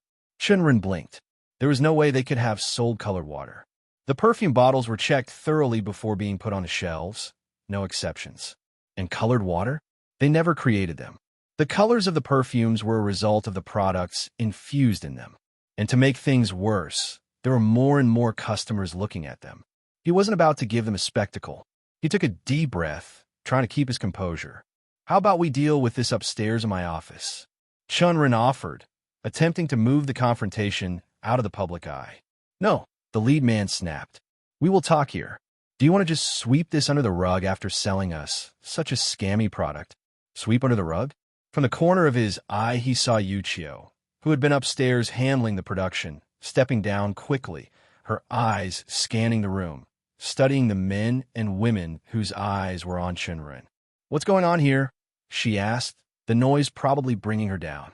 "These men are saying we sold them colored water instead of perfume," Chen Ren replied, taking the eyes off of the man. Yuchio walked closer. "Let me see." She took the container the man had pushed over and turned it around in her hand. The label, even Chen Ren noticed, was extremely similar to their packaging. And now, she confirmed so. "This does look like the design of our container, with the brand mark of the Divine Coin sect on it." But she opened the cap and inhaled. "You're right, there's no fragrance in it. Colored water loses it in a couple of hours. This isn't our perfume." Chen Ren felt a tightening in his chest. He had no idea what was going on, but this was the type of attack he'd been waiting for. He had no doubt that the union was involved in this. He narrowed his eyes at the lead man. "Where did you buy this?" The man, momentarily flustered, turned to his wife who stood beside him, clearly uncomfortable with the entire situation. She was the one to answer. "From your man," she said. "But where exactly? Did you get it from our shop here?" "No, we got it from one of the stalls that were advertising the perfumes. They sold it to us." The other two men nodded in agreement, and Chen Ren's heart dropped as everything clicked into place. The stall was likely one of the offshoots run by the union or someone working with them. This wasn't a misunderstanding. This was deliberate. "Then I'm sorry, but we didn't sell it." That earned multiple gasps from the women that were watching the drama. But it clearly pissed off the five people who'd walked in. "What do you mean? We bought it from someone selling it with your shop's name on it. How is that not your responsibility? Mind you, we will not let this go until we get our refund." Chen Ren opened his mouth to explain, but before he could get another word out, the sounds of more commotion from outside rang through the open doorway. More angry shouts came from outside. "Chen Ren, come out. We demand our money back. You better come out before we barge in. Cheap businessmen. We won't let you continue your business here. Come out. What the fuck?" Chen Ren's eyes went to the door. From the shouts, it looked like there were at least a dozen people outside. "Hold on," Chen Ren said quietly. He exchanged a brief, tense look with Yuchio, who had already gone pale. Without wasting another moment, they both moved quickly toward the door, ignoring the remaining angry customers inside for now. This was escalating way quicker than he thought. And as they stepped outside, the sight before them made his stomach twist. It was more than just a dozen people, probably twice, shouting his name and waving perfume bottles in the air. The chants for refunds and demand for their money back rang out, almost deafening. He couldn't decipher and single out any more sentences. His presence turned the roar into an uproar. The union had finally made its move, targeting his reputation and hitting them where it would hurt the most: public perception. His heart sank, and he felt a headache start to form at the back of his skull. Yuchio stood next to him, her face pale as the enormity of the situation dawned on her too. A few of their guards moved to contain the crowd, but they were vastly outnumbered. The guards flanked Yuchio and Chen Ren, positioning themselves in protective stances, but even Chen Ren knew it was more of a formality than a real defense. The crowd was simply too large, and the situation was growing too volatile. Chen Ren didn't need protection. He stepped forward, trying to calm his mind. The union had taken its time, but now they had set in motion a scheme that would tear apart the goodwill he'd worked so hard to build. They had carefully orchestrated this, an attack on his reputation, one that was already doing its damage. He stood firm, facing the mob of angry customers. His fingers flexed at his sides, and he could feel his chi stir, but he knew better than to act rashly. For now, he needed to think, to strategize. He couldn't afford to make the situation worse by responding in anger. The crowd was only growing, and their demands for a refund echoed through the streets. But he knew there was more to this than just a simple misunderstanding. You could be reading stolen content. Head to the original site for the genuine story. In a way, this made sense. In a psychotic, evil way. The union had used the same tactic he had used to market his products, attracting attention through crowds. But this time, it was being used against him. The union had turned his own methods back on him, but with malicious intent. With a deep breath, he stepped forward, raising his hands in a gesture meant to command attention. "Everyone, I'm Chen Ren," he said. "Please calm down, so I can deal with whatever problems you're having." The crowd stilled for a brief moment, but then a man from the mob shouted, his voice full of accusation. "You sold us fake perfumes. Give our money back." Chen Ren turned to face him, unwavering. "Did you buy it from me?" He asked the same question as he asked before. The latter hesitated, glancing at the others before replying, "No, but it was from your man." Chen Ren's eyes narrowed. "How do you know that? It has the mark of your shop on it. You can't fool us." The accusations hung in the air, the murmurs growing louder once again to a point where he couldn't hear his own thoughts. The angry men, in the middle of the day drawing more and more attention from the passerby, felt like a cruel joke. He closed his eyes for a moment, focusing his chi, letting the energy surge slightly through his body, infusing his voice with a subtle but commanding resonance. "Please," he said, his voice cutting through the noise with an authority that only a cultivator could wield. "Calm down." They all hushed, realizing that he was a cultivator. Chen Ren took the opportunity to speak again. "I know you all have been fooled, but trust me, heavenly fragrances had nothing to do with it. Those are not our products. Someone has made them and sold them to all of you, scamming you. Although I'm sorry for what happened, heavenly fragrances wasn't involved." There was a brief silence, the crowd still simmering with doubt. Finally, one woman stepped forward, her voice hesitant but filled with suspicion. "But they have your mark on their bottles." "The mark of our bottles." It gave him an idea. He stood a little taller and nodded, acknowledging the concern. A sudden wave of confidence rushed over him as he knew just how to stop this chaos at once.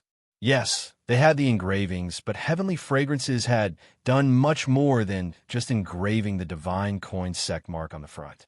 Chen Ren wanted to create something luxurious, and with Yuchio's help, he had done exactly that, right down to the packaging. Yes, but only in the outer engraving. It's a cheap imitation, not something we've ever sold. He turned to one of the guards positioned near Yuchio, the man's attention sharp as he stood ready. "Give me a bottle from inside." Chen Ren instructed. The guard nodded and moved swiftly into the store. Chen Ren kept his gaze on the crowd, letting the tension linger in the air, but with a sense of control now radiating from him. As he waited, he could already sense the growing anticipation of the crowd. Some were still whispering and throwing comments regardless of his words. But he stood ground, staring at them directly, showing them that he couldn't be manipulated into accepting responsibility that wasn't his to begin with. Fortunately, the guard returned soon, a bottle in hand. Chen Ren took it, holding it up for the crowd to see, his voice ringing clear and authoritative. Although it has an outer carving of the sect mark, there's one on the inside too. With a focused expression, Chen Ren used his strength to delicately peel away a thin layer of wood from the bottle, just enough to reveal the inner engraving. He held it up for everyone to see. The mark was crude, obviously hastily made, much less refined than the one on the outside, but it was there. See, he said, we haven't just carved out the brand mark on the outside, but inside too. This is how we do it. We ensure the mark is there, solid and clear. He turned to one of the men in the crowd. Can you give me one of your bottles? The man hesitated but then handed over one of the offending bottles, his grip tight with frustration. Chen Ren took it, and without hesitation, peeled it open in the same manner, spilling the colored water on the ground and revealing the complete lack of a brand mark inside. The engraving was missing entirely. Chen Ren held it up for all to see, his gaze sweeping over the crowd. Like you can see, he said, these bottles are not from us. Someone has counterfeited them and is selling them in our name. I know you all are troubled, but this isn't our fault. The crowd stood in stunned silence for a moment. Slowly, expressions of realization began to settle on their faces, but there was no denying the dissatisfaction still bubbling underneath. A few murmurs rippled through the crowd before one woman stepped forward, her voice trembling with frustration. But we spent a good amount of money on it. I used up my savings of months to buy this. Chen Ren's heart clenched as the woman's words sank in, and he could see others nodding in agreement. I spent my entire monthly savings, another woman added, her voice barely more than a whisper.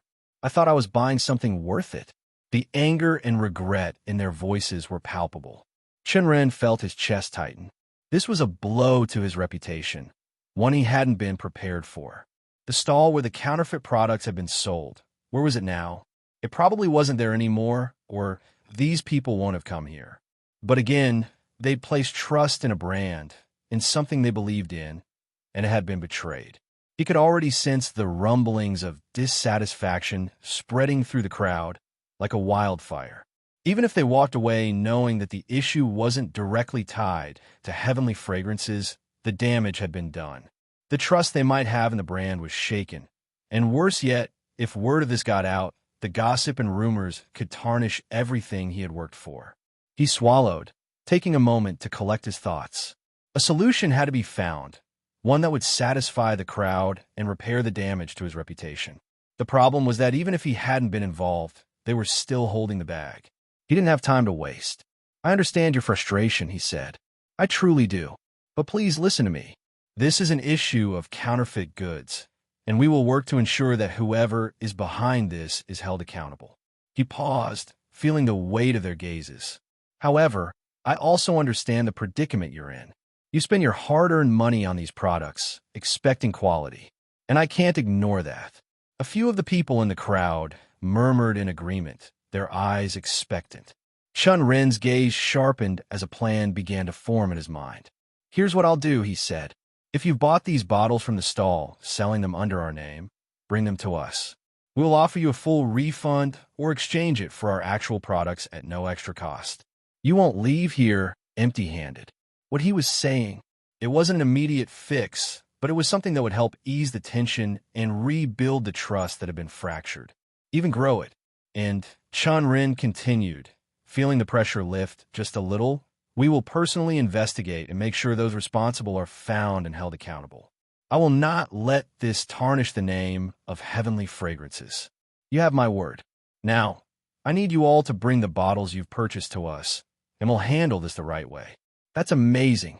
Thank you, a woman said, her hands in the air as she broke into a wide grin. People mirrored her expression and soon began to move inside. He felt a wave of relief wash over him. At least for now, the situation was under control. But the gnawing sense that this was only the beginning of a larger battle didn't leave him. He exhaled slowly, his gaze shifting to Yuchio as she walked up beside him, her expression tight with concern. "This will take away from our profits," she said with a sigh. "A good chunk. We're giving it away for free." Chen Ren's eyes hardened as he looked out at the crowd, who were now filing in, eager to get their hands on the real product. "Reputation is far more important at this stage," he said. "We can't afford to lose it. Not now, not when we've just begun to build something good." Yuchio crossed her arms, her lips tight with frustration. "But more people are going to come in with the fake perfume sooner or later. What then? Are we just going to keep handing out free products?" Chen Ren gave a single nod. "Yes, I understand. We can't keep giving them free perfume forever, and we won't. But right now, we need to prove that heavenly fragrances stand for integrity.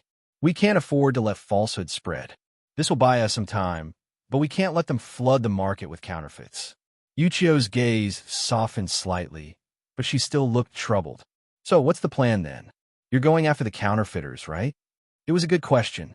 The moment he knew this was what the union had planned all along. He knew exactly what to do. "Yes, going after the counterfeiters, but more than that. I'm going after the union itself." "What do you mean?" "I was waiting for the perfume shop to stabilize before I started dismantling them." He wiped the sweat that had formed his own brows. "But I don't think I can wait any longer. We can't let them continue to undermine everything we've worked for. I will do the one thing that unions always have a hard time against: internal strife." Hello, everyone. As we wrap up this video, I want to share a quick note. I have a Patreon account. If you'd like to support me and enjoy on-demand audiobooks, you can become a Patreon member. Alternatively, you can check out my Google Drive link, which has 500+ novel audiobooks available through my Ko-fi or Patreon shop. I appreciate your support.